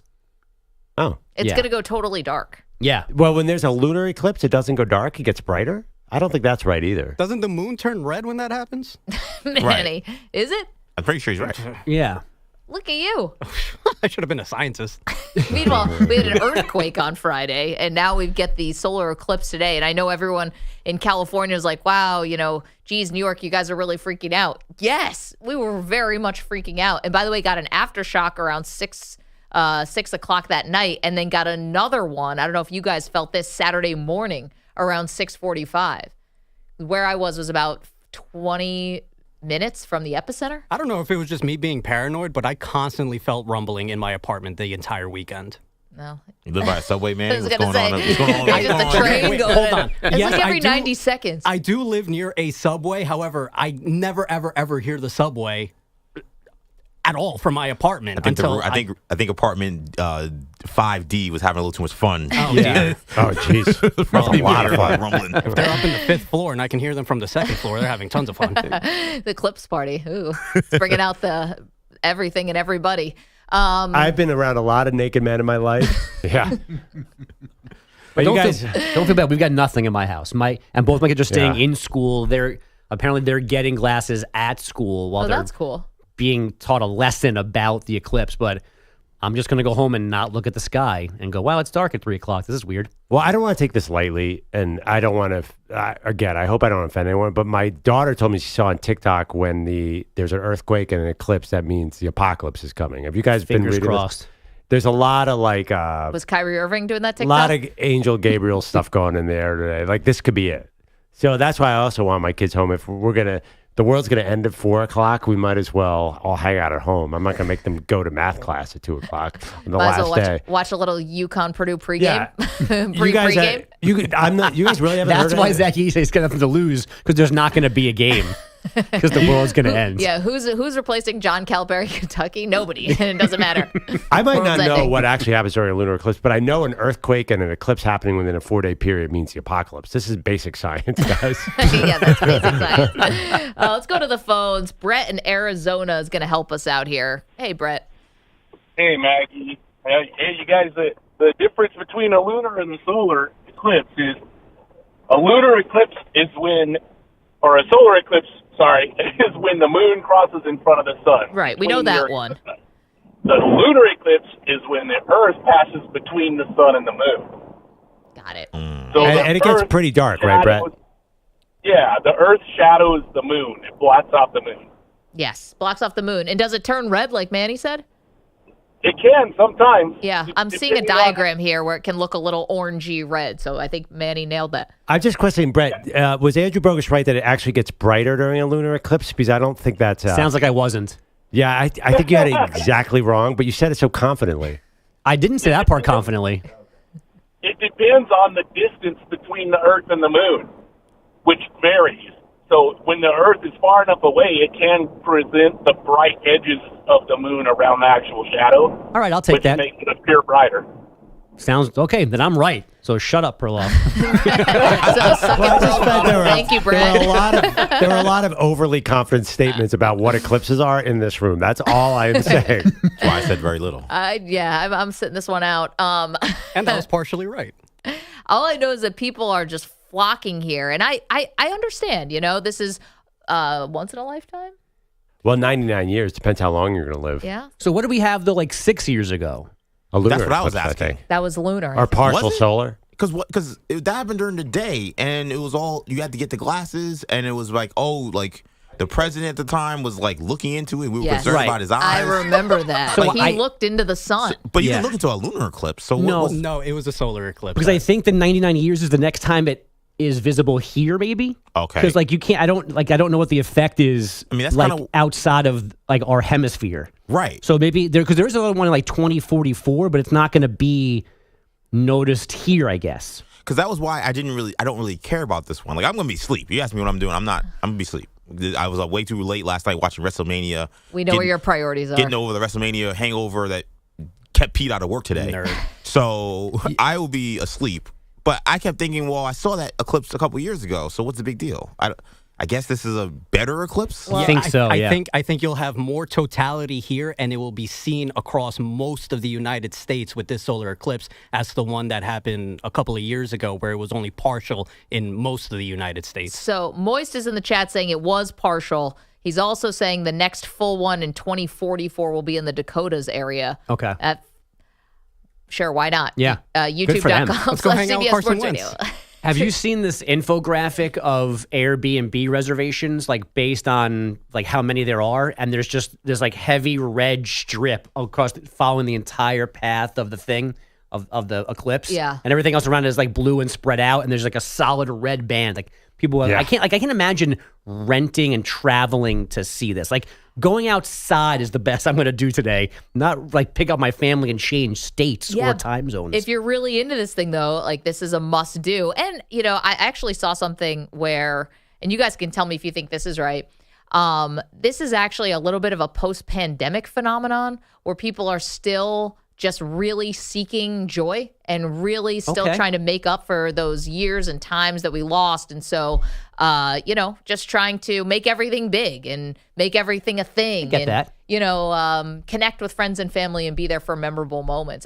I know that my hometown in upstate New York in Binghamton, people are flocking there. And I just want to tell you, it's the cloudiest place in America. Yeah. And I don't know how anyone's going to see anything because the cloud even here cover. for us, that's going to be a problem apparently. Yeah, it's so cloudy. But it got better. It looked really bad last week. Now it got better now. They're really worried about all the tourists are right, Syracuse and Buffalo, like that area. It's so cloudy there, especially this time of year. I think they're getting decent weather, right? Isn't that the latest? No, yeah, I think people are excited. I know that. So hopefully they get something big. I was watching, because I went to school out in Buffalo, so WIVB, they've been posting all day about how it's going to be cloudy most of the day, but then right at 2 o'clock when this phenomenon is about to begin, maybe the world is ending. Yeah, I was it's gonna right say. when the clouds are supposed to dissipate over Western New York. Honestly, any kind of sun in Buffalo, New York in early April, that is the sign of the apocalypse. Oh, That big means time. the asteroid's getting real close, guys. And I can say this because I'm from up there. It is still nasty this time of year. What are we doing here? I can do headlines if you want. Sure. John Calipari is reportedly leaving Kentucky for Arkansas because he reportedly no longer felt wanted in Lexington. John H. Tyson of the Tyson Foods Billions apparently holding the shotgun for this marriage. Calipari would replace Eric Musselman, who is replacing Andy Enfield at USC. Enfield's replacing Rob Lanier at SMU. Now, maybe Kentucky goes after Dan Hurley, but first, he leads UConn against Cinderella Purdue in the men's finale tonight in Arizona. Yes, that is a 9:20 Eastern tip, a significant downgrade from the 3 Eastern start yesterday for South Carolina, Iowa. The Gamecocks had the national title, the undefeated season, before dinner time, which is always nice. Caitlin Clark scored 18 first-quarter points yesterday. Then Raven Johnson started guarding her. I was ready for the moment, and I take defense very hard. Like, I take it to heart. And I think I studied her moves, and I was ready. I had confidence this year. I mean, I was telling myself last year's not going to happen again. Last year, South Carolina couldn't stop Clark and Iowa, saw their undefeated campaign end in the Final Four. Clark didn't win the title then, though, didn't do it this time. She only scored 12 points over the final 3 quarters, thanks in large part to Johnson. I saw that what she was studying was Clark loves to go to her left but shoot right. And Dawn actually, Coach Staley, thanked the scouting, the coaches who were doing the scouting on Caitlin was like one of the first thank yous from the podium. It's pretty cool. South Carolina is now 109-3 with 2 national titles over the last 3 seasons. Here's something I did not know or I forgot until yesterday. Teams and conferences don't get paid for making and advancing in women's March Madness like the men do. But NCAA Pres Charlie Baker said yesterday that's going to happen maybe as soon as next season. So when you make the tournament on the men's side, there's each game, each round is a paycheck for your conference, which then gets redistributed amongst all the teams in said league. The women get nothing. There is no money. This is how we were talking about the Pac-2, the Tupac. Right. You know, that Oregon State and Washington State were getting some big checks because the other Pac-12 teams were going really far in the tournament. So South Carolina's run does nothing for the SEC. That's ridiculous. You know, anybody doing anything in this tournament does nothing for the conference, but maybe that all ends as soon as next year. LeBron was out with flu-like symptoms. Then Anthony Davis played just 12 minutes after getting hit in the left eye for the second time in 3 weeks. Then the Lakers lost at home to the T-Wolves, 127-117. Head coach Darvin Ham with little info on AD postgame. The injury was the same with what he heard in terms of him getting hit in the eye, but that's about it. Do you have any sense of no his availability? Updates. Nah, no updates right now. The Lakers do have a game tomorrow night. Initial reports say Davis could play in that one. Last night's loss dropping them back into 9th out west. Lakers, Warriors, Kings, Pels, Suns, all fighting for seeding now for this final week of the season. The Rockets can no longer make the top 10 after losing in OT in Dallas yesterday despite a 22-point second quarter lead. When Kirk Cousins puts on a Falcons jersey, it'll have number 18 on it. Cousins has always worn number 8, but Kyle Pitts has that number in Atlanta.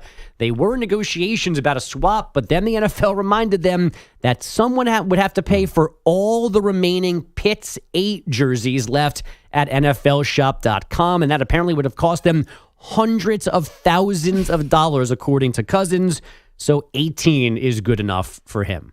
You like that? This is what I don't understand. This is a perfect opportunity for the NFL, I think, to get a little credit, a little cachet, if you will. Not that they're looking for clout.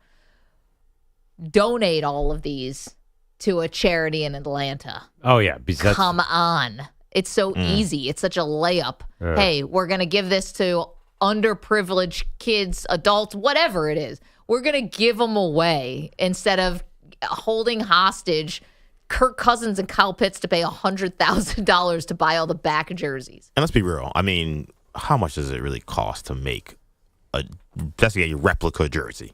I mean, I just trust me, it's not a lot. I mean, There are sweatshops out there are probably making these $3. Yeah, like My this issue idea is- that they're gonna take this huge loss for Kyle Pitts jerseys. If you're a recipient of charity, I mean, do you really want the Kyle Pitts jersey? That's like the Super Bowl loser T-shirt in somewhere. I don't know. Kyle Pitts, like I honestly could see charities turning that back. I mean, what has that guy done to the NFL? We're good. Yeah, we're No fine. thanks. Can you have any Bijans? I think there's a Curb Your Enthusiasm about, or there's a Seinfeld where basically the charity's like, oh, it's when they were cutting off the muffin tops to give him the worst part of the muffin. Yeah, right. That's The the charity Kyle didn't Pitts want the jersey. muffins. Yeah, the charity's like, Rebecca De what the heck is Mornay. a charity going to do with 300,000 Kyle Pitts jerseys? So you're saying people are going to be walking around Atlanta with Kyle Pitts jerseys? Yes, he's still on Why? the team. Yeah, I know, but It would just be the number that's changing. Why not? The amount of you go to a football game, I mean, the amount of like old jerseys that people are wearing in Right. terms of wrong number, different uniform pattern. I mean, they would wear them. I mean, Those are you cool. give them to Peter Schwartz, he will wear them every day of the week if you gave him for free, especially. He's not even a Falcons. I know he's not a Falcons Well, fan. He'd make good use of them. He's also good at rearranging a jersey because of this very thing. Yes. He has repurposed Jet jerseys with number changes by himself, changing the nameplate, adding a number. He knows how to fix this. Just send him down there. He can make Wembanyama? a custom jersey for Yeah. everybody in the city. Yeah, give him the Pitts 8, and in a second you'd have Cousins 8 jerseys, and he'd save you on the labor. This is the problem. The NFL needs to have a jersey change czar, and they should be hiring Peter Schwartz for the job.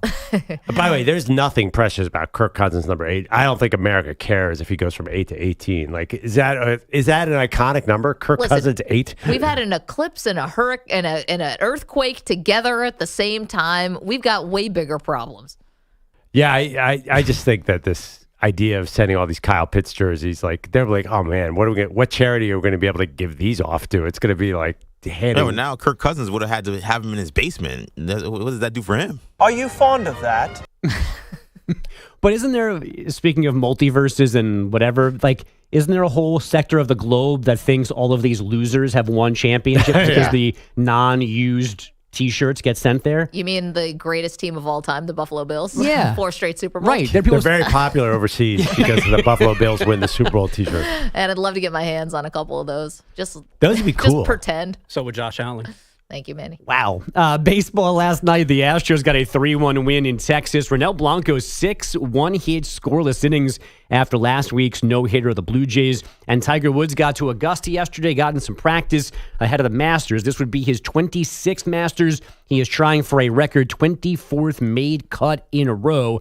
But good friend and golf journalist Nona Begay said last week that Tiger is dealing with lower back issues on top of his usual leg issues from the car crash. So best of luck getting to Saturday for Tiger, if he even makes it to Thursday. Yeah, Guys? I mean, still, he'll take over that news cycle. Like, I mean, luckily for everybody else, this is Tiger walking at Augusta is the number one story automatically over any of this. Totally. Yeah. Which is weird because it feels like he's been coming back at Augusta for the better part of 9 years now. That's still great. Listen, he won in what, 2019? 2019, yeah. I was watching grown men cry. I get it. The history he has there. Do you remember the Dave Chappelle character from Half Baked, where he pretends to be the rapper who smokes all the pot, Yeah. all the weed, and he's like, "My back hurts so much, I need a backiotomy." Yeah. I wish that was a real procedure and that Tiger Woods could have it. Needs a backiotomy, and then we get another 10 years out of him. I have that clip somewhere in my folder. I love that clip. I love that movie. There's so many good lines in that movie. Is it just the back for Tiger? Isn't the limping up the hill the big thing? Yeah, no, yeah. the back is new. His left leg is like borderline useless, and that's the problem. That seems like something you need for golf. Yeah. I'm not great at golf myself. Yeah, we leg. know. The left leg is the front leg. Oh, yeah. You definitely need that. Yeah, Perloff doesn't think it's a big deal that Tiger is, attempts these comebacks. You're like, any 80-year-old could walk around the course. I'm like, what are you talking about? That's fact. Have you ever been to a golf course? Just there's 80-year-olds walking everywhere. Yeah, not shooting par at Augusta. I don't know. Or trying. Golf is not golf. Which golf are we not driving to together now? To apologize for this take. I mean, come Drive to on. Augusta? Golf They're not is- letting Perloff the within level of 100 yards of athleticism Augusta. needed 100 for miles. golf is not the same as, say, NBA basketball. We will go there, right? Or now to come on. He's walking around a golf course. That's what you do when you retire. You walk around whatever. Yeah, What do golfers do when they retire? Is one of my favorite jokes of all time. Anyone have an answer? No. They play golf. Point taken. Manny, give another zinger to Josh Allen. No. Save it. Speaking of, we get more details on what happened with Stephon Diggs. Anyone want that? We also have more on tonight's matchup, UConn and Purdue. The big news, John Calipari reportedly leaving Kentucky to go to Arkansas. Don't move. Okay, then I'm right. So shut up, Perloff. You're in a 5-minute break.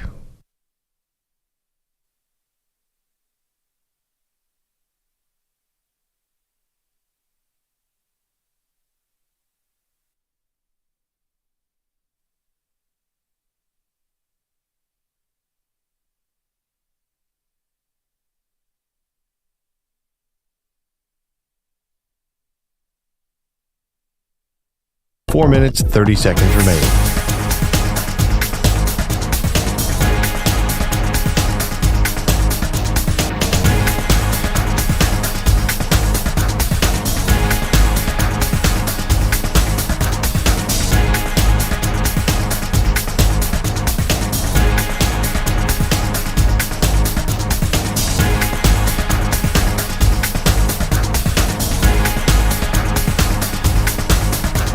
Four minutes remaining.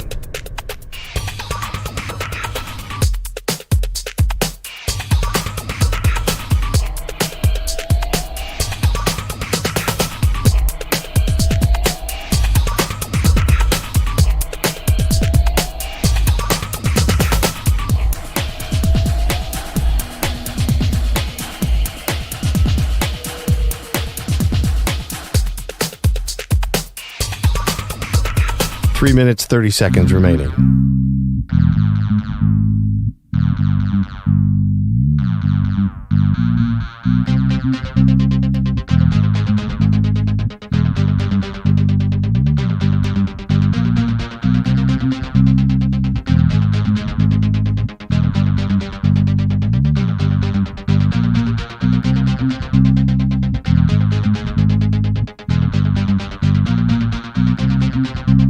Three minutes remaining.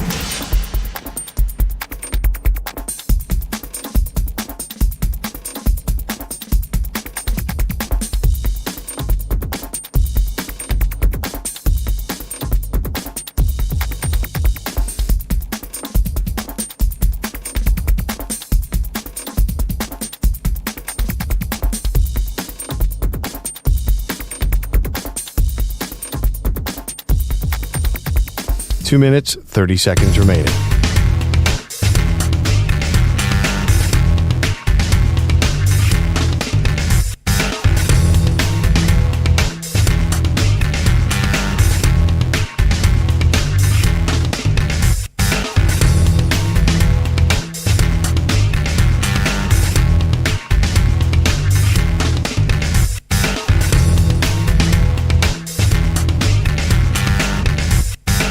Two minutes remaining.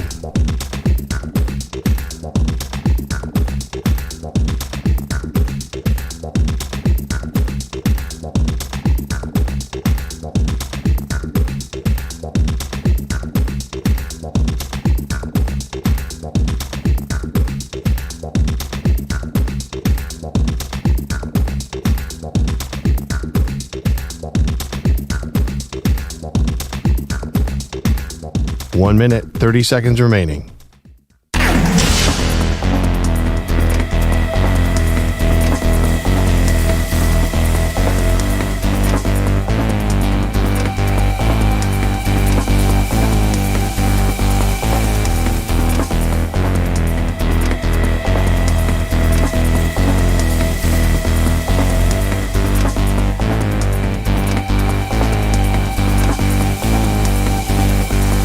One minute remaining.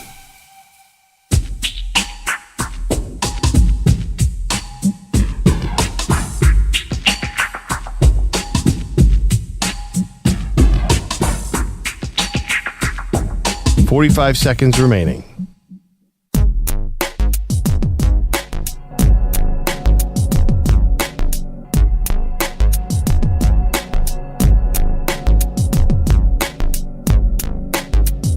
.30 seconds remaining.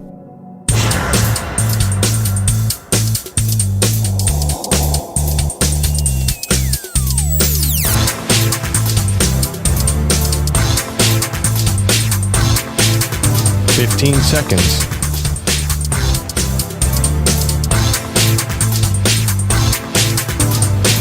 Break ends in 5 seconds.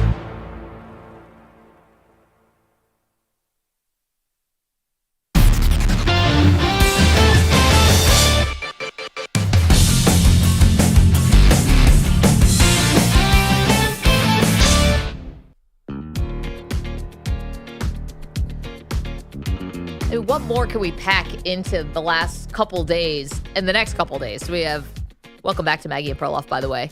We crowned a college champion yesterday in South Carolina. Caitlin Clark's final game, so that was also notable. You have the men's championship tonight off the men's Final Four on Saturday.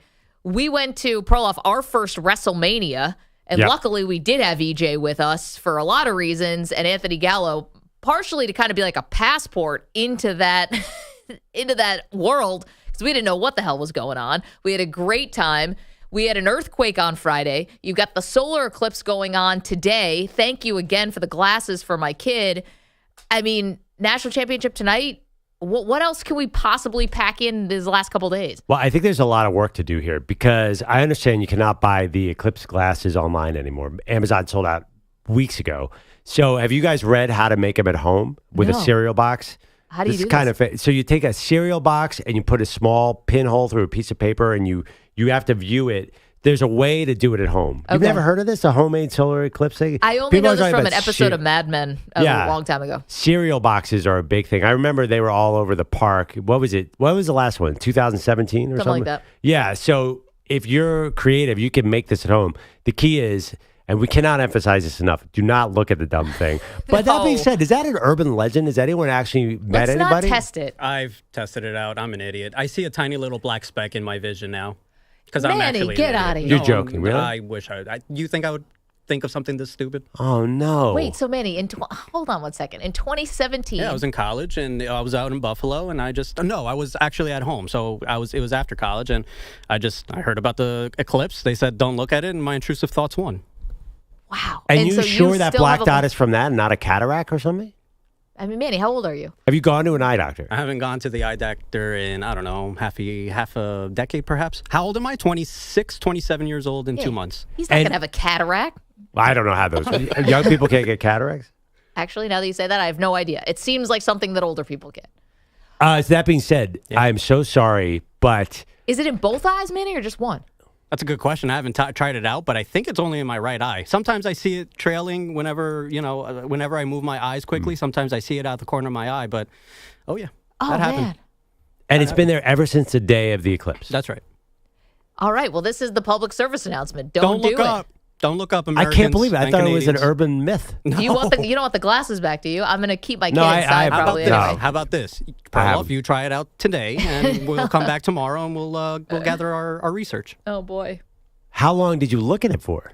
A solid second and a half, because my eyes That's were, it. I put on my... I'm an idiot. I also put on my polarized Ray-Bans thinking that would do anything, that I actually have with me today. It didn't do a damn thing. I have a black speck in my eye vision now. They're polarized. That's what I thought, too. I would have thought... I don't mean to laugh, Eddie. I'm sorry to laugh. I can't believe No, laugh this. at my pain. It's okay. No, I'm not Everybody laughing at your pain. I just can't believe that it actually is something. We're asking, and you happen to be sitting in here for Pete today. The only reason you'd are here because Pete was up late last night watching The Undertaker, and now we get a first-person account. We would have never known this. Well, this is very helpful, because my daughters don't like to listen to me, so I'm going to say, well, what about Manny? Because they would be... Who's that? Manny Ramirez. Yeah, 12 or 13-year-olds would be tempted to try it their own way. Well, I tried like it Manny. at about 22 years old, so I still have the mentality of a 12, 13-year-old to look up at the sun. So don't let your intrusive thoughts win, North Americans. I get it, though. Sometimes you get something in your head, and it's really hard to get it out. Yeah, I understand that. Don't look at this thing is an immediate command to a child to look at this thing. Well, that's why I thank you for the glasses, but I think I've got to keep my kid inside. He's 4.5 years old. He's not going to listen to what I say. I mean, generally. Yeah, I mean, I disagree with that. Like, you got to take advantage of this. It's going to be 99 years till another full eclipse. He'll probably be alive for that, knock on wood. Yeah. 100, because I think lifespans are expanding, but still, you got to tell him this is your one chance. You got to take him outside. No, here's the thing. Here's why I won't. He's not going to remember any of this. What's your earliest memory? Not 4.5. No, definitely 4 and 5. You start to remember things. I don't have one that jumps to mind, but no. Yeah, you start to remember. You guys remember 5 years old, don't you? Yeah. I know my first memory. What was that? 9/11. I thought How you old were, were you? I thought you were going to say 4 years looking at old. the sun. 4 years old. No, I was not looking at the sun. Yeah, no, I think memories start to. You think that anything you say to Lucas now will just go by? I've been kind of operating that way. You're definitely in the memory zone now. I don't remember anything from You don't remember from kindergarten? college. Yeah. Wow, that's a different issue altogether. There are many years that are very blurry. It actually involved polarized sunglasses too. Yeah, that's very, very weird. Well, Manny, thank you for sharing that. EJ, of course. Thank you to Andrew Bogusch and Andrew Kaplan, Guido's coffee drinkers. Stay safe.